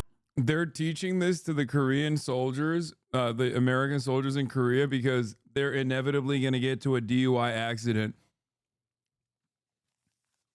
They're literally, they're teaching it to them. They're teaching it to them because they're like, you're going to roll over a Korean family on their way to preschool. Okay. So we want to make sure that you tactically ascertain how to get yourself out of that rolled Humvee. This is why we train Corps. Is she a fitness influencer as well? Yeah. Surely. Oh, she's got a seatbelt on. Do you actually need your stomach muscles to? Yes. I've never been upside down. Like in general? In my life. Apart from living in Australia. Like, but no, I haven't been like. Like you've never actually like did a handstand or anything? Wait, what? No. Yeah, I actually don't think I've ever seen you upside down. I haven't been upside down. That means get out, but brace yourself. This is after you drunk drive over a Korean family and you flip your Humvee and then you have to do egress. It's a big part of the training. Yeah, those Korean kids are rock solid. They'll flip the entire vehicle if you hit them. I forgot I made that same fucking joke. God damn it. Oh, lame. In Korea, they don't give you real guns, bro. Oh, that's fucked. Oh, God. They're so cucked. I thought this was American soil. But I think it's a US base. Yeah. Yeah, I don't know. you should be able to have a souvenir gun. All right, hey, good morning. I'm Staff Sergeant Schultz. I'm a real piece of shit. Fucking hit myself.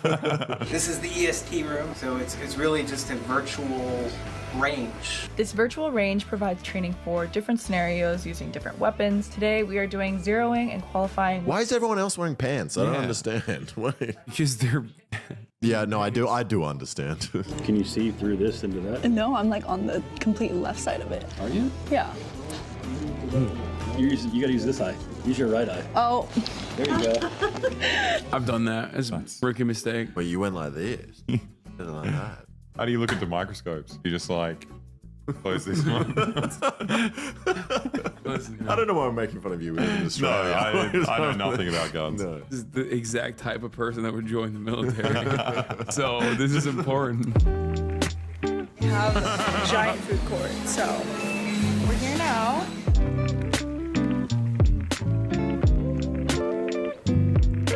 Oh, dude. Oh, dude. Are you fucking kidding me? Being stationed overseas means access to new cultural and culinary experiences? That's crazy. They got galbijim. They got sanandang. Let's go to Korea, the real Korea. This Yeah. one. I have seen this though a lot in the other ones we watch. Everyone's like, "It's military's the best. You get to travel." That's so sad. I'm almost certain that's how they sold like colonialism too. Like I feel like they were like, yeah, you get to experience new cuisines.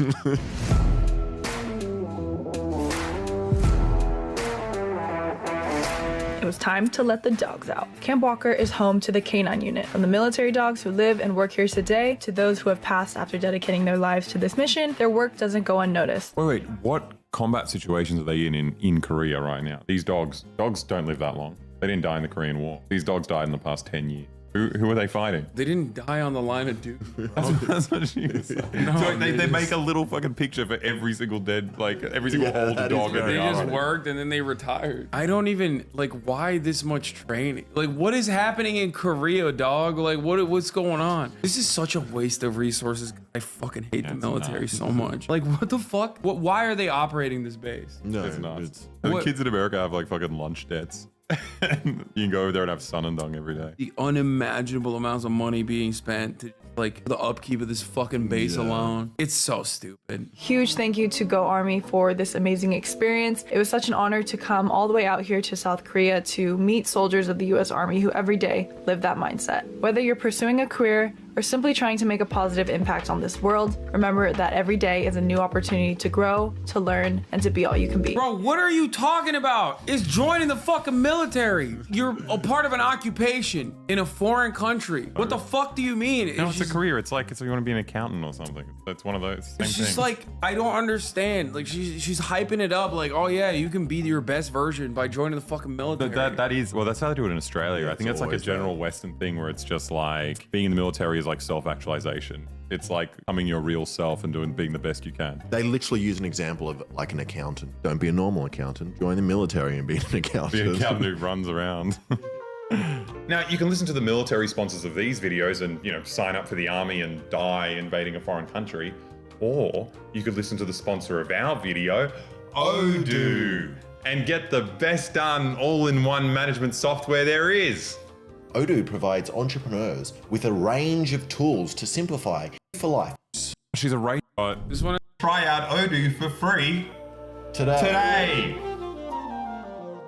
All right. Okay, we've got. This one has 180. This has got the most views. Let's see. So obviously you guys saw my Bristol scheme, had the full Navy wrap on it, looked super, super good. But with that, I also had to come out here to... Oh, she's a race car driver, sponsored by the Navy. That's whoa. I am getting to pretty much join the Navy for a day. I get to experience everything they do, and I have so much respect for these guys. Ethics are for losers. Yeah, we're not doing an ethical react because I'm prominently featured in this fucking video. Instead, you can see the 3-minute ad break at the top of the hour. That's right. Because at the top of the hour, there is a 3-minute ad break. If you no longer want to see those ads, all you need to do is subscribe for $6 or free with a Twitch Prime. Here's the 3-minute ad break. Now, let's continue. Guys, they literally put their lives on the line so that we can do what we do on a daily basis. What do you mean? They put their lives on the line by like sitting in a fucking cruiser, blowing up Yemeni positions. If they didn't kill those Yemenis, she could not be a race car driver. It's just like they failed too. Like Operation, what was it, Cast Iron or whatever, protecting Amazon shipping. Operation Protect Amazon Shipping. It failed. They spent so much money. It cost them $1 billion. What, to kill those people? To like try and stop the Houthis from putting a full-blown blockade in the Red Sea. They literally spent $1 billion. They had to stand down. So what I think is going to be really cool from my side is being able to bring some light to that, because there's probably Lincoln Park. They're getting this fucking video demonetized. All these people are anti-military activists. They're like, yeah, give me all your money and I'll get my thing copyright struck before it's even uploaded. them giving me the opportunity to film all of this and experience it and be able to show you guys is going to be, I think, a real treat. I don't know why. We can't even have this in. It's going to demonetize us. Keep that in mind. I designed this rhyme to explain it. Watch it fly by as the pendulum swings. Watch it count down to the end of the day. No, she's trying. She's trying to make it boring. No. This is on purpose. Who has like a scenic shot of a wharf in San Diego? This is not a serious video. So unreal. Didn't look out below. Just a guy. It's Dr. Disrespect. I've never been on a boat like this before. Are regular boaters allowed in like this area? Yes. Yeah? So there's all kinds of kayakers, canoers, sailboaters, they're always coming. Okay. If I were to have to slam on the brakes of this boat, I would have to drop buckets. But before I do that, I have to let my crew members... It's still playing Linkin Park in the background! Why? That song's not that long. It's been 4.5 minutes and the song's still going. What have they done? I tried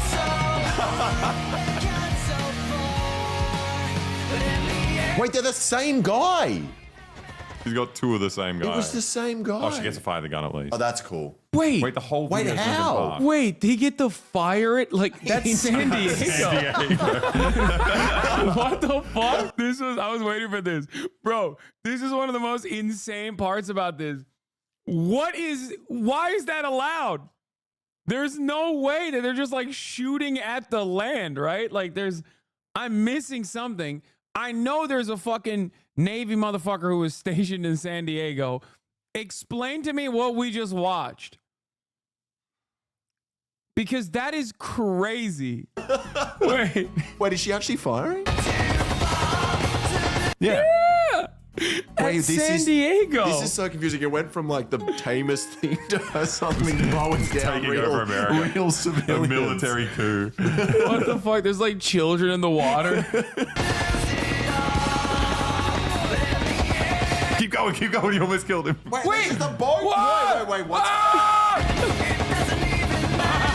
There's a boat there! She's shooting down the range. There's a fucking... Dude, what? Wait, there's something we don't understand.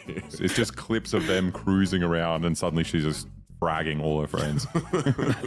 I'm so confused. Maybe we shouldn't have skipped this part. No, I don't think they addressed Oh, no, there was nothing. They just clipped... Oh, yeah, they just abruptly cut to it.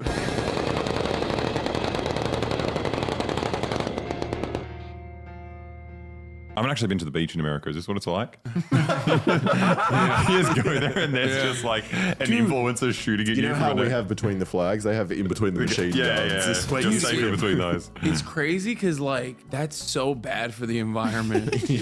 Like they're just dumping fucking belts into the water. Like what the fuck does that do to the wildlife? For one, shooting a gun like that was awesome. I felt like I was gonna be super unstable because dude, you're on the front of a boat while he's turning and doing circles and stuff. Like you think I'm like, oh damn, I'm gonna fly out right here, but no, they're actually super stable and they ride like they blow through all the waves super well. I mean, I love the military spending money on this. They've just spent like... By the way, this is like 20 minutes in at this point in the video because of editing, but at this point I think we had watched like an hour and a half of content and I was physically in pain because when I tell you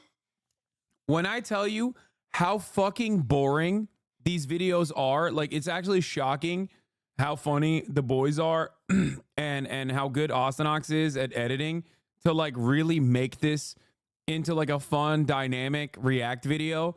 Because when I tell you how boring these videos are, like these were videos with like literally 10,000 views. It made me feel like I was being tortured. At this point, I'm like, oh, it's so boring. You'll probably hear me say it a couple times, But just understand, that like these videos are all like 20 minutes, 30 minutes long. We're watching like our third one at this point, and I'm just like, oh my God, kill me. Like fucking however $1 million for someone to This jack is not off. your fucking tax dollars, bro. I'm watching I mean, this it shit. is a little bit. I'm watching this shit and I'm just like red. I'm seeing red because it's like no healthcare. The roads fucking suck. Education sucks. Our infrastructure has not been upgraded. I can't get fucking fiber optic. Literally all of this is because so that we can have this bullshit, dude. Fuck. If they were doing this and then like their output overall was like building roads or something, that'd be great. Okay. But like, all they do is just dick around, eat chocolate chip cookies on a fucking cruiser, and then just like blow shit up. $3 million at a pop. Have you guys ever seen those TikTok videos of like the dollar value? Oh, that's disgusting. I hate it. Yeah.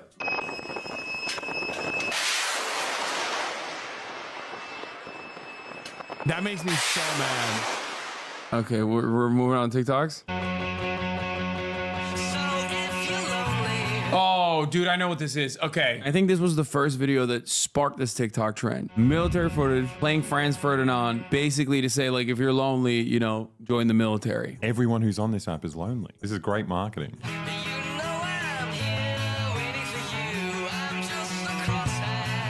Wait, this is already so much cooler. Enlist, motherfucker.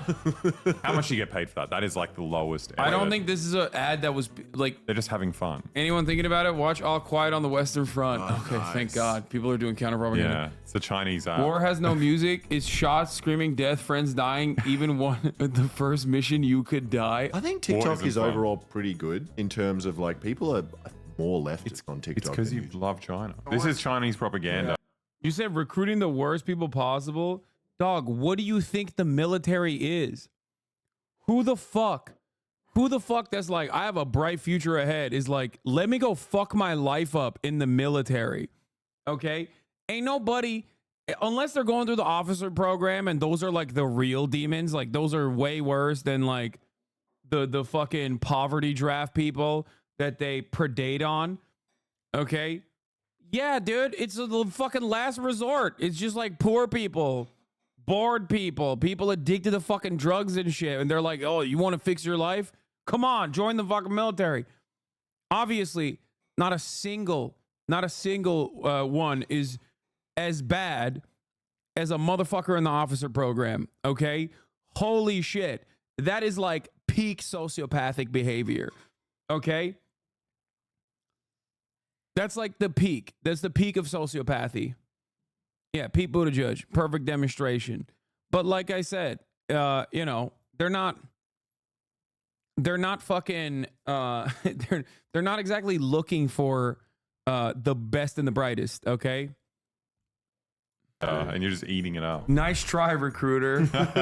Guys, if you actually paid attention in history, war ain't fun. Crying, laughing. I served. I'm not a bad guy, motherfucker. I mean, you're not a bad guy, but overall, do you feel like you were duped? Did you feel like it was a fun experience? Did you feel like it was worthwhile? Or do you think that, or would you have served if you had free college? Okay, a job prospect ahead of you, you know, free healthcare provided to you by the government. It's fucking ridiculous. No, you wouldn't. Okay. It's ridiculous. And if you said yes to that, then you're a unique kind of demon. I'll be honest with you. Okay. Also, you are, God, no, I get my degree and got out. Exactly. That's my point.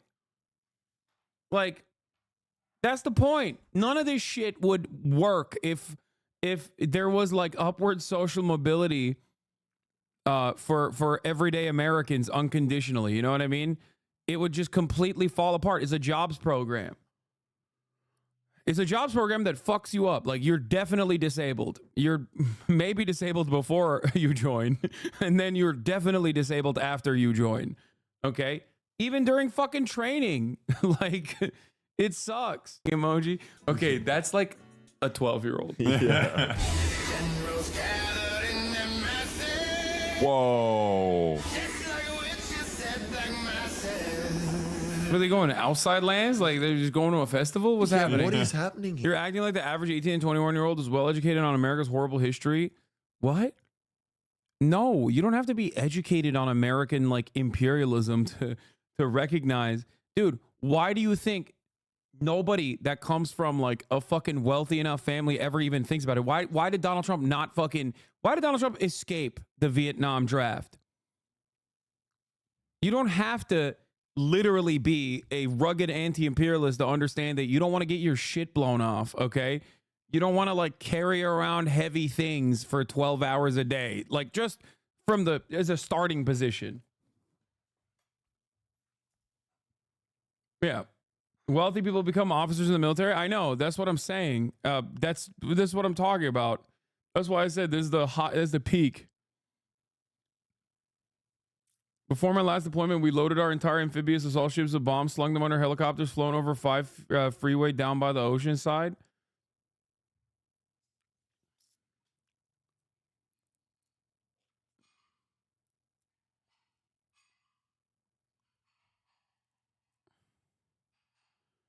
Yeah, the War Pigs playing is really funny. Yeah. Oh, that looks cool.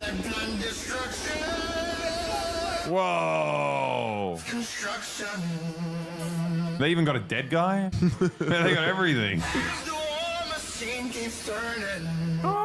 Wait, isn't that an anti-war song? It's an anti-war song. Yeah. In there. Every song, most songs are anti. There's not really a lot of musicians who are like, I love war. Built in Serbia.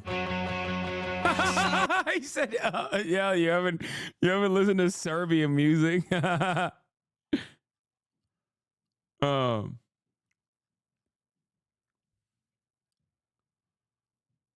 What do you mean? A lot of people from very affluent backgrounds still try a crazy amount to get into officer programs. They just seem patriotic. Yeah, okay, dude.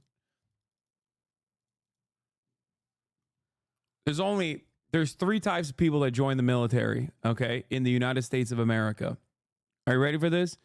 Number 1 are the careerists who want to join the officer program. They're better educated on average, obviously, and they're some of the biggest freaks, especially when they're in like JROTC, okay? Number 2 are military family, like the children of prior military family members who literally are also usually in the officers program as well, or their parents are lifelong military members. They don't know any better. And number 3, which comprises the largest chunk, which is the poverty draft, a opportunity for upward social mobility or to fix their life or whatever the fuck is the reason why they join it. Okay. That's it.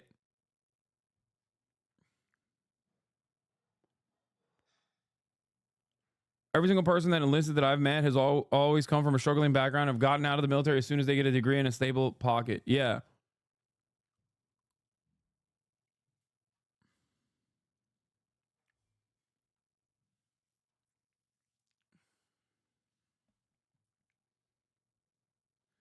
I remember when I was in the Navy, we deployed mines in the ocean for the first time in 9 years from our submarine. 2 washed up on the beach. There was absolutely no purpose for the exercise. Well, you got to use what you have. You know, if you don't use it, you lose it. And by that, I mean military budgets, which are endlessly expansive. Oh.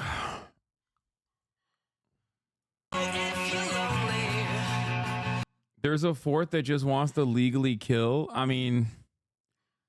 Yeah, I mean, I factored that into all 3. This one actually worked. This one actually got lots of people to sign up. Are you serious? It's not even like she's not even like the sexy IDF Nazi baddies. You know what I mean? Like, what the fuck? What is this? In case the edits weren't enough, this is your final sign. Do it. If you join because you fucking saw this, you are exactly the type of fucking baboon that is gonna die in the front lines. Okay? Yeah. No, it's self-selecting. They're like, are you horny?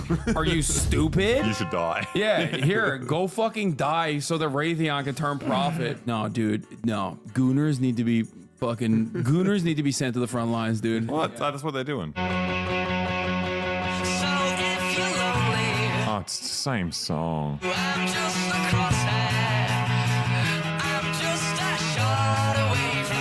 Comfort kills dreams. You should kill brown children instead. Oh, it makes me so sad because like shit is so alienating now. Like people are on these apps feeling lonely and shit and useless. And then like this is the thing that brings the meaning, just like being uncomfortable and murdering. Recruiters are predatory by nature, right? So like they're gonna exploit any kind of weakness or sadness or lack of purpose that people have in their lives in an effort to join the ranks of the military. They're all shit. It's all boring. Like none of it's here we good. go. Here we Okay. go. You spoke I too changed soon. my mind. These beautiful things that I've got. Just all the colonies. Yeah, no, literally. So good. Yeah, you can twirl me around in 800 different military bases. I love they're revealing places I didn't even know the US was bases in. Like I never heard of these fucking countries. They leaked it. Where's Cebu? Indonesia? Or somewhere? No, that's Philippines. Someone was like, Cebu, woo! Yeah, you invaded my country. I'm from there. Cebu mentioned. Yeah. Come to Brazil.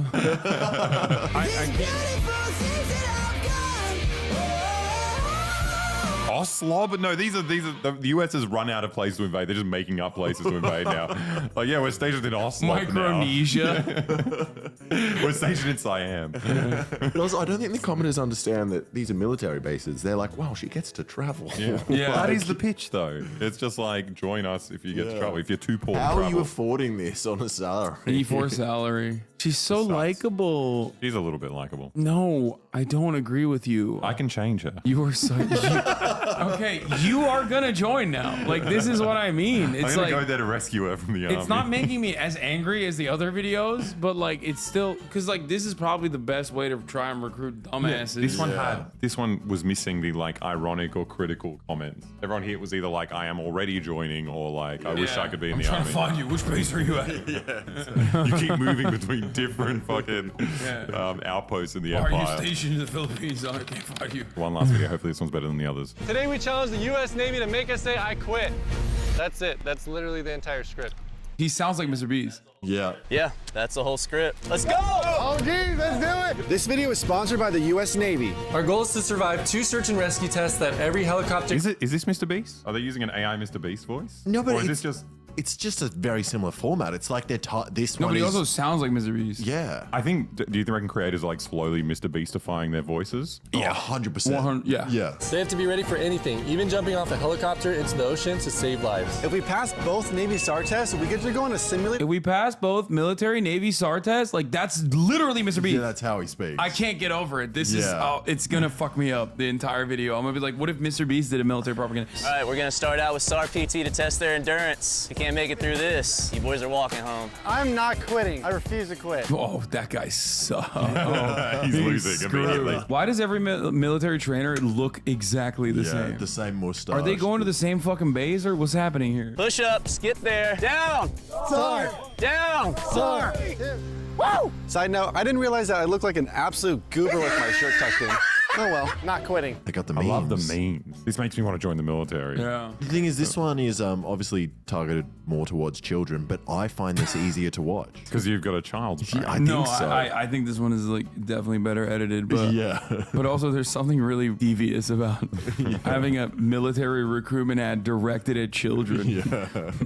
Because they can't even sign up yet. Do they think they're going to remember about this in like 6 years and be like, I think it's more ethical to have child soldiers killing children in Afghanistan. Yeah, at because least it's a it's power more fair. imbalance if you've got a full-grown man killing them. But they still have the regular gear. yeah, of course. They still got air support. Yeah, but imagine kids flying the AC-130. The pilots are actually children. I think it's not a war crime anymore. No. It's just a fucking schoolyard argument. No, motherfucker came out with a pro Joseph Kony position in 2024.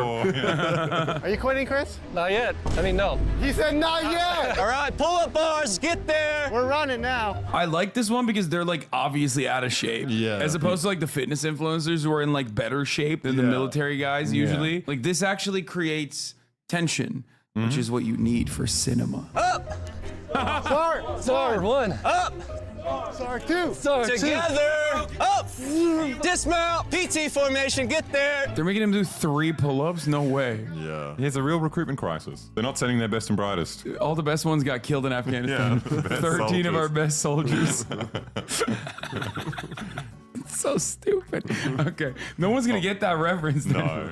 No, they will. real now because Trump brought it back. He keeps talking about 13 of our best soldiers. How timely. Play the clip. Joe Biden abandoned Americans in Afghanistan, got 13 of our best soldiers killed, and armed an Islamic terrorist nation with $83 billion in weapons, like this one. Down! Why can you not keep up? Why are we smiling? Clearly, I find the yelling more entertaining than intimidating, and I can't stop smiling like an idiot. This is intense, guys. He looks like Mr. Beast. Yeah, he does. Oh my God, it's Mr. Beast. It is Mr. It's Mr. Bean. It's his second channel. He just grows a beard to do military propaganda. Yeah, he has so much, like he has so many channels that he had to like clone himself and like make a shittier version of his channel. No disrespect to these guys, I'm sure they're wonderful people, even though they're doing military propaganda. I'm sure they're a lot richer now as well. Why do you sound jealous when we do these? Because I want the fucking sponsorships. BoyBoy doesn't make anything on sponsorships. Why would they fucking do it? Why would the Navy sponsor? It's an untapped audience. Yeah. None of our fans are joining the army. Yeah. Until we tell them to. Come on. Do it. Navy needs to pay me first. Don't do it yet. I don't know how much longer I can go. On your butts! Oh, we're gonna sit. I like that. What? What's that look on your face? What? Is that look gonna quit? No, sir! Are you gonna quit? No, sir! Looks like somebody's quitting! No, sir. Are you? Jimmy, don't do it. Don't do it, Jimmy Donaldson. Jimmy's brolic now. Maybe this is how he got brolic. Yeah, that's how he got ripped. This is how he got ripped. He went to do the military training. I'm really struggling right now to keep up, and the instructor's yelling at me is kind of funny, but it's starting to get into my head a little bit. This PT is no joke. Okay, they should always get soy boys to do this. Yeah. It's so much better. It's like, I'm starting. Why is he yelling at me? He's starting to hurt my Stop feelings. it. I love that. Chris fell behind once again, which all led up to our most challenging test yet, the pool test. We just got to the pool. I'm gonna put this hat on. I hope Mr. Cranky Instructor Man doesn't get mad at me. The audience is wondering how you feel about my hat. I don't know. Doesn't really go with our pool regulations. Okay, I won't be. For our final and most... That was so nice. Like, that did not... They know that these guys are doing marketing for the Navy, so they're probably... be nice like, to under guys. normal circumstances, we would smack the shit out of him, probably. Taped his dick up. Yeah. You're not paying, sir. I just don't know what to expect. I know I'm not a good swimmer. We're gonna do good, boys. Well, they got fucking flippers? No. Yeah. No, that's What the fuck bullshit is that? test. What the fuck is this? Flippers and a snorkel. You're just breathing freely the whole Yeah. time and being propelled. Y'all are haters, bro. Flippers is cheating. Viet Cong didn't have flippers when they were hiding in those No, rivers. where's their bamboo shoots? Like Yeah. fucking poking up from the pool.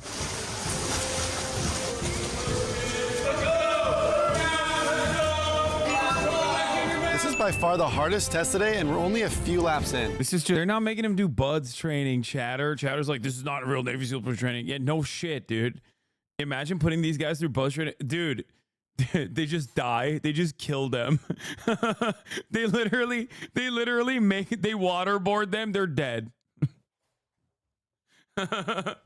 They do the thing where they tie you with your hands behind your back and then like drop you upside down in the water. Just spear fishing. Just kicking around in flippers with weights on you. That for like 6 hours straight. I have no input on this. I'm not Australian. So to me, that sounds like, that sounds like hard work. It is hard work, and what you're saying is we should do a Navy sponsorship. We're perfect for it. Elbows in the gutters.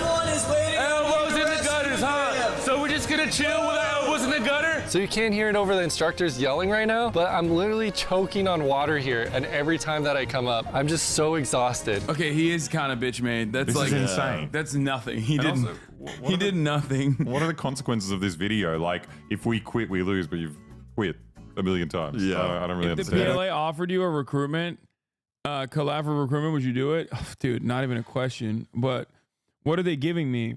Is it money, or are they giving me something more important than money? Something that money can't buy? Chinese citizenship.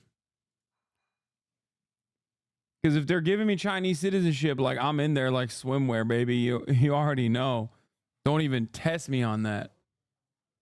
Don't get to go on the helicopter. BYD U8, try U9. I'll do it for a BYD U9. Yang Wang, U9.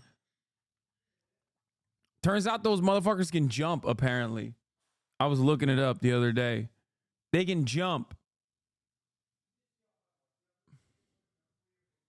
Isn't that crazy? I would want to go on that. Yeah. Actually, I wouldn't. I've been on a helicopter. It's terrifying. Yeah, they're pretty dangerous. And the military helicopters are notoriously bad. They keep Imagine dropping. the military killed YouTube influencers. That'd be kind of funny. That would actually work for recruitment. No, it wouldn't. No, it wouldn't. Yeah, they'd be like, Don't do it. You just fool Chinese teenagers that are planting trees in the desert. Yeah. That's a good use of the military, or just like using sticks with the Indian Border Patrol. Using a stick to beat up the Indian Border Patrol, and I'm shocked that like there's only been one reference to this so far because it was in the news. The Filipino Coast Guard and the Chinese Coast Guard duked it out again, where they went and in a Chinese ship rammed into the Filipino ship. That's right, a Chinese Coast Guard ship rammed into it again. It's so funny because like America again funding and facilitating a genocide on the one hand, while simultaneously they're like, but did you know that the Chinese Coast Guard rammed into a Filipino boat? Who's to say which one is worse overall? 40,000 plus dead children and women and the elderly, and the equivalent of I think like what 5 nukes at this point being dumped into a small, densely populated area, or playing fucking bumper boats. Actually, you know what? It's the boat. It's the Chinese boat, I think. That's the worst one. like, fuck these guys. People don't like YouTubers. You think people like us? Get your elbow out of the gutter and keep swimming. You have like 8 breaks already. Keep going. Touch the wall and go. Oh, here we go. Standing up again. 2 words. I quit. Touch the wall. Turn away. Put the snorkel in your mouth. Continue to swim. I can tell that they're actually legitimately annoyed now. At first they're like, haha, why aren't you doing the push-ups, pussy? And now they're like, dude, come on. You're being paid like $1 million for this. Just kick your legs. That would be so insulting to the men in the military learning how much these guys get paid for their ads. Yeah. When they're like, we've been doing this for free. Which is my advocacy. Don't join the military. Start a fucking YouTube instead. Oh, he's thinking about it. Oh, just do it. All this ends. Just say it. Let's go. If you're not gonna quit, go swim. You said you're gonna keep going. Then why are you not swimming? This isn't a pause. You don't get to pause. This is great for like stopping recruitment. Showing like a very simple activity that's like very difficult for an average person. Out of all the ones that we watched, this one takes the cake. This actually is like telling people actively to not join. Don't do it. The other ones are like, oh, look at me, I'm a cutie pie. I love doing fucking... Look at all the food. Yeah, look at all the great Korean food I'm eating. And this one's like, this is gruesome and awful. Yeah, it's not even the hard bit. You what? He quit. Chris quit, which means I get to go on a search and rescue mission in a helicopter, which I'm extremely excited for because these things are legit. First, we took off and flew directly straight onto the open ocean.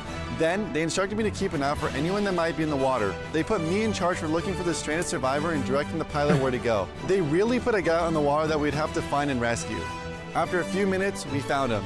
We then maneuvered 10 feet above the water and our rescue swimmer jumped in. Oh, you don't get to jump? That's the whole point of it. What are you even doing on the helicopter then? Throw him down there, bro. Get his ass. He already demonstrated he's physically capable of fucking doing this for 5 laps at least. Put him in the water. Then they lowered the rescue gear, hooked him in, and lifted him up into the helicopter. It was so awesome to see what these guys do every day, and I was so happy that I got to be a part of it. Thanks again to the U.S. Navy for sponsoring this video. I'm going in the helicopter. Nope. You're not allowed to do that. Ow, dude. That was Randy, not me. That was a very Mr. Beast face. Yeah. Wait, what is their channel though? What the fuck? Oh, You guys all right? That's never happened. That's what happens when you disrespect the fucking military. No, that's what happens when you disrespect Mr. Beast. Yeah, fuck. How many views did this have? 1 million. Whoa! Yeah, that's got a Okay, lot. let's see what the Click on that what is it, channel. Dangy Bros? Dangy Bros? Dangy? Wait, they literally do Mr. Beast videos. It's the same font. On a raft. Dude, who doesn't do Mr. Beast videos? I don't do Mr. Beast videos. No, I know. We're like the only 3 people on the internet, and that's why we're fucking failures. 42 million views. What the fuck? Oh, you know their ass got hella money on that military ad. Oh, yeah. Fuck. So it's children watching this and children being like, yes, but they still can't join. So maybe that's all right. Which video did you like the most? That last one. I like the one with the girl shooting at San Francisco. Oh, that was good. That was really cool. That was good, but I think this one most entertaining. Probably like 70% of your tax money is going to the military. You should put at least $5 into our Patreon. We make much better videos than the Navy does. We deserve it more. And you've killed very few brown children. Yeah. Yeah, barely One or any. two. I'll count them on one hand. So cancel your Fear and Patreon subscription. Give it to us instead. Okay, I don't know about that one. Thanks, guys. Thank you. Chill. So wind and solar energy seem impractical, but certainly recycling has to be good, right? So recycling must be good, right? No, recycling's actually bad. Most of the recyclables taken to the recycling plant are too. To be fair, don't you have to be at least 17 to join the military? Shut up, Neek Skit. Once you admitted that you're fucking 15 and Mormon, okay, we don't listen to you no more. I no longer respond to your questions.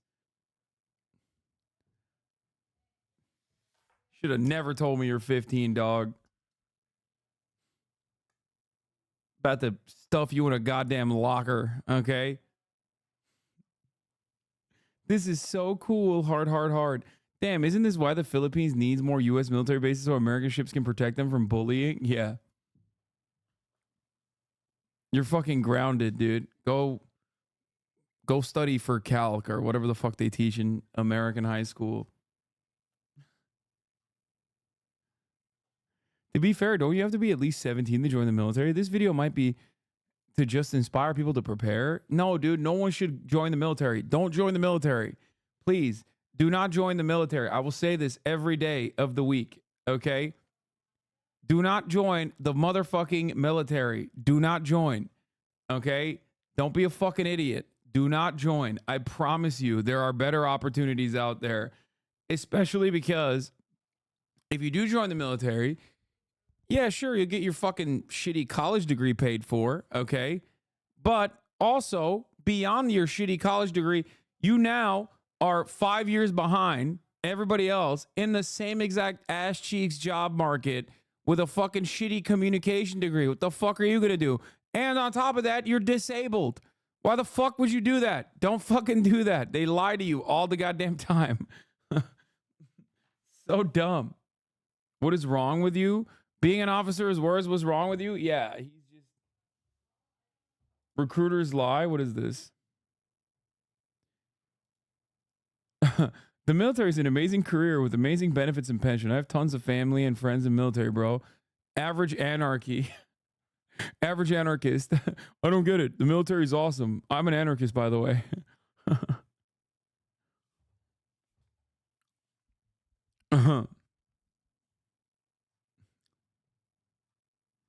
It's a troll username. I can tell.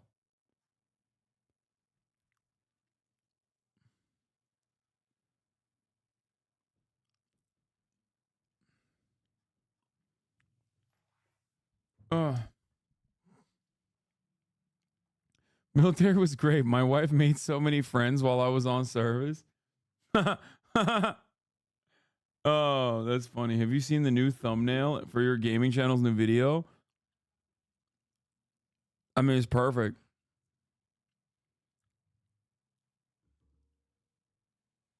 Bro, stop interacting with the FBI agent.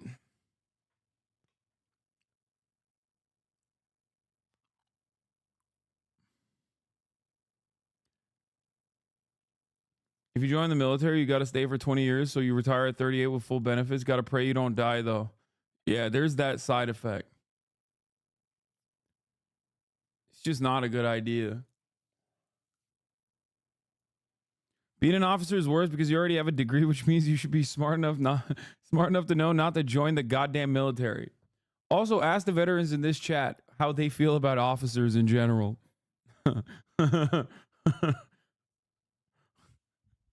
I mean, that's like the worst one.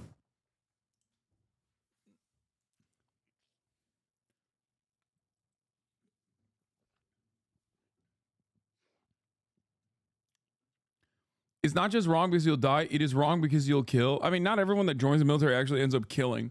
They do participate in the killing process somehow, you know, because that's what the military does. But, you know, yeah, you're engaging in the killing by proxy to a certain degree. But yeah, most people don't even do any of that shit.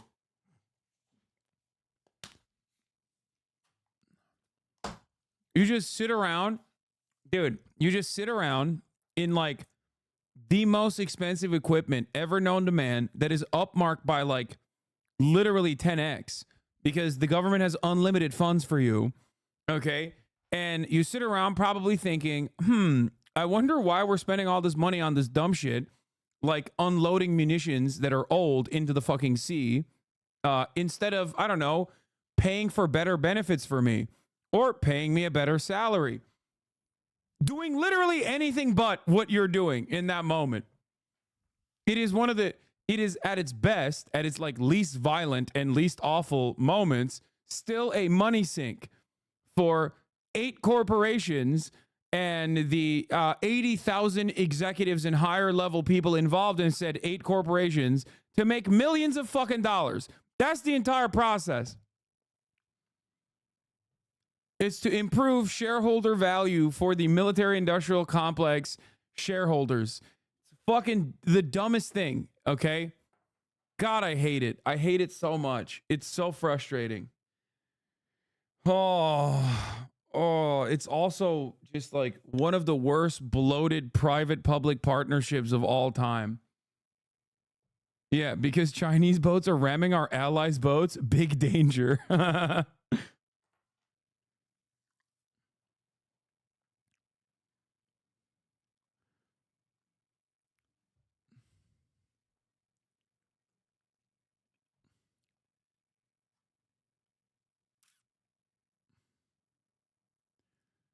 My recruiters didn't lie to me. I was lucky. I joined because I'd be dead or in jail if not. Officers are the fucking worst. I'm alive, but I'm a disabled vet now. Chat, don't join the military. Yeah. Only the Army Corps engineers is beneficial building shit back home. That's what I'm saying. If like the entirety of the military was invested in like building shit, then I would have an entirely different opinion on it because it is ultimately a jobs program, right? It's literally a jobs program. That's the whole point. It's a massive jobs program. The issue is the output is just bad. There's no good in there. It's just all bad.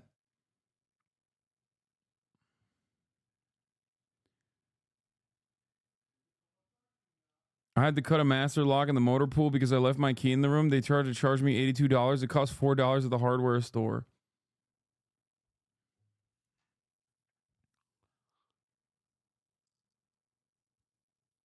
How about the whale spies from Russia? We need to defend ourselves somehow.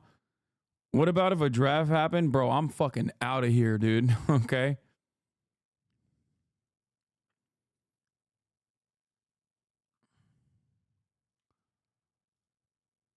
Anyway, that was a good video overall. Here. Fuck you. Hey, word. Word. Yeah. If you could say one thing to a recruiter, what would it be? That was fucking bullshit. Hey. If you could tell one thing to a recruiter, what would it be? Fuck you. If you could say one thing to a recruiter, what would it be? What that mouth to do? Hope he dies. Hey, if you could say one thing to a recruiter, what would it be? Why the fuck did you lie to me? If you could say one thing to a recruiter, what would it be? Thank you very much for the job opportunity. Hey, Frost. If you could say one thing to a recruiter, what would it be? Why didn't you tell me about Airborne? Pennington. If you could say one thing to a recruiter, what would it be? Fuck you. Good. Hey, if you could say one thing to a recruiter, what would it be? Thanks. If you could say one thing to a recruiter, what would it be? Fuck you. If you could say one thing to your recruiter, what would it be? You're welcome for my service. Hey, Omar, if you...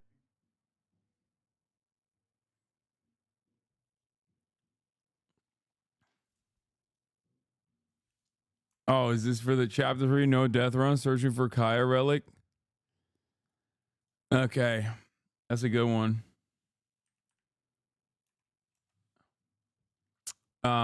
You're too old to be drafted.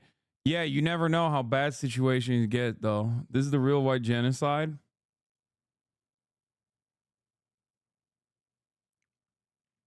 What do you think of Pat Bev's debut stat line? 3 points, 4 turnovers. No fucking way, bro. Oh my God. I didn't realize this motherfucker was anti-Zionist, dude. That's crazy. Bro, he went out there. He went out there to destroy the Israeli economy further. Okay. Turns out he's a sleeper agent. Okay. Turns out they're unleashing Pat Bev. Turns out he is the #1 defender of Palestine. He is crumbling yet another Israeli institution from within. Okay. It says stick the podcast. This dude is putting up Hamas numbers. Okay. Oh, that's awesome. Did you have to sign up for the selective service when you turned 18 since you were presumably in Turkey at the time? No. I also did when I was younger, wanted to serve because I was like, oh, it's like a camp. I'll get in shape. And my dad was like, if you fucking serve, I'll disown you.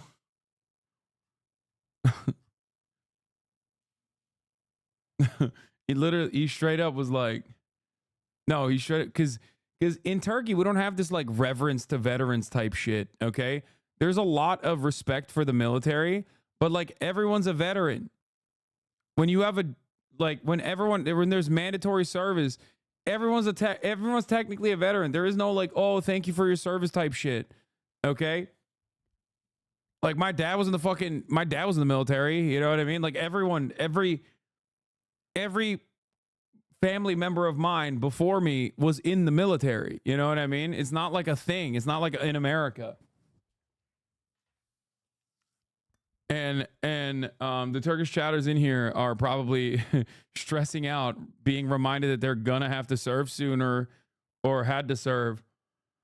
And yeah, no, I because I have dual citizenship and also worked in America at that point for like an extended period of years, like there's a thing called off, which is like a pardon, and you pay like a fee basically to permanently never have to serve without having any sort of complications.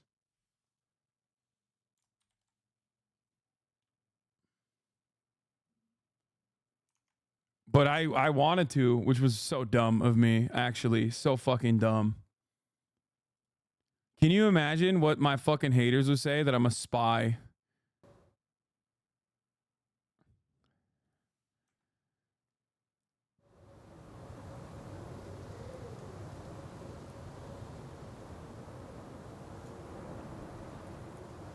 How much is it a fee? The fee was, at the time, I think it was like $2,000 or something.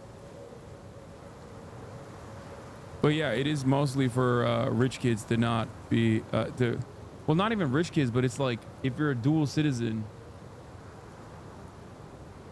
If you're a fucking dual citizen, it's not even for rich kids. It's like, it's beyond that, you know what I mean? Because you don't get dual citizenship and like the opportunity to work overseas unless you're beyond just a rich kid, you know?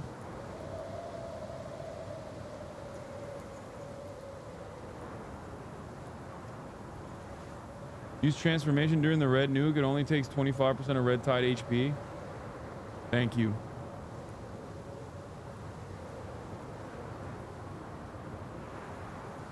I want to let you know, ever since the census, I've left your gaming streams down to 1% volume because you made me feel bad. Lamau, good.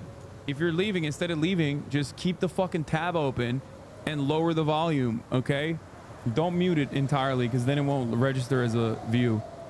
But just keep the tab open. You know, we're view botting up in this bitch. We're also gambling too. That way you get to...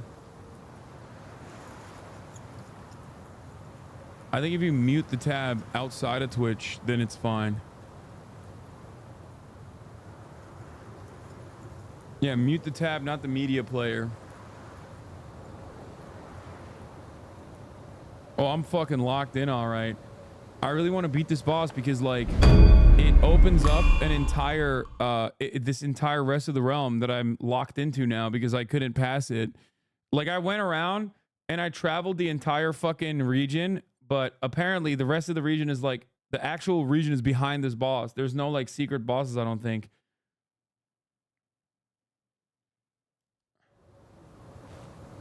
Okay, I gotta pee. Right as we start, I gotta go pee-pee. Fuck. This is why people leave. Ah!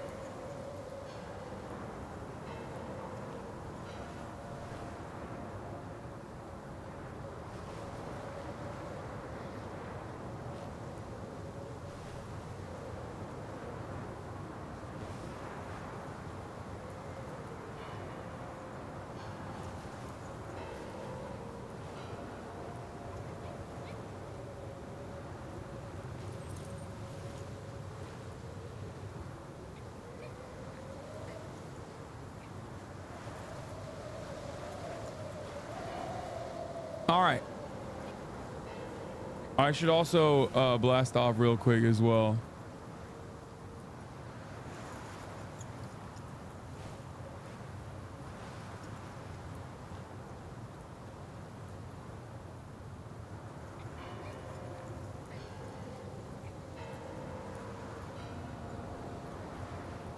Hold on.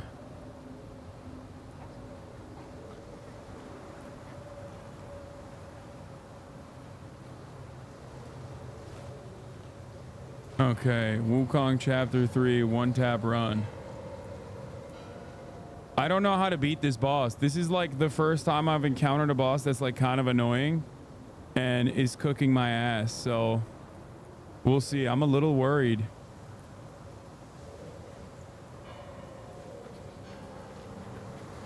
Can you get reprimanded for Twitch for the viewbot remark? No, it's also a joke. Also, no one does it, unfortunately. I wish they did, but they don't. Not viewbotting, like fucking keeping their tab open, even if they don't watch. This boss just got nerfed, by the way. News to me, man. Doesn't feel like he got nerfed to me.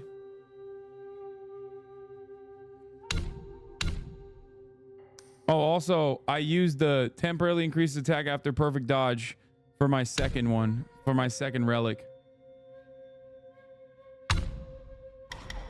I've done that when I've other work to do. Good.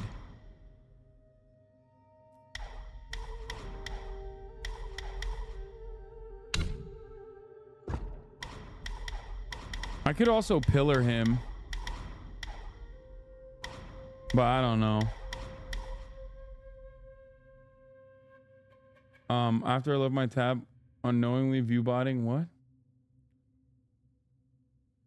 Staggering him is the most important thing. Otherwise, an attrition fight. Yeah, but I just don't know how to fucking hit him with a stagger. Pillar stance trash. I agree. I agree with you. Maybe I'll eventually come to my senses, but so far.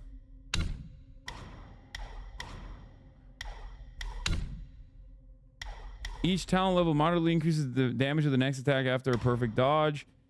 Moderately increases defense. Slightly increases scorch damage. Reduces might decay while transformed. Talent level slightly decreases might recovery speed.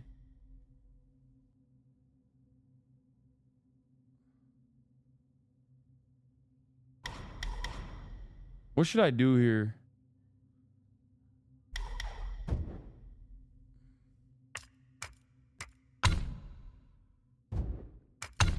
Probably need more survival.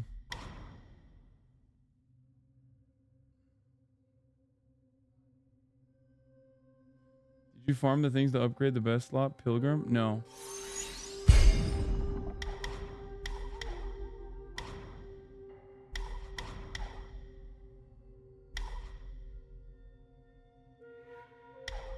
Foundation? Which one is that?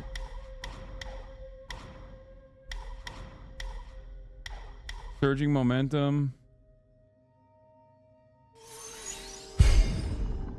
Damn, attack is 2 points. Okay.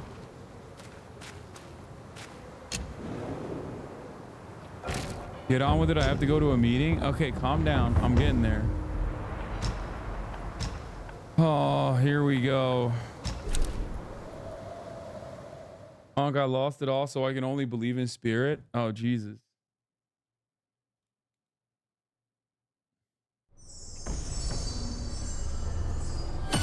I'm not kidding. I'm a little nervous. This is the first boss I've like encountered that kind of fucked me up. So now I'm like a little nervous about it.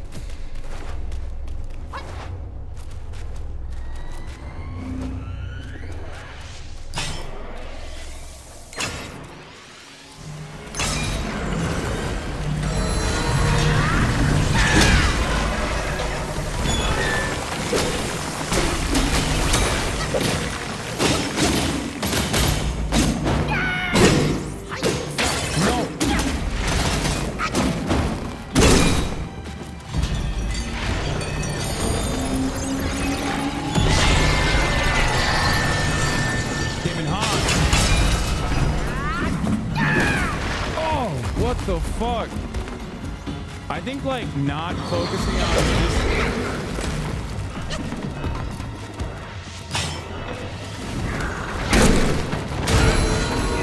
Not focusing on his leg is not zooming in on his leg is probably better. And trying to hit his head is better, right? When he dives down. Oh shit, I'm already fucking up.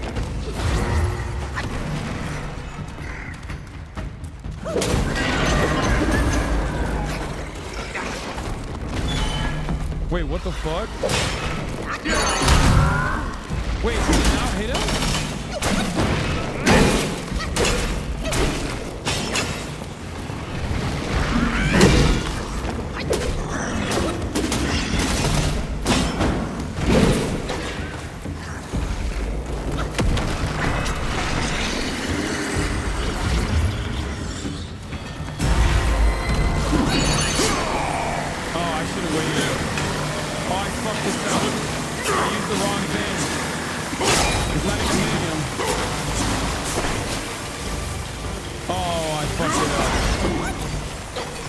Fucked it up. It just doesn't do shit.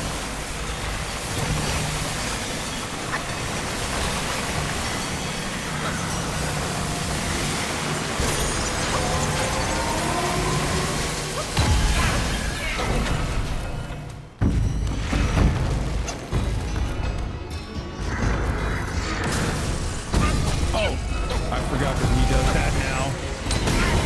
Oh, I forgot that he does that too.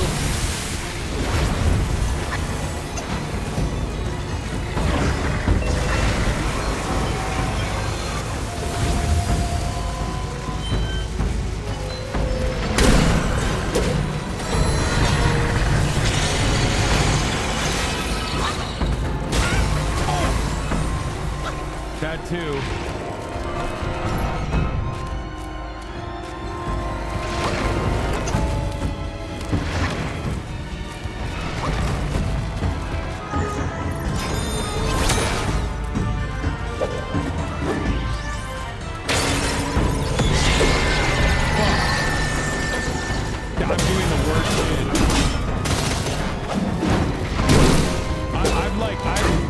I've used so many of my the wrong way.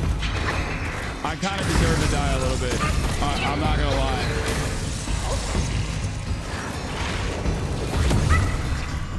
Wait, what? Oh, he's gonna kill me. I think I'm dead now.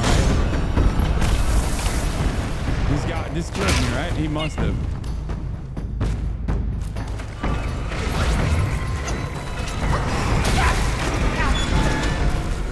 Oh, I did such a good job early on, and then I wasted the baby head. I wasted my transformation. Sorry for all the believers. I know I have to hit his leg and then his head. The mic is so weird when you're playing. What do you mean? Okay, chatters, know how to gamble wisely, okay? Don't just like use all your points at once, you know what I mean? I don't think it was a bad try overall.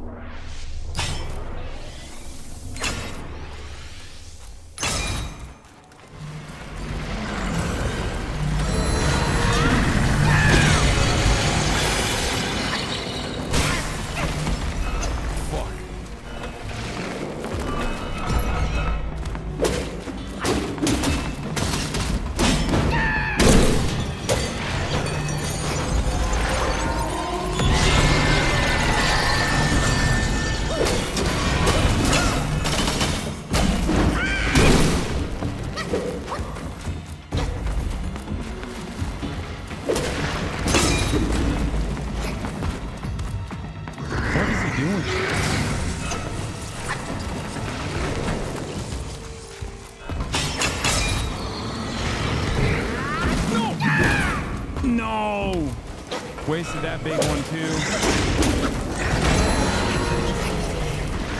What is that doing? No, dude. No, let go of that. Fuck.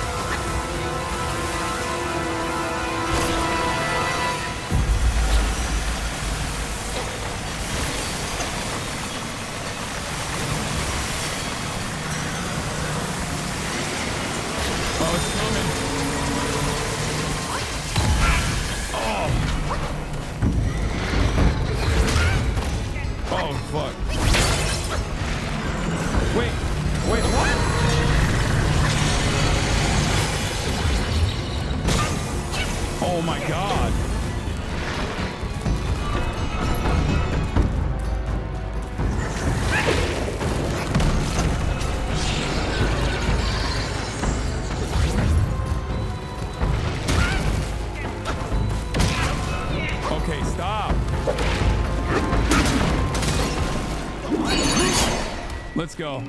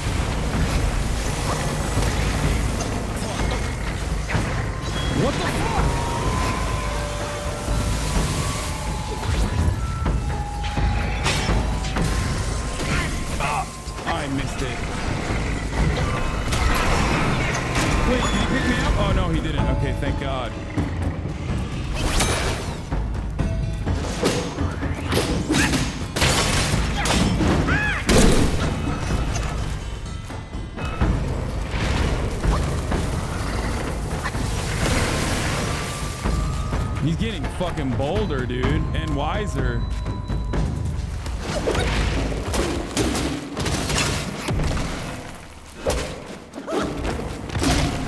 Shit, what is he doing?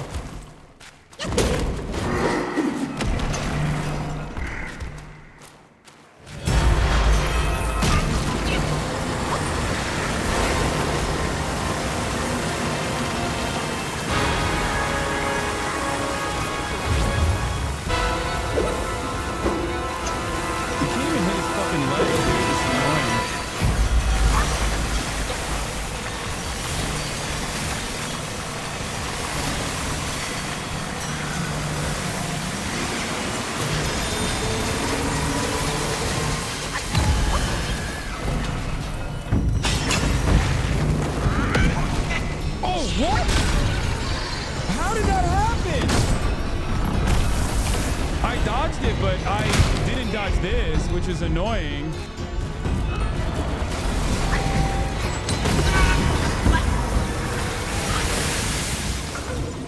How do you get surprised by that?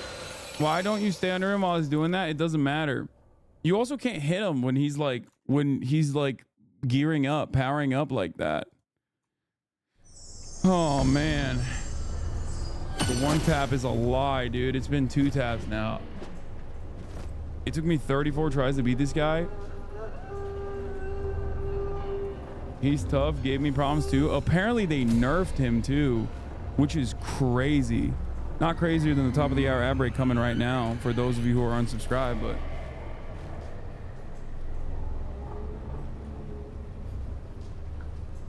not gonna lie, I've never seen anyone struggle this much with this guy. Wait, really?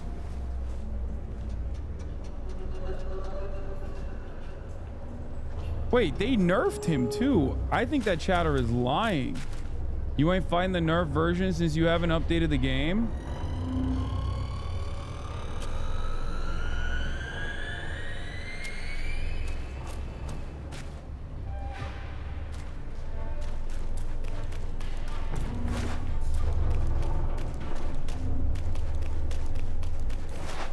Break his leg, it gives massive vulnerability.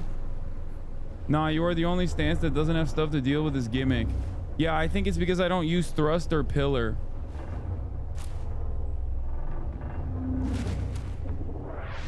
That's probably what it is, for sure.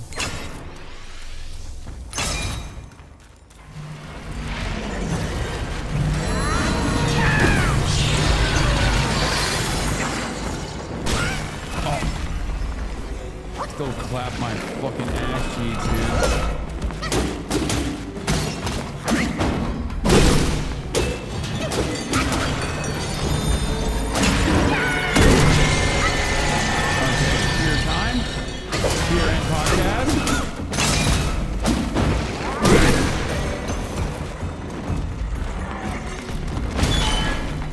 Oh, he fell on me.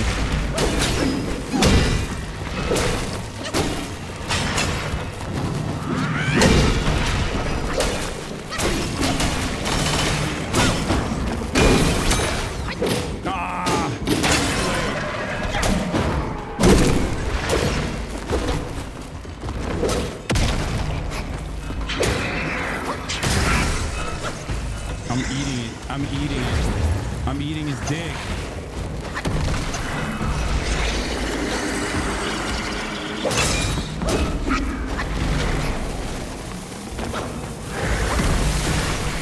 Holy shit.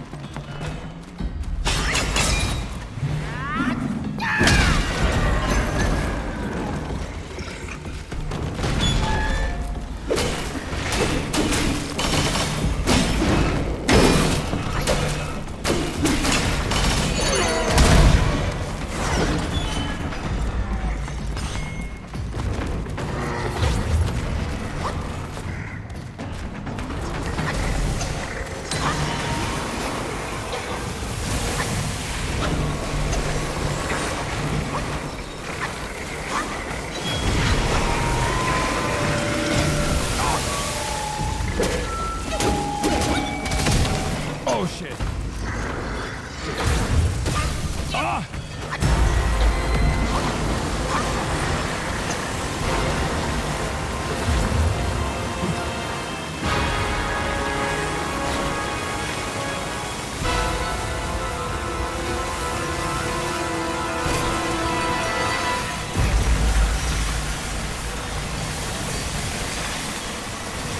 Come on, bro. Blow it up already. Come on.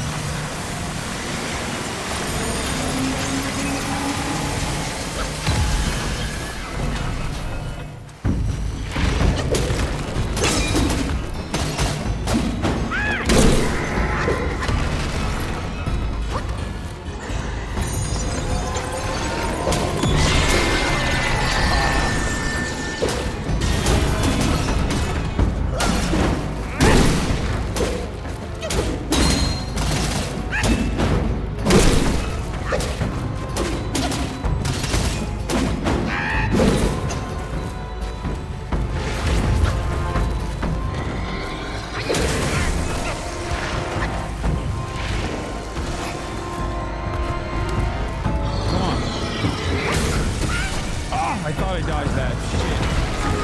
I did not.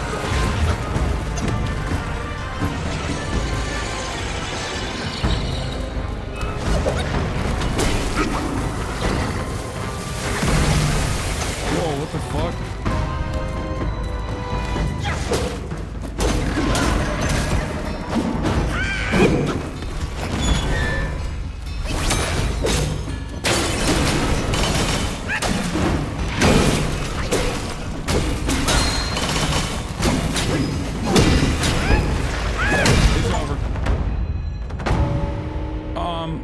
was actually much easier. I don't know why I didn't just do the simple shit.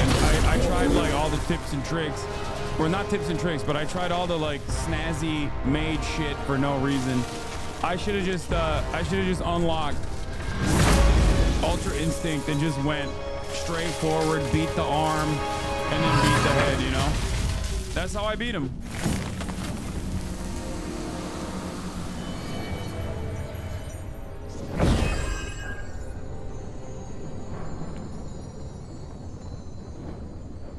I was going for snazzy tricks for no reason. Sometimes it's best to just not rely on anything else but your compass. And on that note, of course, the nopers with 35 million got fucked. And the yeppers, the believers, got with 14 million.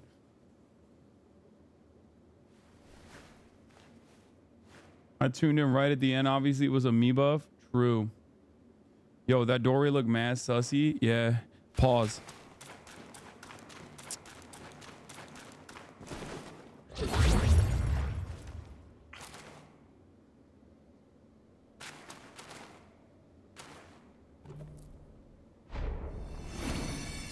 I also wanted the doubters to, like, you know, have something, right?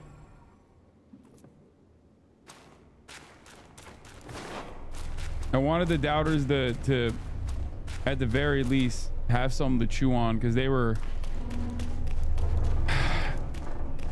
just not getting anything, you know what I mean? I was just fucking cooking it for too long. I was beating ass too good. I saw the shrine back there. I just want to see what's up here.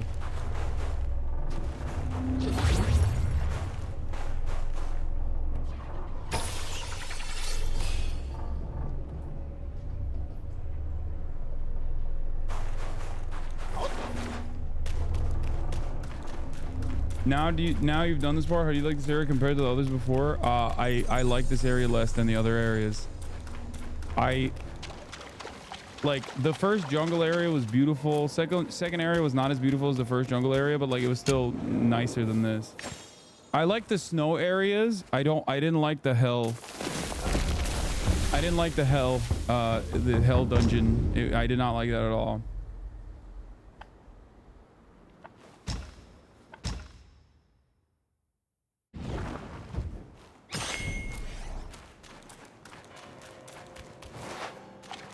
This area opens up here, it gets super cool.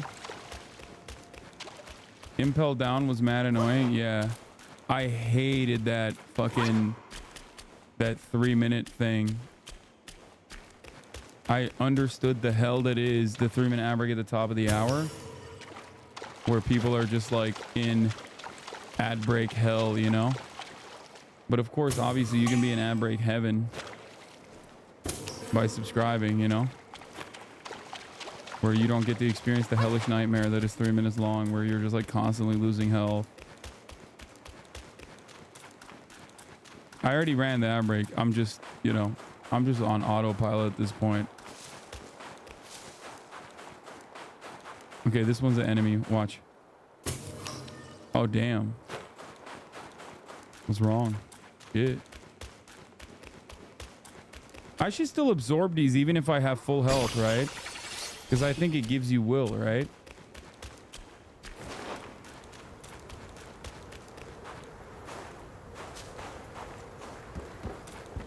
Ooh, what's in here? Goodies. Keep an eye and hug right. +1 spark. Maximum mana.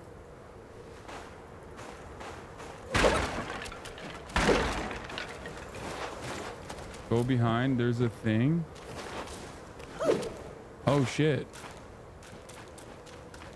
Oh shit. Oh shit. Okay. I don't know. Oh fuck.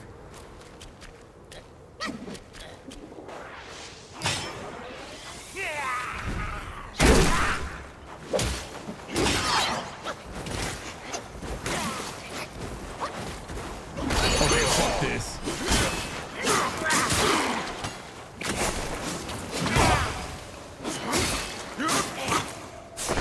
God damn, it's annoying. Wait, what? What? Did he get bigger and stronger? What the fuck just happened?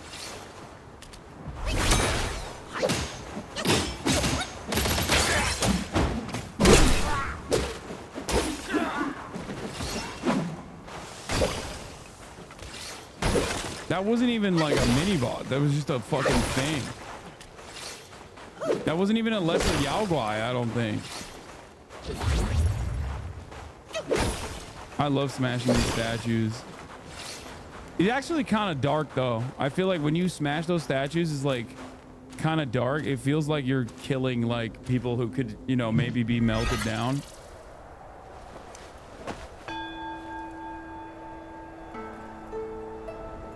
Did you mess with the presets? Your FPS is tanking a bit? No.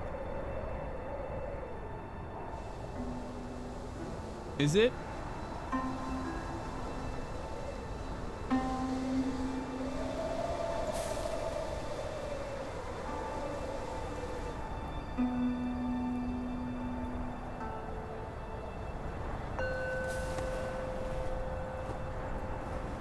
Read my last, it's helpful.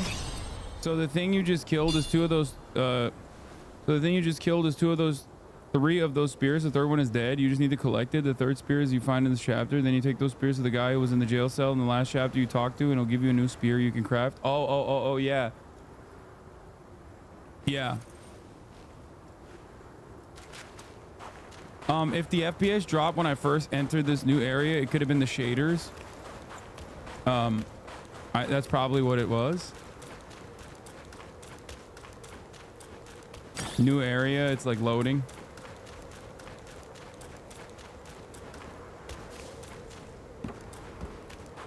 Meditating, I think I forget. It like gives you a point, I think.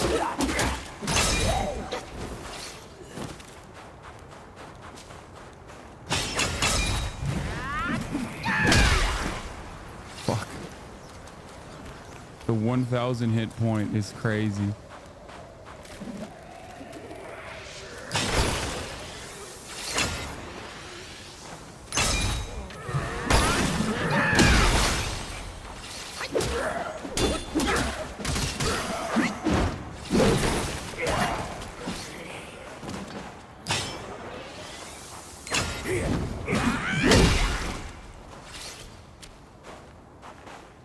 Damn, massacred. Got nothing on me. The prison spear is for a thrust stance anyway, so it wouldn't be good for you.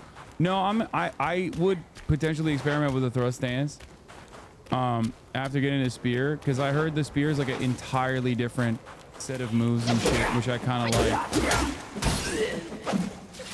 These guys are resilient, bro. Oh, that's the third one.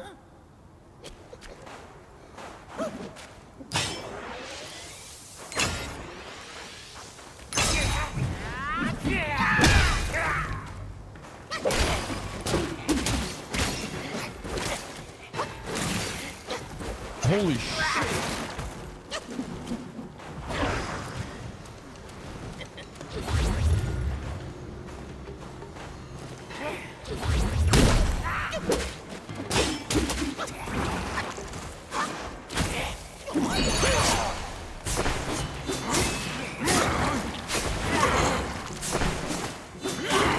God damn, he's strong.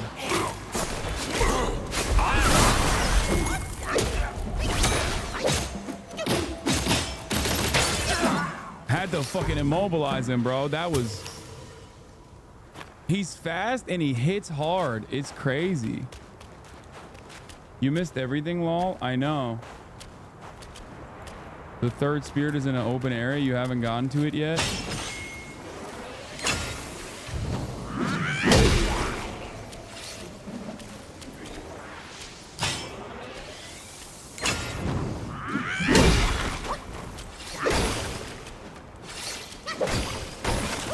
I mean, I'm taking these guys out of their endless peril here. You know what I mean? I feel like they're cursed to just remain frozen. By breaking them, I get to...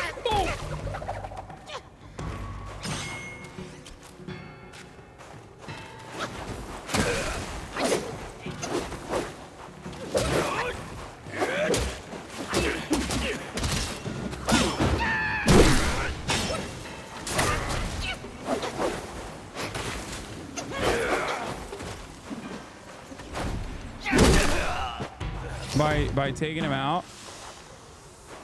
But what if they're still trapped in the chunks? Well, too late then. Oh shit, I'm actually I got snow on me now too. That's cool. I mean, it's such a random thing. It's such a tiny thing. Still cool though. I like it. Wait, one focus point kills them? I should have just done that.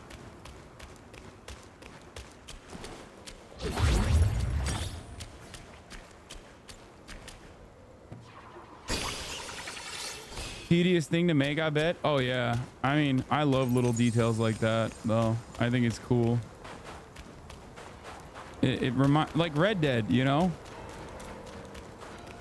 Go on, justify your serial killing bloodlust law. I mean, yeah. I have you open on my computer and my phone, so there's 2 gaming viewers. I don't think it works that way.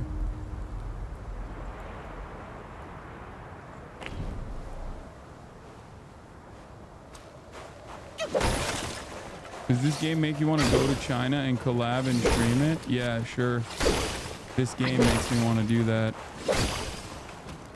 And not my undying loyalty to Mao Zedong and Xi Jinping. Is this the right way? Which way is the extra way?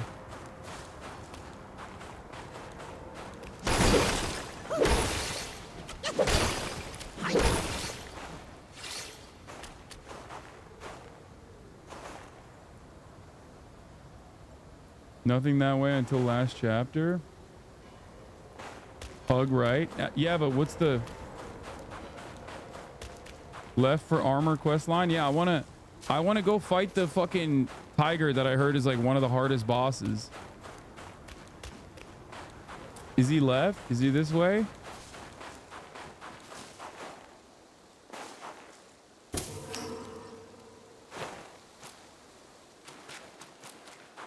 Tony the tiger is painful. They usually are, yes. Wait, you could just run through them. Holy shit. That's pretty fucked up. I'm gonna end up running into one of those who's not dead and it's gonna scare the shit out of me.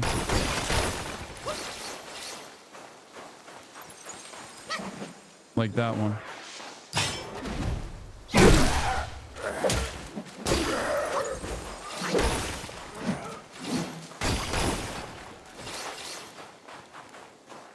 What the fuck is that?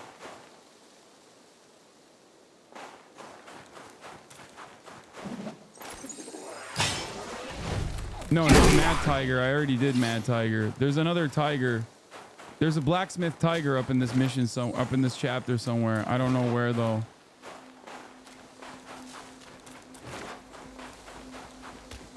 How do I get the gaming shield? To get away with saying outlandish shit. You just stay loyal as a gaming viewer for an extended period of time. And when you say some dumb shit, that will carry a lot of weight and consideration.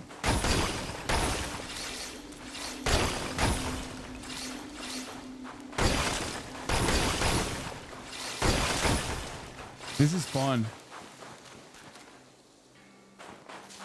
Maybe it's fucked up. Go to the shrine first, up the stairs. Where the fuck are the stairs?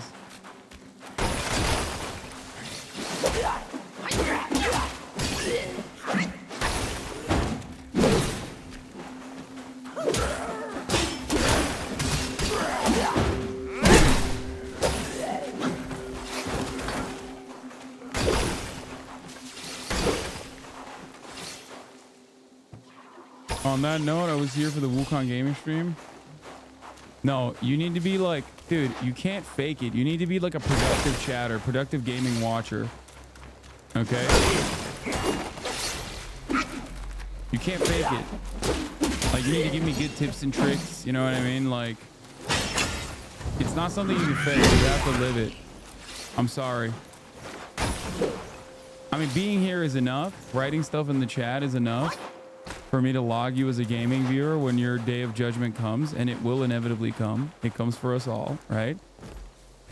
But like, if you're a elper, if you say things like, wow, I sure love watching gaming, Here's a tip: finish Elden Ring DLC. So like that's the worst kind of gaming chatter. So like for example, that's an unproductive tip. Like if you guys can tell me where the stairs are, for example, and help me reach the next shrine, that could be very helpful, you know? Here's a tip: have fun. Thanks.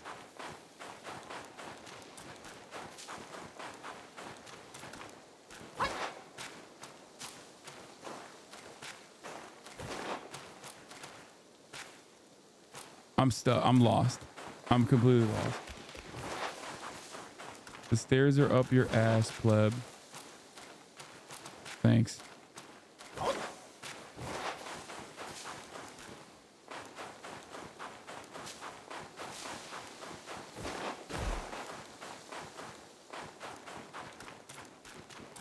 Why am I reading silly ass chatters?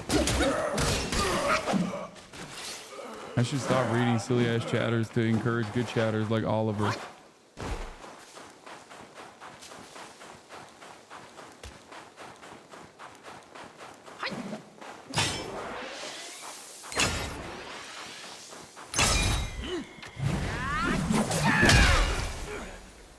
Oh shit. Oh, I hate that one. I hate that one.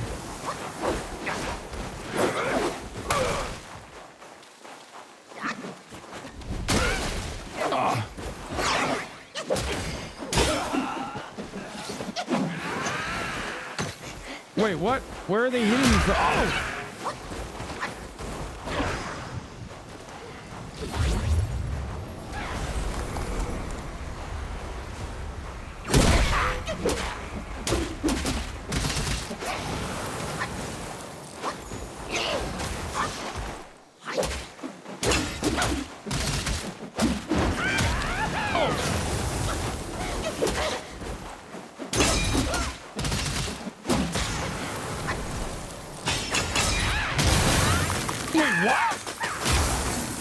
God damn!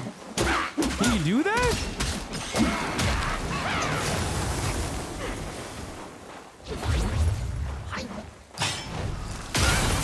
Oh. Okay, enough! Enough! Wait! Fuck! God damn! Chilled my ass, dude. I'm stuck. I'm frozen. I'm fat rolling.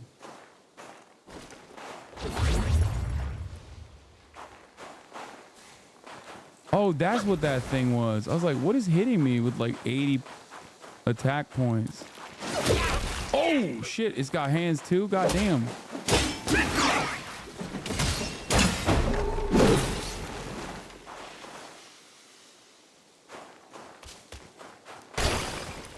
Bro, there was a trail and I lost it. There was a trail that, oh, enemy. I knew it, finally.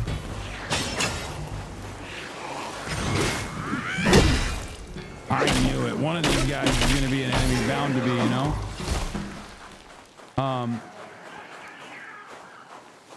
What is that noise?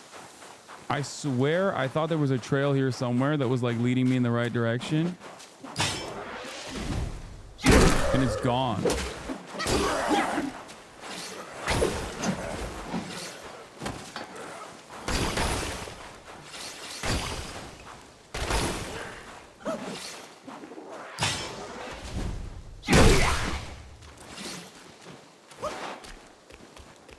Rolling when you're burned or have frost helps get rid of it faster. Okay. Hug the wall, keep to the left. Not having a map is crazy. I know, it's one of the worst parts of this game, actually. It is very, very annoying, but the game is really fun overall. I don't understand why they chose that. Like, that decision is a very strange one to me. Truly don't understand it. Fuck.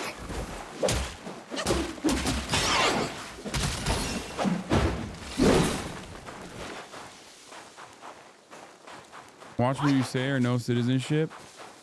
Look, man, a good comrade will always engage in good faith and engage in constructive criticism in an effort to ensure that Chinese soft power remains as powerful as it can be, okay?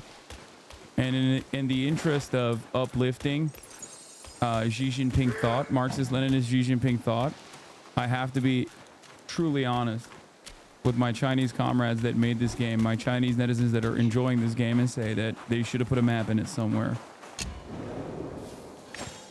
Guys who made this game are anti-communist anyway. Yeah, they were flipping off Mao.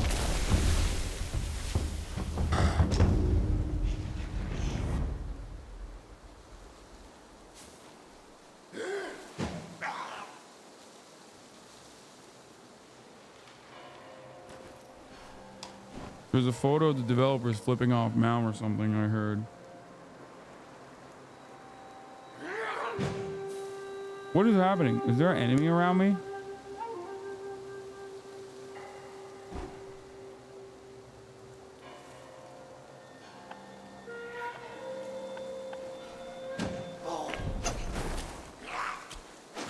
Where is it? Why do I hear it? Combat. Oh.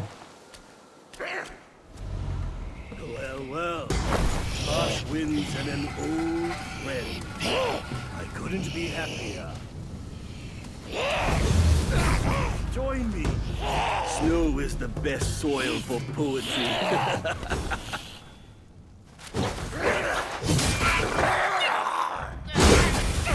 Shit. Calm down, bro. Oh, you want another ass whooping, don't you? You want another one, huh?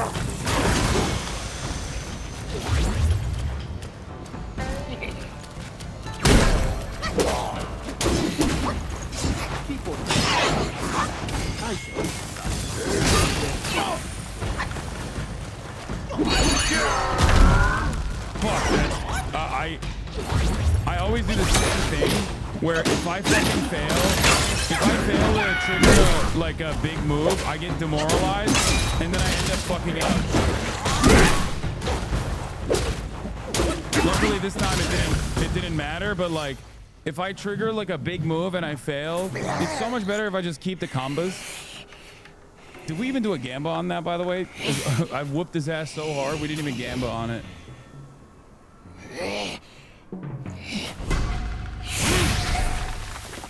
God damn, I'm good. Hold it, my friend. Sit with me a while.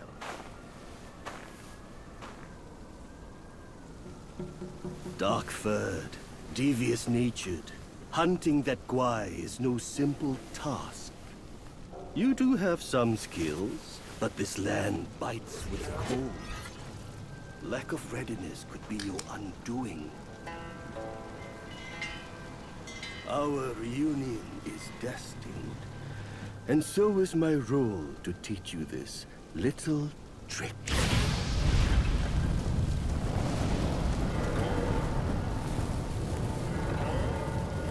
I am extraordinary, as is my flame. It shall help you in need, be it injury, weariness, or frostbite. Beast or Yaoguai, none shall dare to draw nigh. Wow, I got a new power. Let's go. Ring of Fire. A fiery circle drawn by the staff can provide rapid recovery within it. Is that good? Stick the podcast. English dub hits different. Chinese dub is much better. Yeah, well, I know. I've been seeing like on TikTok the Chinese dub with the English subs. Like the audio is like super sick. It's just I can't do that with like with accessibility. You gotta go English. Not as good as the freeze, but it does heal from mana. Wait, oh, it gives you mana too? I mean, I'll take that.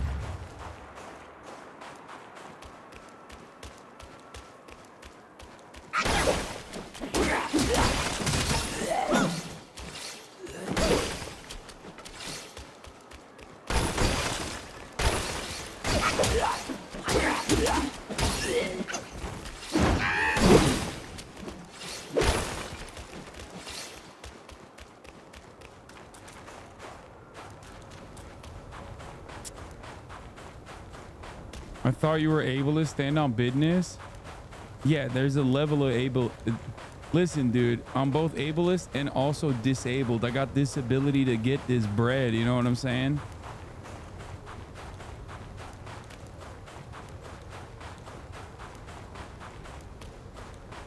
I fucked that up a little bit, but whatever. Enemy.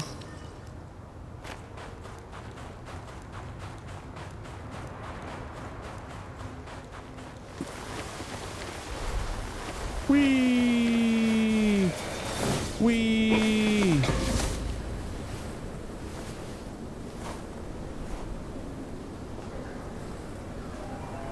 Girlfriend time? Oh my god, there's a woman in the game? Is this about to be the first woman in the game? Why are more feminists complaining?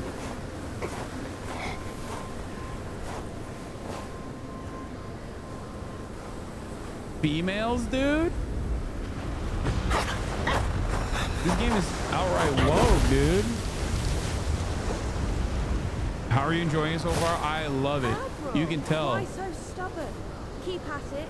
You could melt into blood and pus. Die, there'll be a shrine behind you. Come on, it's perfectly cool in here. Join me inside. Have some dance practice, will you? Such humor, Admiral. Let go of your stubbornness and I could request Master to set you free. Then I'd be open to joining you. Damn. Oh, I don't deserve you. That old bastard has really made good use of Wukong's relic. Even you, left your courtier, bend to his will. Yet my ears tell me that the destined one has stopped the money wheel. Pity. Reckon it won't be your master who unlocks these metals eventually. These gold symbols are made by our Grand Master. And you think a puny monkey can go beyond that? Puny monkey?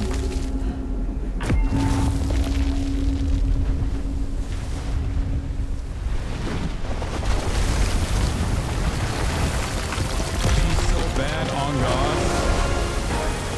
Yeah, they got women in the game. I don't know what the fuck people are complaining about. After this boss, you can access the blacksmith quest. Let's go.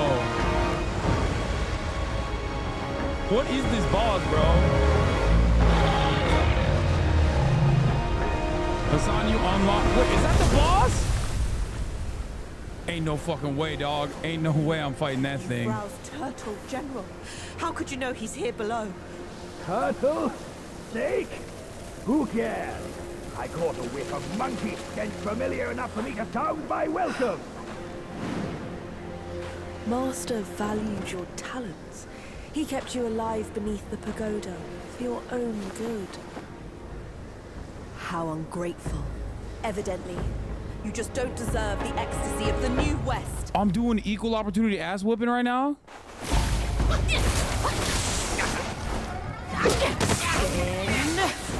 And flush!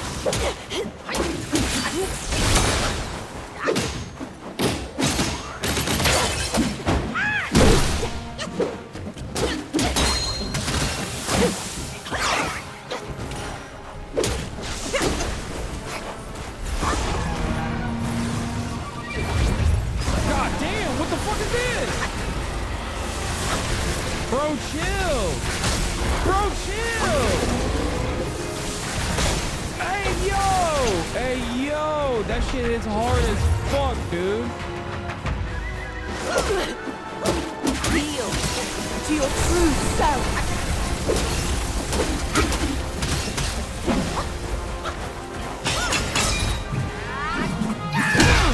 Oh! I hit that ass though! No, please don't! Now that my persuasion failed, you'll go back to the pagoda and be remade. Wait, oh god, so many of these fucking bosses are ranged, dude. Come on, get down here, dumbass.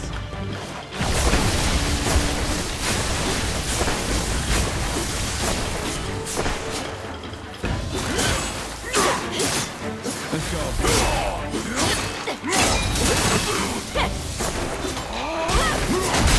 Yes!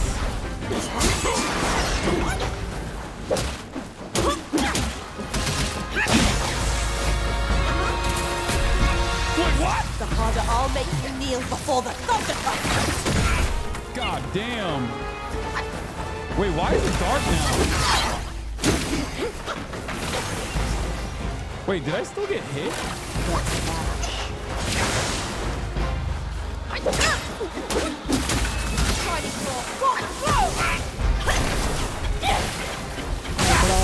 Oh, I couldn't hit the fucking... Wait, why did it get dark? Too bright probably for the epilepsy. Oh, God, why do I always unlock my fucking Shadow Ash spirit shit literally at the worst moment, dude? It's crazy. Equal rights, equal fights. Yeah, the boss fight follows the exact same basic pattern every single time. It's all about memorizing the attack patterns when she flies.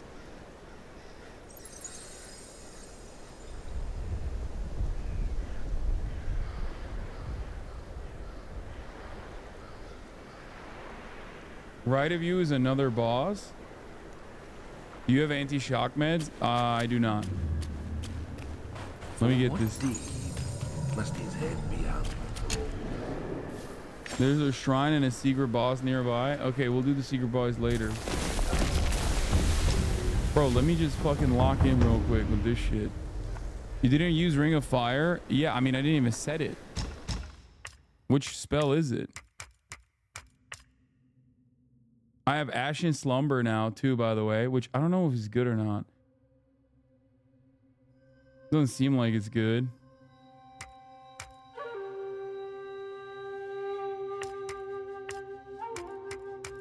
Also, Immobilize is goated. Why the fuck would I use Ring of Fire instead of Immobilize? Y'all are crazy.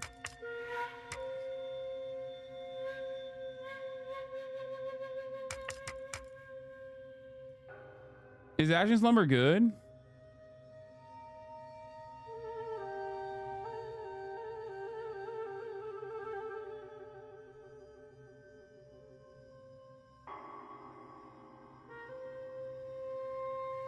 Shouting for feminism. I really like Red Tides. I just like refuse to stop. Her AoE thunders will penetrate Ring of Fire, which you have to stand inside in. Ring of Fire staggers enemies when you cast next to them. Also gives you focus pretty fast when you stand in it. It's good for pillar stances. Brother, please learn Resolute Strike. I literally ended the last boss on a Resolute Strike. So I don't know why you're saying please learn Resolute Strike.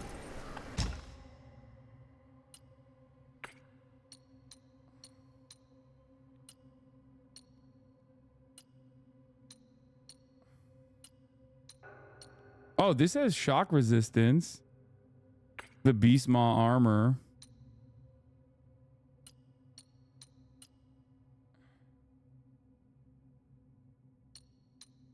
Performing light attack following Evanescence directly deals. What the fuck is that?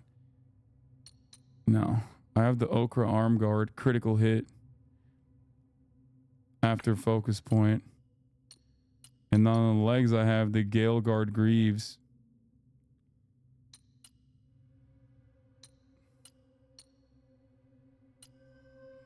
Damn, this one's better though. But I like the two. I like the unique effect on this. The perfect dodge.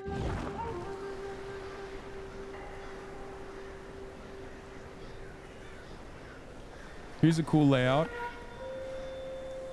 Unequip everything in your inventory. No, I'm good, man. Thanks, man. What weapon am I using? I am using currently the Rat Rage staff. But I do have the Conjun staff that I could make. And I have the Long Wreath staff that I can make as well. Conjun staff is the only one that I've thought about changing this for, because the attack goes up by 4 points. The critical chance goes up by 1%, but the unique effect is pretty good. But this one's unique effect is pretty good too. The fourth move of the attack, the light attack combo mobile staff can stir up a whirlwind of sands, increases attack range of damage. It never happens. But punishing, what is punishing downpour? Like how do you unlock punishing downpour?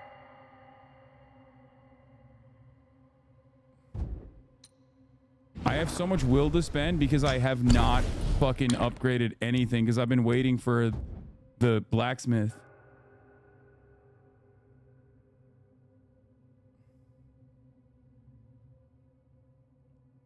You have to urinate while paragliding.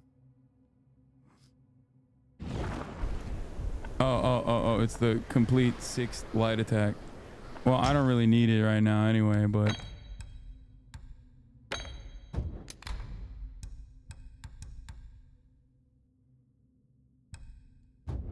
I haven't changed my fucking gourd at all, which is crazy. Why the blacksmith doesn't matter for upgrades? No, I want to... Wait, what do you mean? I want to upgrade my clothes. I thought the blacksmith lets you upgrade your clothes. If anything, I need to upgrade my gourd. That's the one that's like kind of weak. Out of everything here. Where the fuck is she?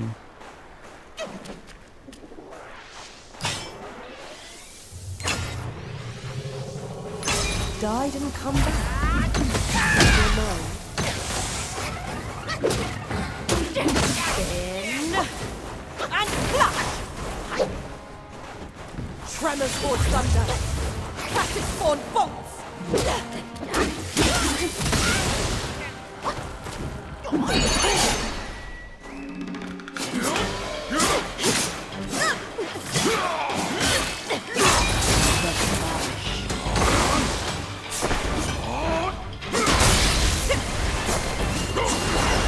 Oh, god damn it.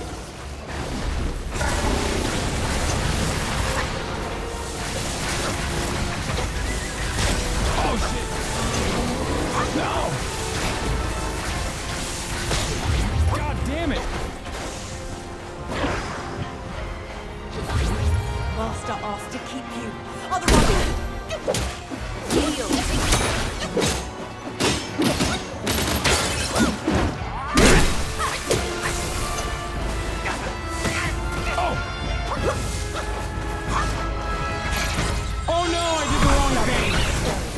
The worst time to do this.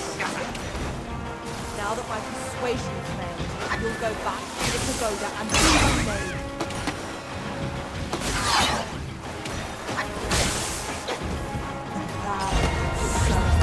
And shiver with thunder. I should have had at least one pillar point so they could use it, you know? Wait, what the fuck? Wait, what the fuck? And stop your suffering. Wait, what?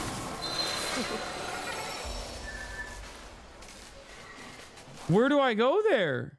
Do I just eat it?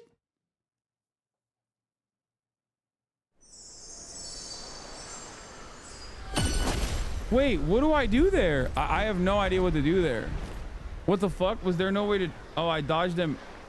It's the same ones I dodged earlier, right? You forgot to equip the insulated rubber sandals? Okay, good one. Run, don't dodge. Oh.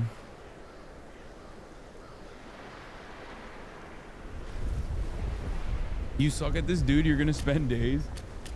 That's so funny. That's pretty funny that you said that.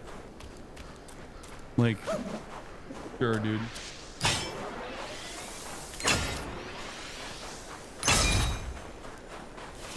You want to save me. But you do the same for me.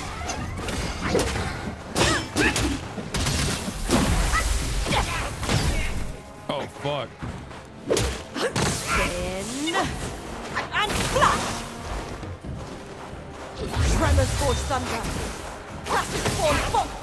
God damn it. Oh, I'm in shock. I'm in shock. That's not good.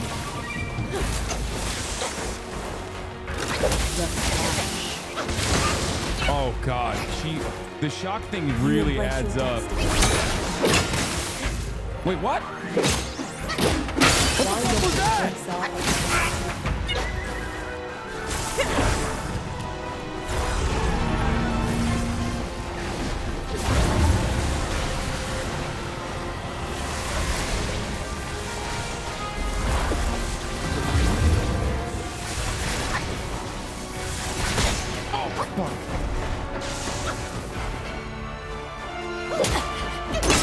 Yield to your true self.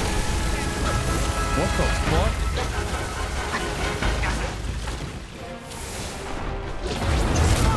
With this fucking bullshit. She got too many different attacks, man. She's doing new things on it. Fuck. I got locked into that one. Not good. No!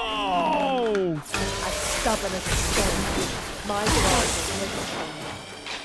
Now that my persuasion has failed, you'll go back to the pagoda and be remade.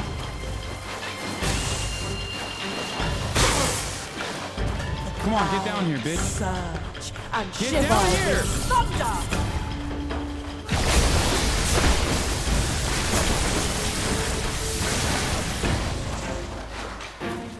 Tremors forge thunder. Classic form fuck. What a waste! What a waste!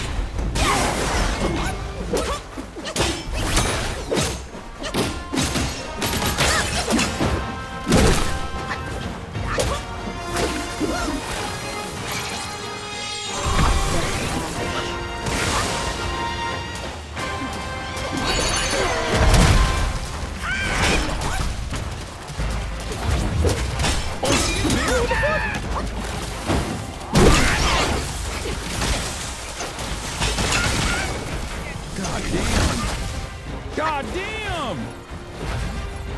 My fault.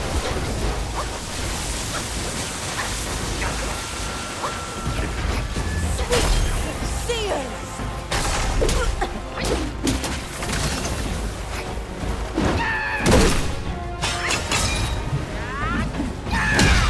Yes! Yes! Woo! Where's that fucking idiot now? You're gonna die. You're gonna be here for days. Suck my dick, hater. Are set in their ways. Bitch ass. Men won today. Still, Men. though, you'll never crack the gold symbol. Cope, I'll crack it. I'll crack the gold symbol. Like, you're fucking coping, lady.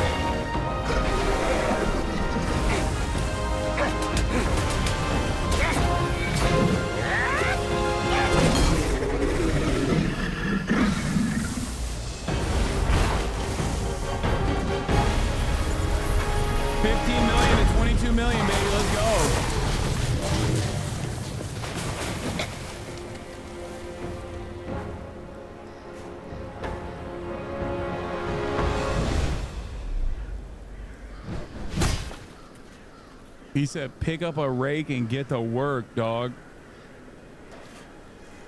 Put the fries in the bag. Chinese edition.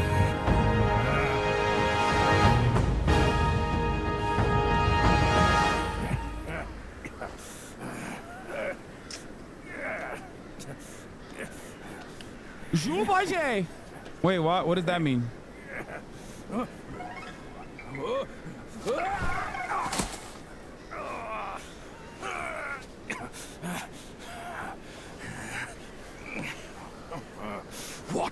so long. Constipation. I was nearly cooked alive in there.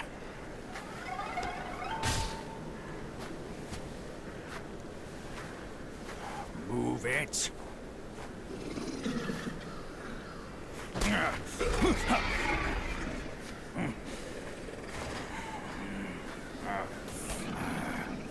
He's so cute.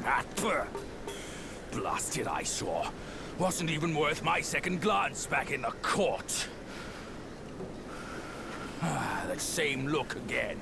A furry coat and a pinched face. Luck's all you've got. Great, another mute. Whatever. Let's not dally. Now the turtle and I have shared a few tales. So why are they saying it's misogynistic? Because he spat on the women? Like the foes. That old monkey from Mount Quagua asked me to back you up here to save you from his ugly tricks. He told me that once we gather all 6 relics, we can bring Wukong back. Let's say I buy it for now. I'll go and catch up with him first. You take a look around.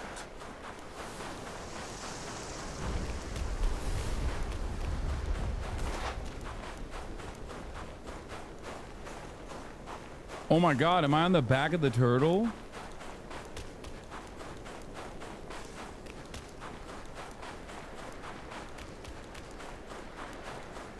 Stop calling short kings cute, they don't like it.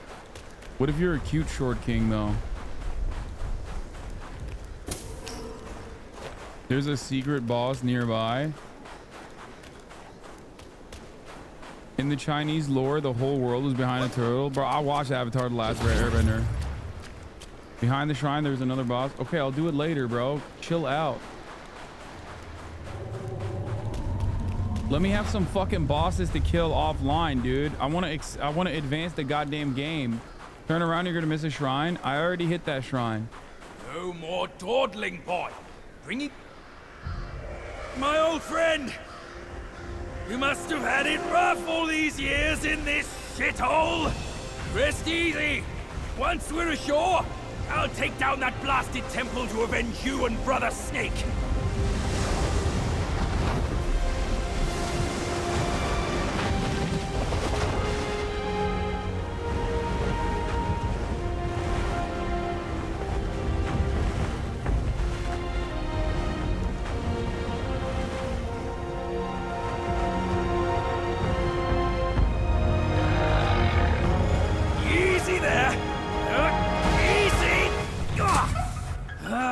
I hear you! Dead or alive, all suffer the same. You'd be better off staying a stone. Come on, cut the whips and wines, will you? You're too old for those.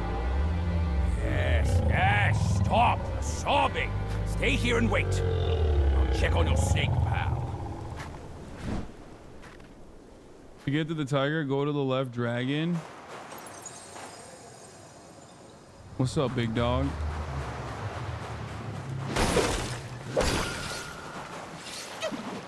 Oh, he's with me the whole way? That's pretty sick. Wait, he hits him too? Hey, yo.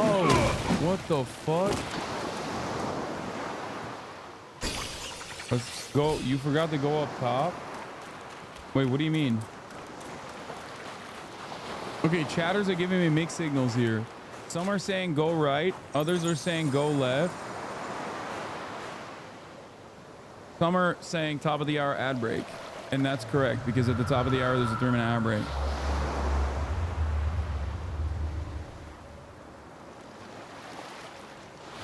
Damn, dude, look at that Turtussi. Wait, let me go to the shrine first real quick. Let me get that.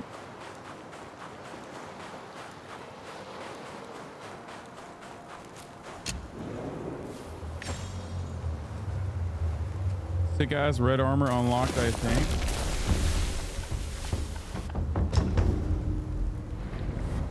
Water bag into the left, eventually to unlock blacksmith. God damn, massively reduces duration of shock state. Vengeful Mirage will inflict Thunderbane. Holy fuck, this is an insane armor. And it looks fucking awesome. Holy shit.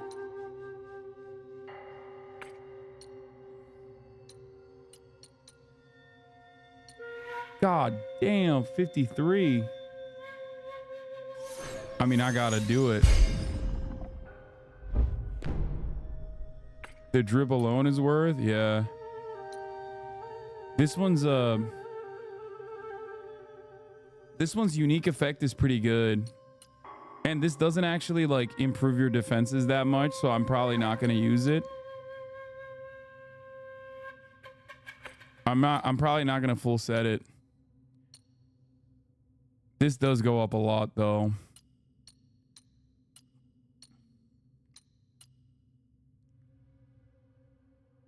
No, I know I love Pilgrim. I wanna... Shock is good for the final boss. I mean, that's for the final boss to think about. And the Thunder passive needs 3 to set in motion anyway.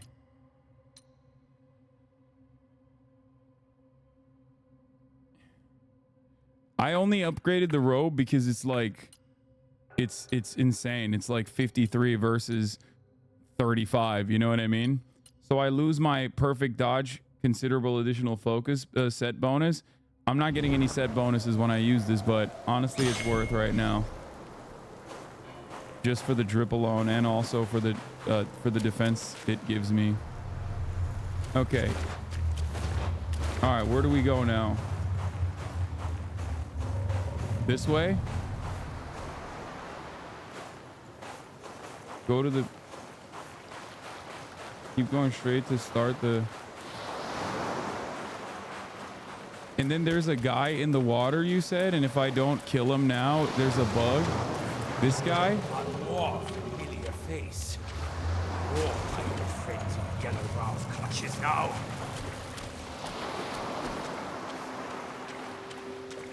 If I don't do this now, there's a bug? Is that... Familiar face. Hey, this is off you go and tell him. Young one, you have spoiled my yours.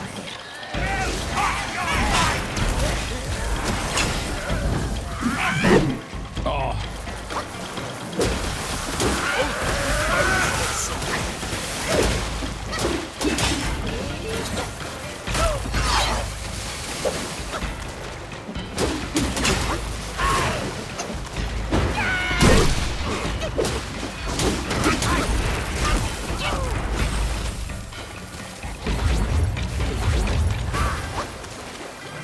Oh, he's fucking healing the shit out of me. Wait, he healed?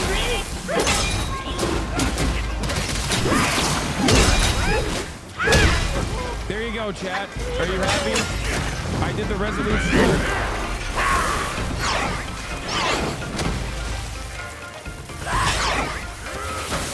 I'm the king of perfect dodges. I don't know.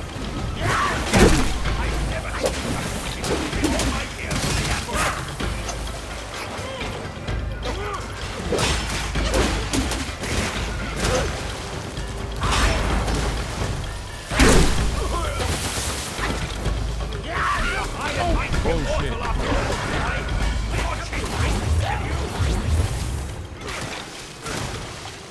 Easy on him, boy.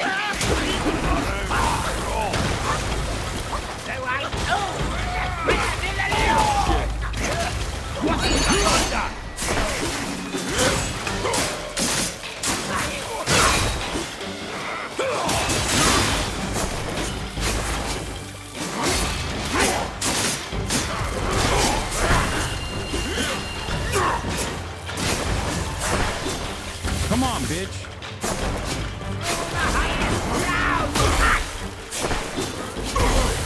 Come on, bitch.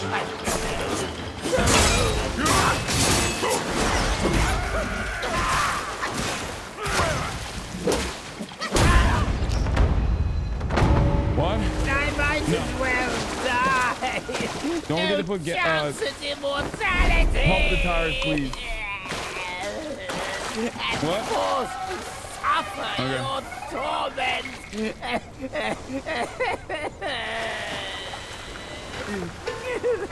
This old log can hardly move a muscle as he is.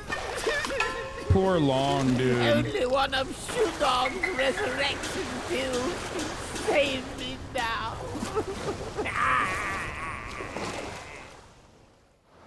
Make a wish, bro, Chen Long. Why are you still here?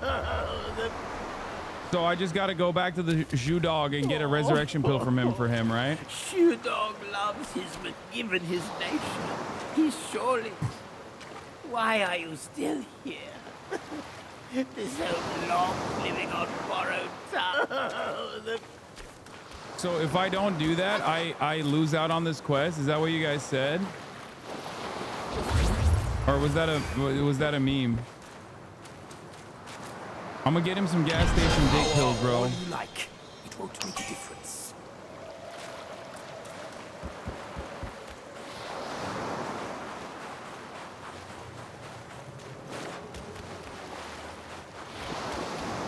Wait, do I go up here or no?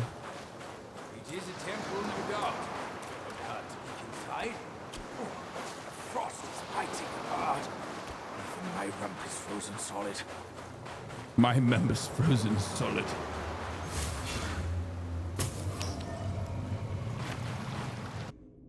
Okay, I'm gonna TP back the shrine. Get the Zhu-Dog quest now. It will be worth it. Don't worry, I'm gonna do that right now. Go to the shrine, teleport to Zhu-Dog chapter 2, talk to him about dragon. I'm gonna do that. There's another quest up there that is important, but it's separate from the blacksmith. Okay. All right, is he gonna come with me to chapter 2 or no? Because that'd be sick.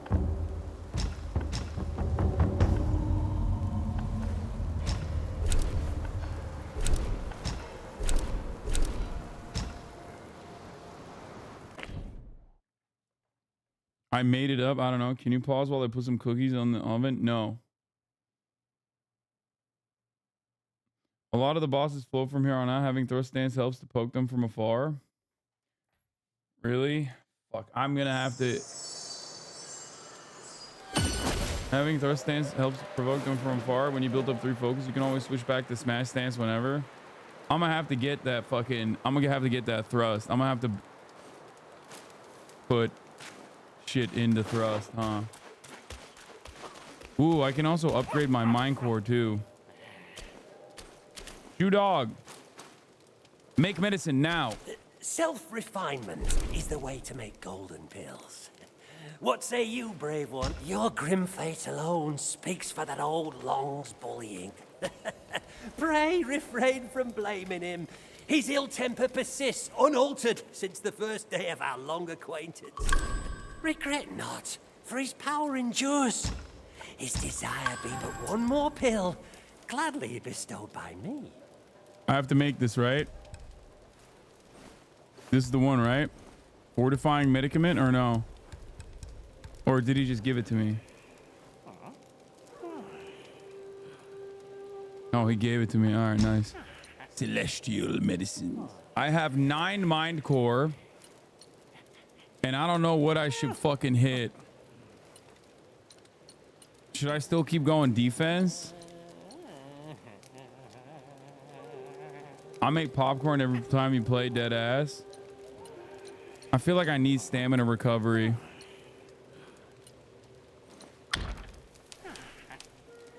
Seek from within to ascend. Seek from within. And I need more stam too.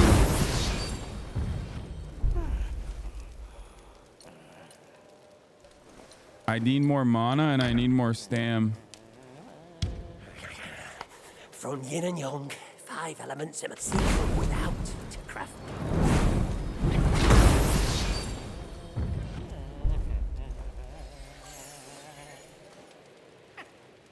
Wait, do I need more stamina actually? I don't think I need more stamina, honestly.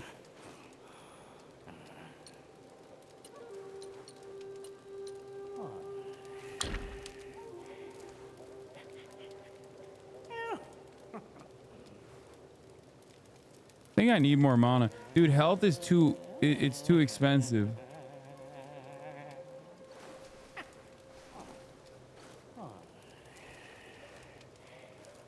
I think I need mana more than anything else. Of sky and earth, and thou shalt have pills.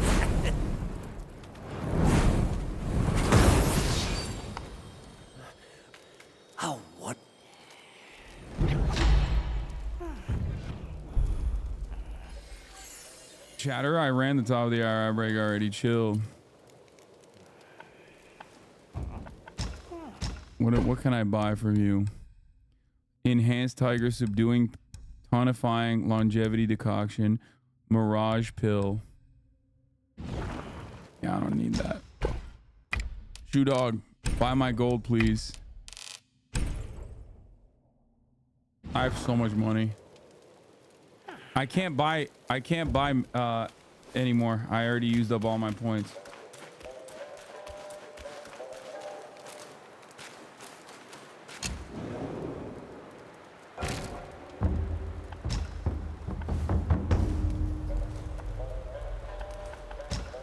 The New West. Wonder if Chatter's cookies are done. Here's the hardest fight in the game for me. Really? All right. It may not rival the Skyward River, but Turtle General's help was necessary. When me and Wukong braved across that river, we were surely a sight to behold.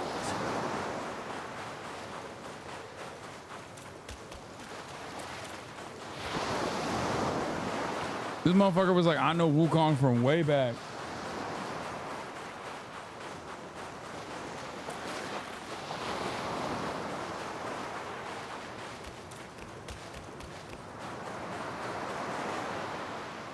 Here you go, bro. Here's your dick pills, dog. I knew you could do it! The young may yet be taught. With this pill, I'll gain the strength to unseal that precious place, the Painted Realm. A peaceful haven I built with my fellow deities. Now the monkey is in place, we should gather once more.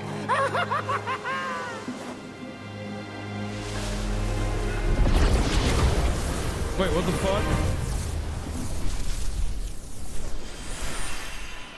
Uh-oh. My dad was there when this actually happened? That's crazy.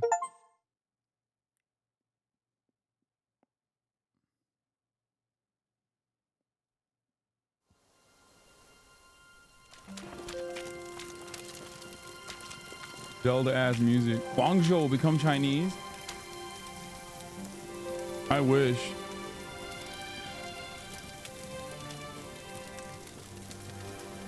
Oh, is that Zhu Dog? Yo, what up, dog?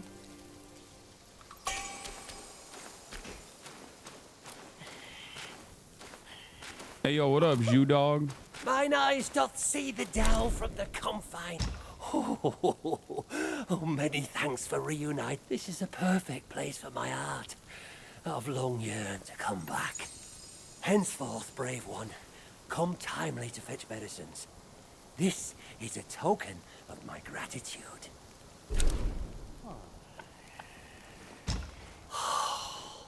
It retains the energy of both this world and beyond. What does it do? Body fleeting powder. Many are bent on seeking shortcuts. Hence, Oh shit, that's the homie. I beat his ass multiple times at this point, right? Or no, this is another one. Oh, this is Shem Where Monkey. there's Never mind. drink, all is bliss. Without it, Still not enough material to awaken the wine worm. I need that Laojia fragrant wine, dude.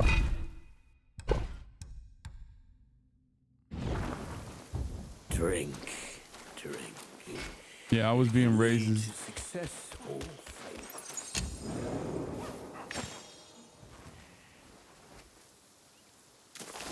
Go give Blacksmith the work. He's gonna give me the work, chat. The Blacksmith is like hella hard. One of the hardest bosses in the game, I heard.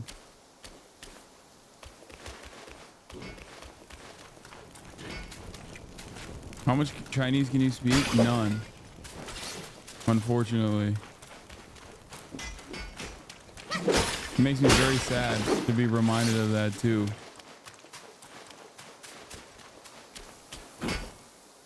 Spare me, you pretzel, it bores me. Since you're here, the scrap you're all in can stay no more. God damn. So apparently the pilgrim garb you can just upgrade like crazy, right? And it's just will and silk. But I don't know if I should upgrade that. Wait, I can't even upgrade the shit I'm wearing right now. Oh, wait, I can. Oh, I just don't have fine gold thread.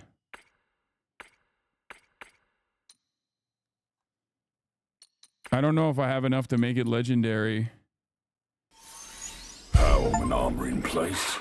A sure oppose in any case.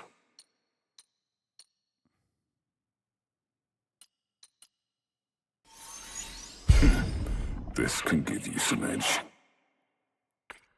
God damn. Well, I'm not going to wear the main armor anyway, because right now... But maybe I could do the arm guards. Wait, am I using these right now? What am I wearing? Oh, I'm wearing these. So that's 29.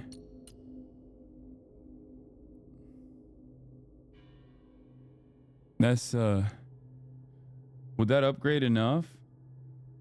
I don't have the mats for it, no. It might befit you well. This is why I didn't fucking use the... Okay, so his defense is at 26. But the arm guards I have on are at defense at 29. Shit.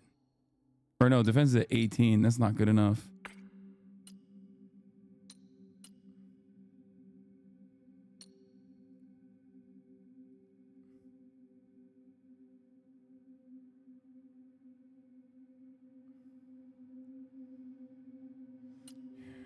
Yours are 19.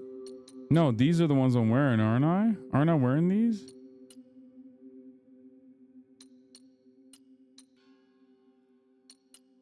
Am I not wearing these right now? Oh. Oh, if I upgrade, it's... Oh, arms are 19, but this goes up to 18. This can give you some edge. Helm and armor in place. A sure oppose in any case.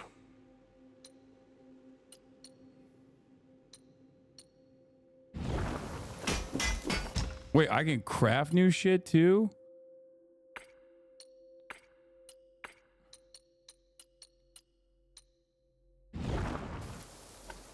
Why does he sound like that?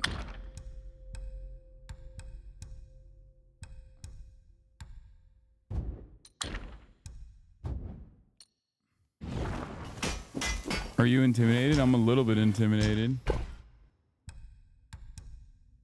Oh, damn. He doesn't have any fucking gold silk.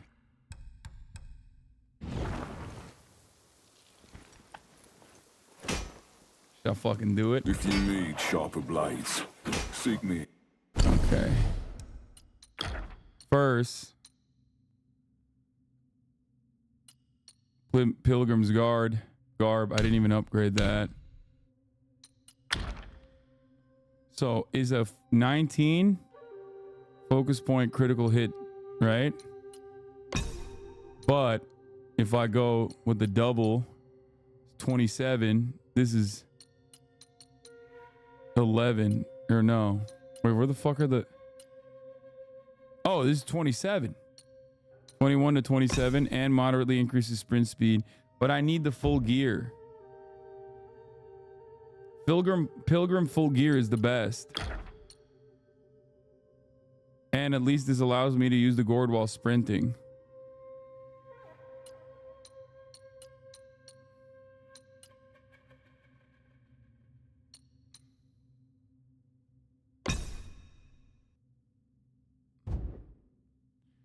Get Pilgrim full gear, it's OP. I agree, but I mean, I need the... It's not like currently... The defenses I get from the may prove foul to hand. The defenses I get right now, as it stands, from... Oh, it's 46. Never mind. Holy shit. I mean, the defense I get is like at 53 and Vengeful Mirage Thunderbane. You think it's still worth it? Now you seem a proper sort. You think it's still worth it with a sprint? Like with 46?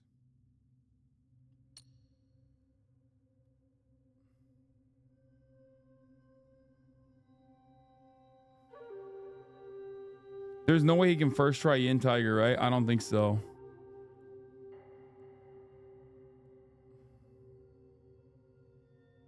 Challenge him for a good transformation. I know I'm going to.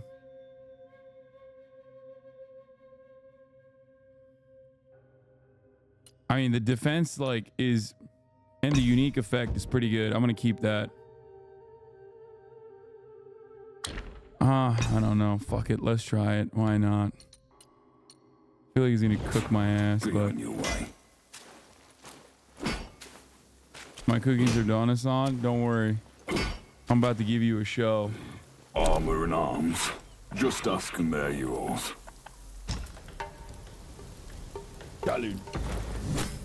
Edge sharpened.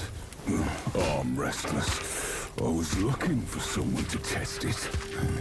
Mark me. This blade is cast from the best metal. Don't blame me if you hurt yourself.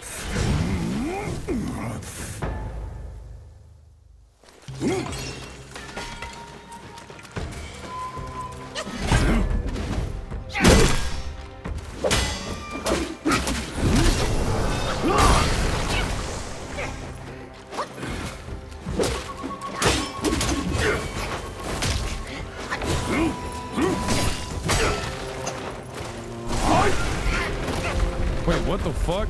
Use the fucking...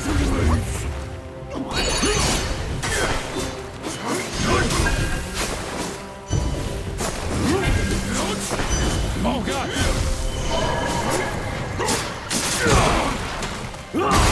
Oh my god!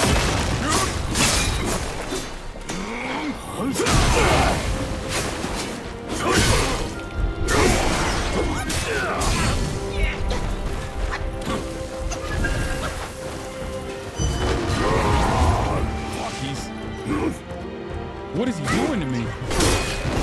What is he doing to me? I don't even know what's happening. Bro, he is too tough. He's too tough.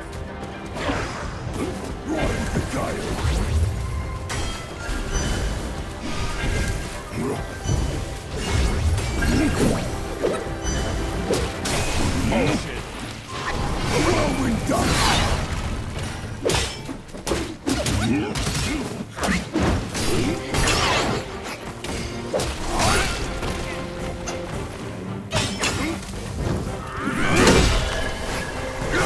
Apparently you can't immobilize him at all.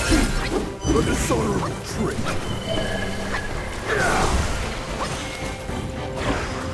I take this.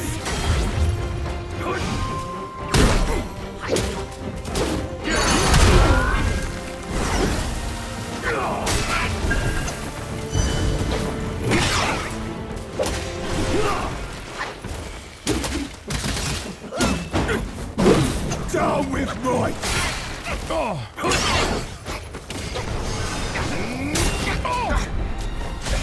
Did he kill me? The Zodiac deities never hold back. You're far below him. Train well before returning here. Damn, I almost killed him. Like, I actually fucked up a little bit and I almost still killed him. Okay, he's hard, but he's not as hard as people were making it out to be. So, here's a question I have for Chad. Yeah, he's definitely beatable. If I had like used clones, I think I could have beat him. Here's a question I have for... I don't even know if I have spell seal, but I don't want to use spell seal because fuck immobilize. I can use all the other all the other ones that I still use.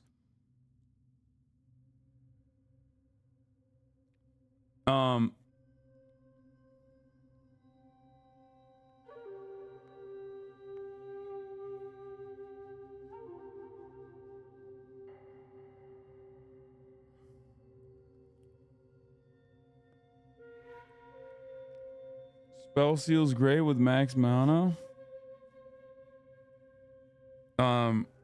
Where are the bosses that advance the game? Because I want to do only side bosses. Offline, if I do have time.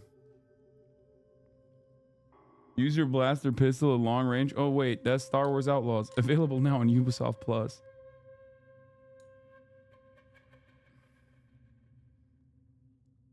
There's only one boss left in chapter 3.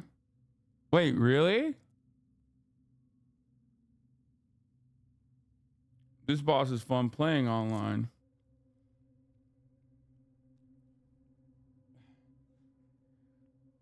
Go back to North Shrine and climb the snowy path. No, I don't want to do that. There's so much left in chapter 3.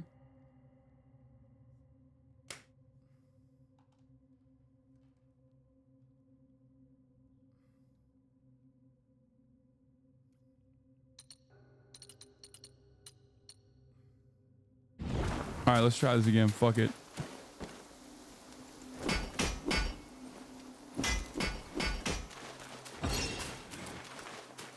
Dude, I'm so fast with this. It's crazy.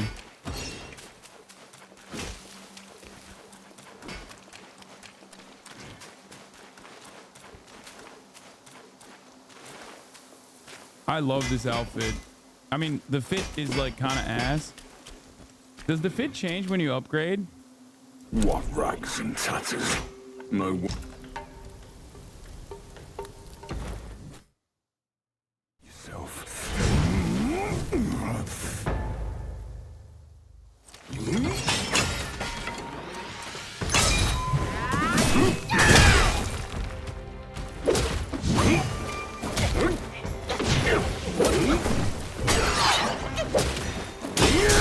Oh shit.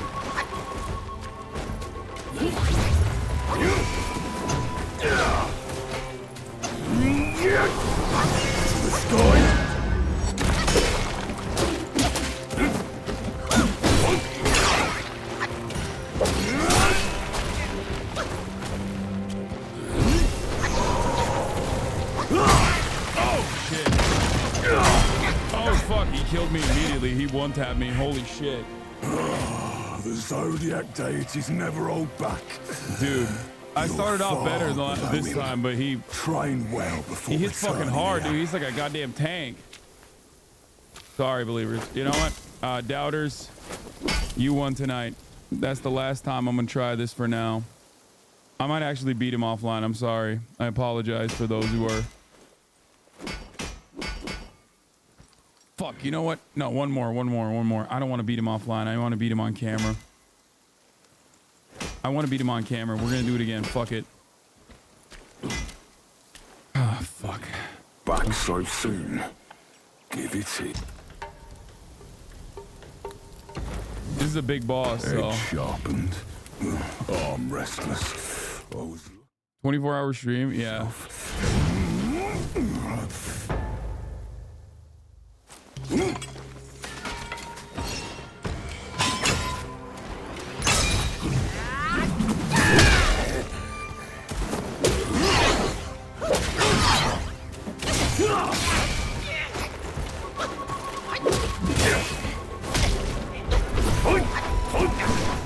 Oh my god!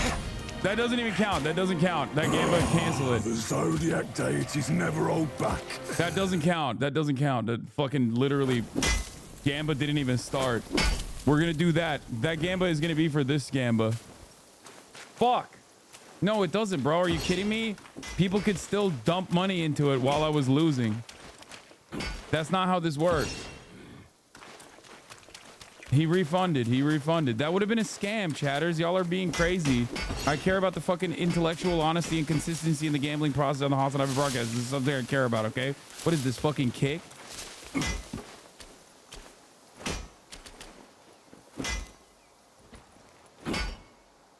All right.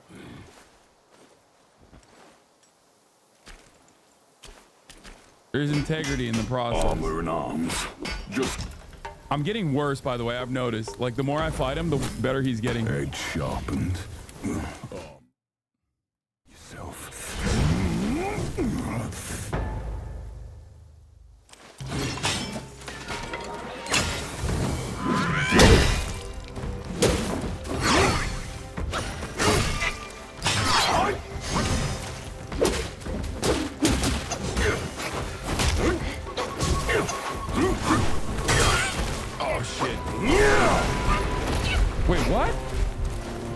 Into the leaves.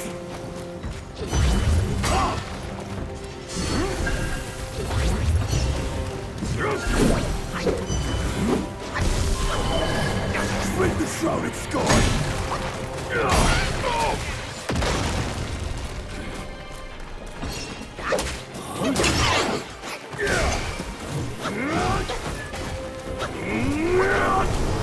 Take a hike.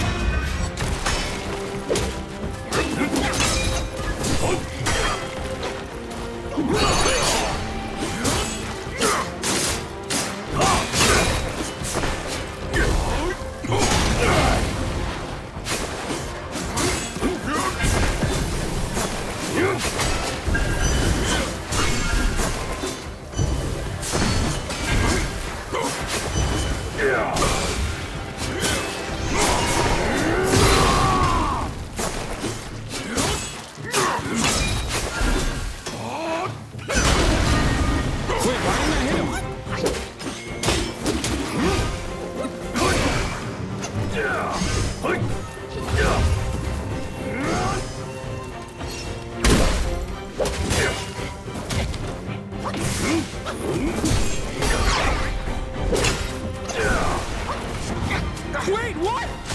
What did he do? The Zodiac deities never hold back. That does not count. What the fuck? I had enough health. Train well before returning here. Oh, the fucking wind. His aura, bro. His aura. He farted on me and I got AoE'd. Fuck. Okay, one more. I gotta do it again. I was close. That was close. What's fair to the eye? Bitch ass hockey, bro. Bitch ass hockey user. Get the fuck out of here. That was close as fuck, by the way. Shit, that was close as fuck.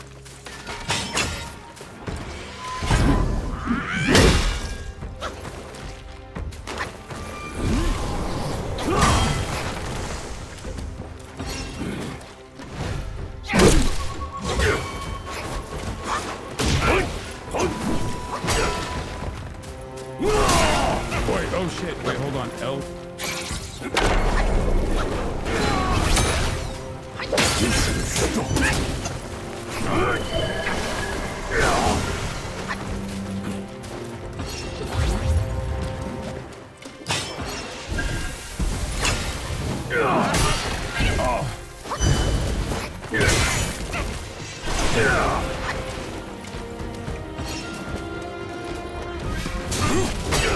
Oh my god, I can't do anything.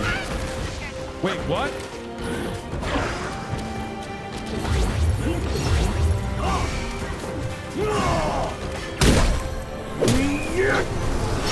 To the sky.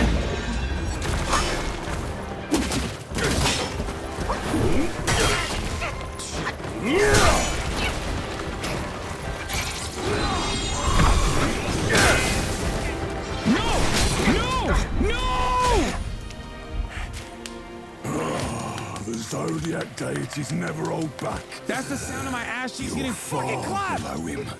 Train well before returning here. The fight ends too quick. You have 25% less health. That's a major problem. Do it again. We go again. What rags and tatters. You made all the doubters rich? Okay, everybody needs to shut the fuck up before I quit and then beat this boss offline. I'm restless. Need to hang out with my fucking family.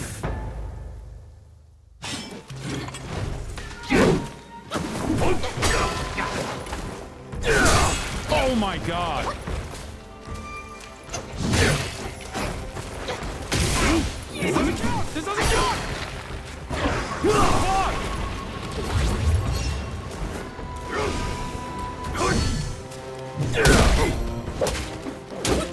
Into the leaves.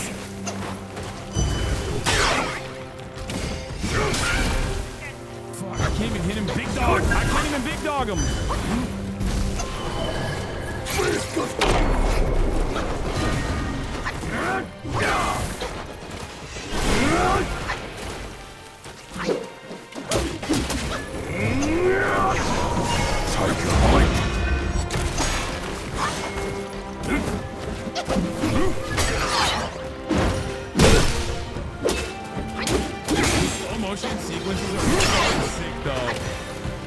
when you get to hit it.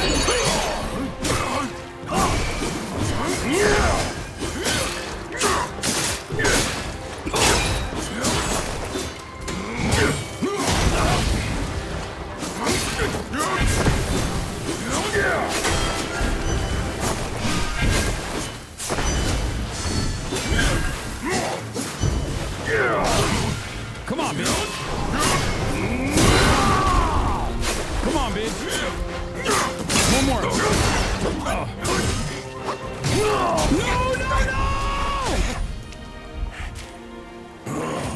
The Zodiac deities never hold back. Fucking Zodiac deities, bro. Far below him. I'm close. Like, it's a matter of like 2 to 3 mistakes. Back so soon. It's not greed. I don't think it's greed at all. He's close. He's like, bro, I get a bunch of good, perfect downloads. I mean, I've almost have it downloaded. I have a bunch of perfect dodges and shit. Like,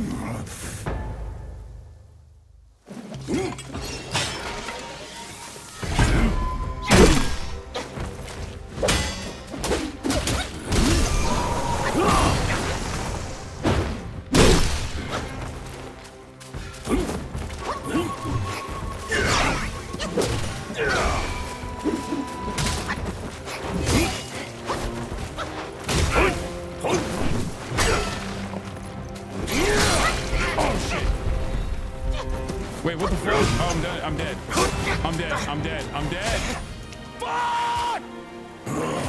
The Zodiac deities never hold back. You're far below him. Train well before returning here. God damn it! Come on.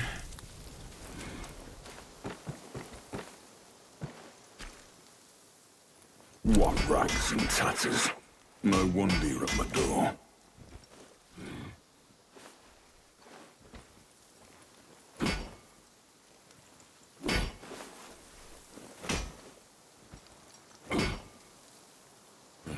Save plug after transformation. Wait, he has a transformation? Edge sharpened. Arm restless. I was looking for someone to test yourself.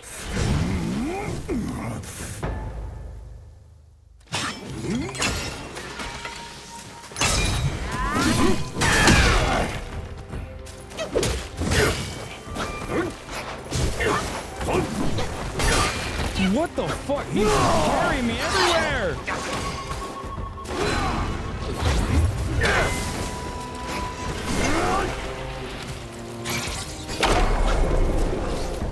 Into the leaves.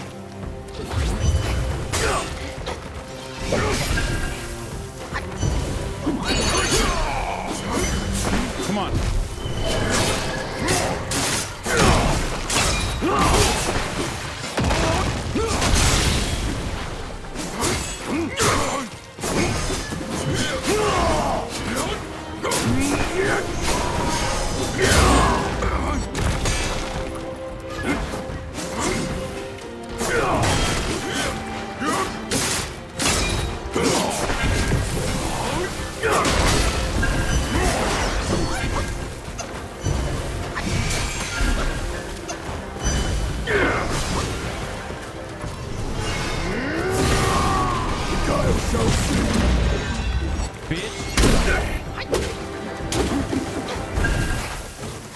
Where's he at?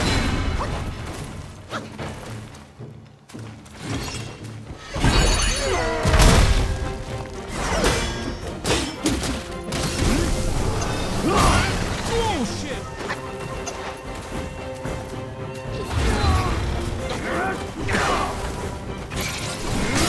Oh, I fucking failed that. But a honorable trick.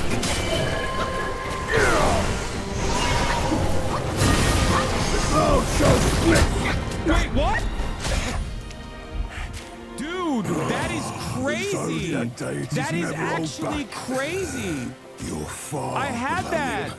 Train well before returning here. I don't understand. Sometimes I feel like it's 25%. Sometimes I feel like it's 40%. Am I crazy? Like,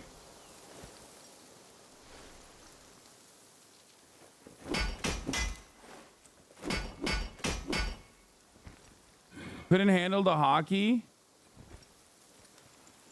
You're dodging too soon. Just don't show it kills you, but it does. Armor and arms. Just the more it glows, the harder it hits. edge sharpened. Arm restless. Yourself. Just tuning in. Did we beat the boss that you were stuck on last night? Yes, dude.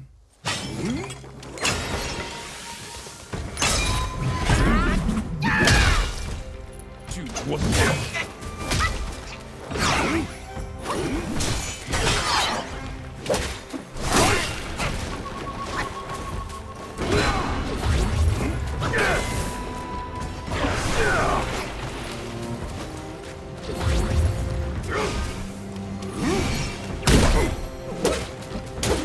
Into the leaves.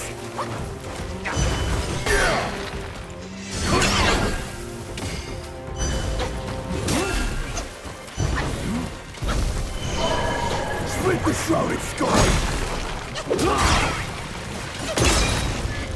Wait, oh shit. I forgot that he does the second one.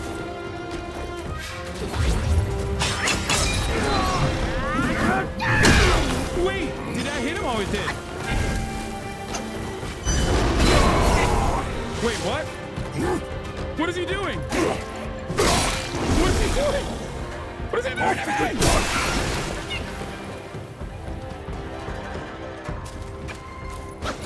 Why with the dial?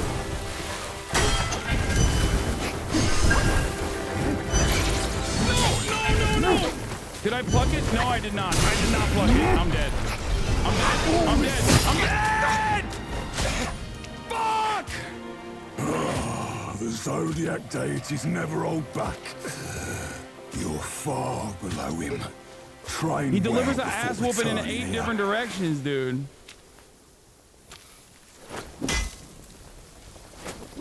Doubter's eating tonight? Fuck you, man. I know. What's fair to the up? I have to beat this fucking bitch ass on camera. Edge sharpened. Arm restless. Yourself. Hurry before I die, Chad.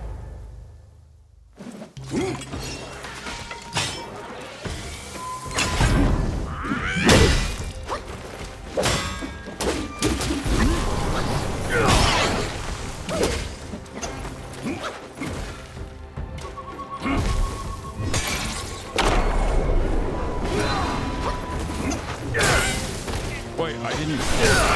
What the fuck?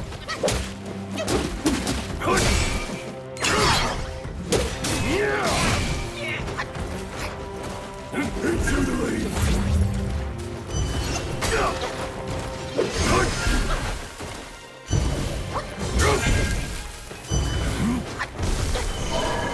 Fierce gusts cut deep.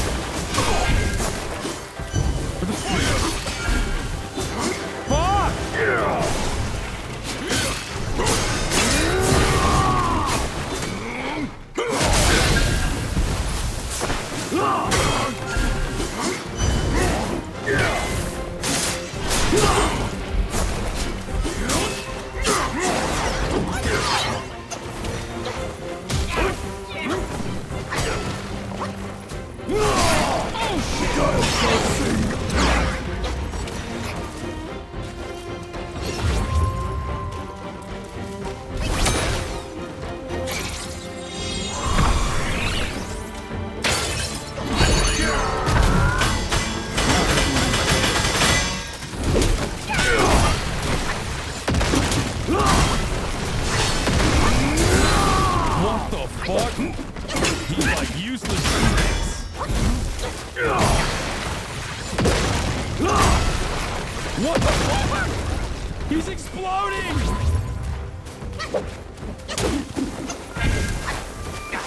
No, don't do that again. Don't do that again. That's such bullshit, dude.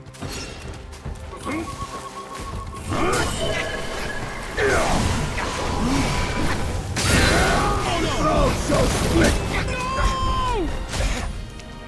Fuck! That was so fucking close! Zodiac deities never hold back. You're far below him. Train well before returning here. That's like a fucking 3-tap situation. I immobilized, I did the pluck, I did it all. The only thing I did is I fucking missed the goddamn headbutt.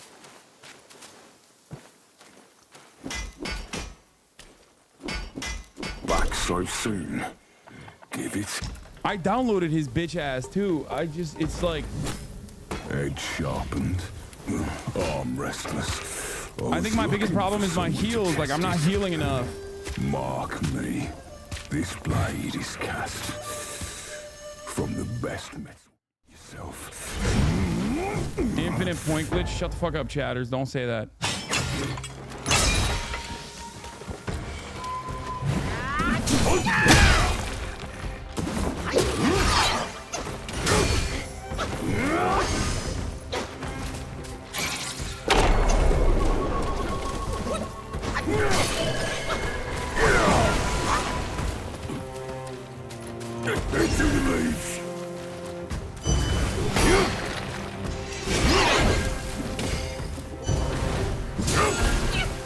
Dude, I can't do heavy hits.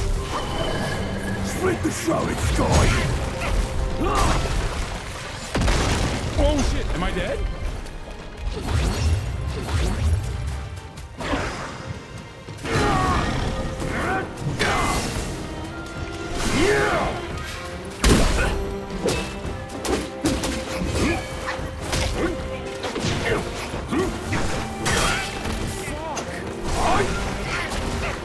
Dude, I can't even get up.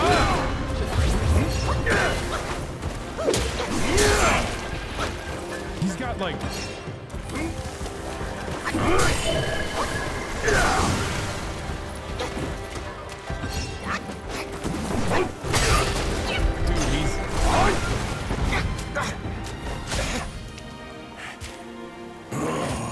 I'm done. Zodiac deities never hold back. No, I'm done. I'm done for the night. Fuck that. Fuck that. I'm done. I can't do it. It's pissing me off. I will try not to fucking... I'm not gonna fight this boss tonight. But god damn, that shit is annoying. Especially because of how fucking close I am. Jesus Christ. I was so goddamn close. Like, I almost first tried him, and now, like, on my 11th try, I feel like I'm further away than before. Anyway.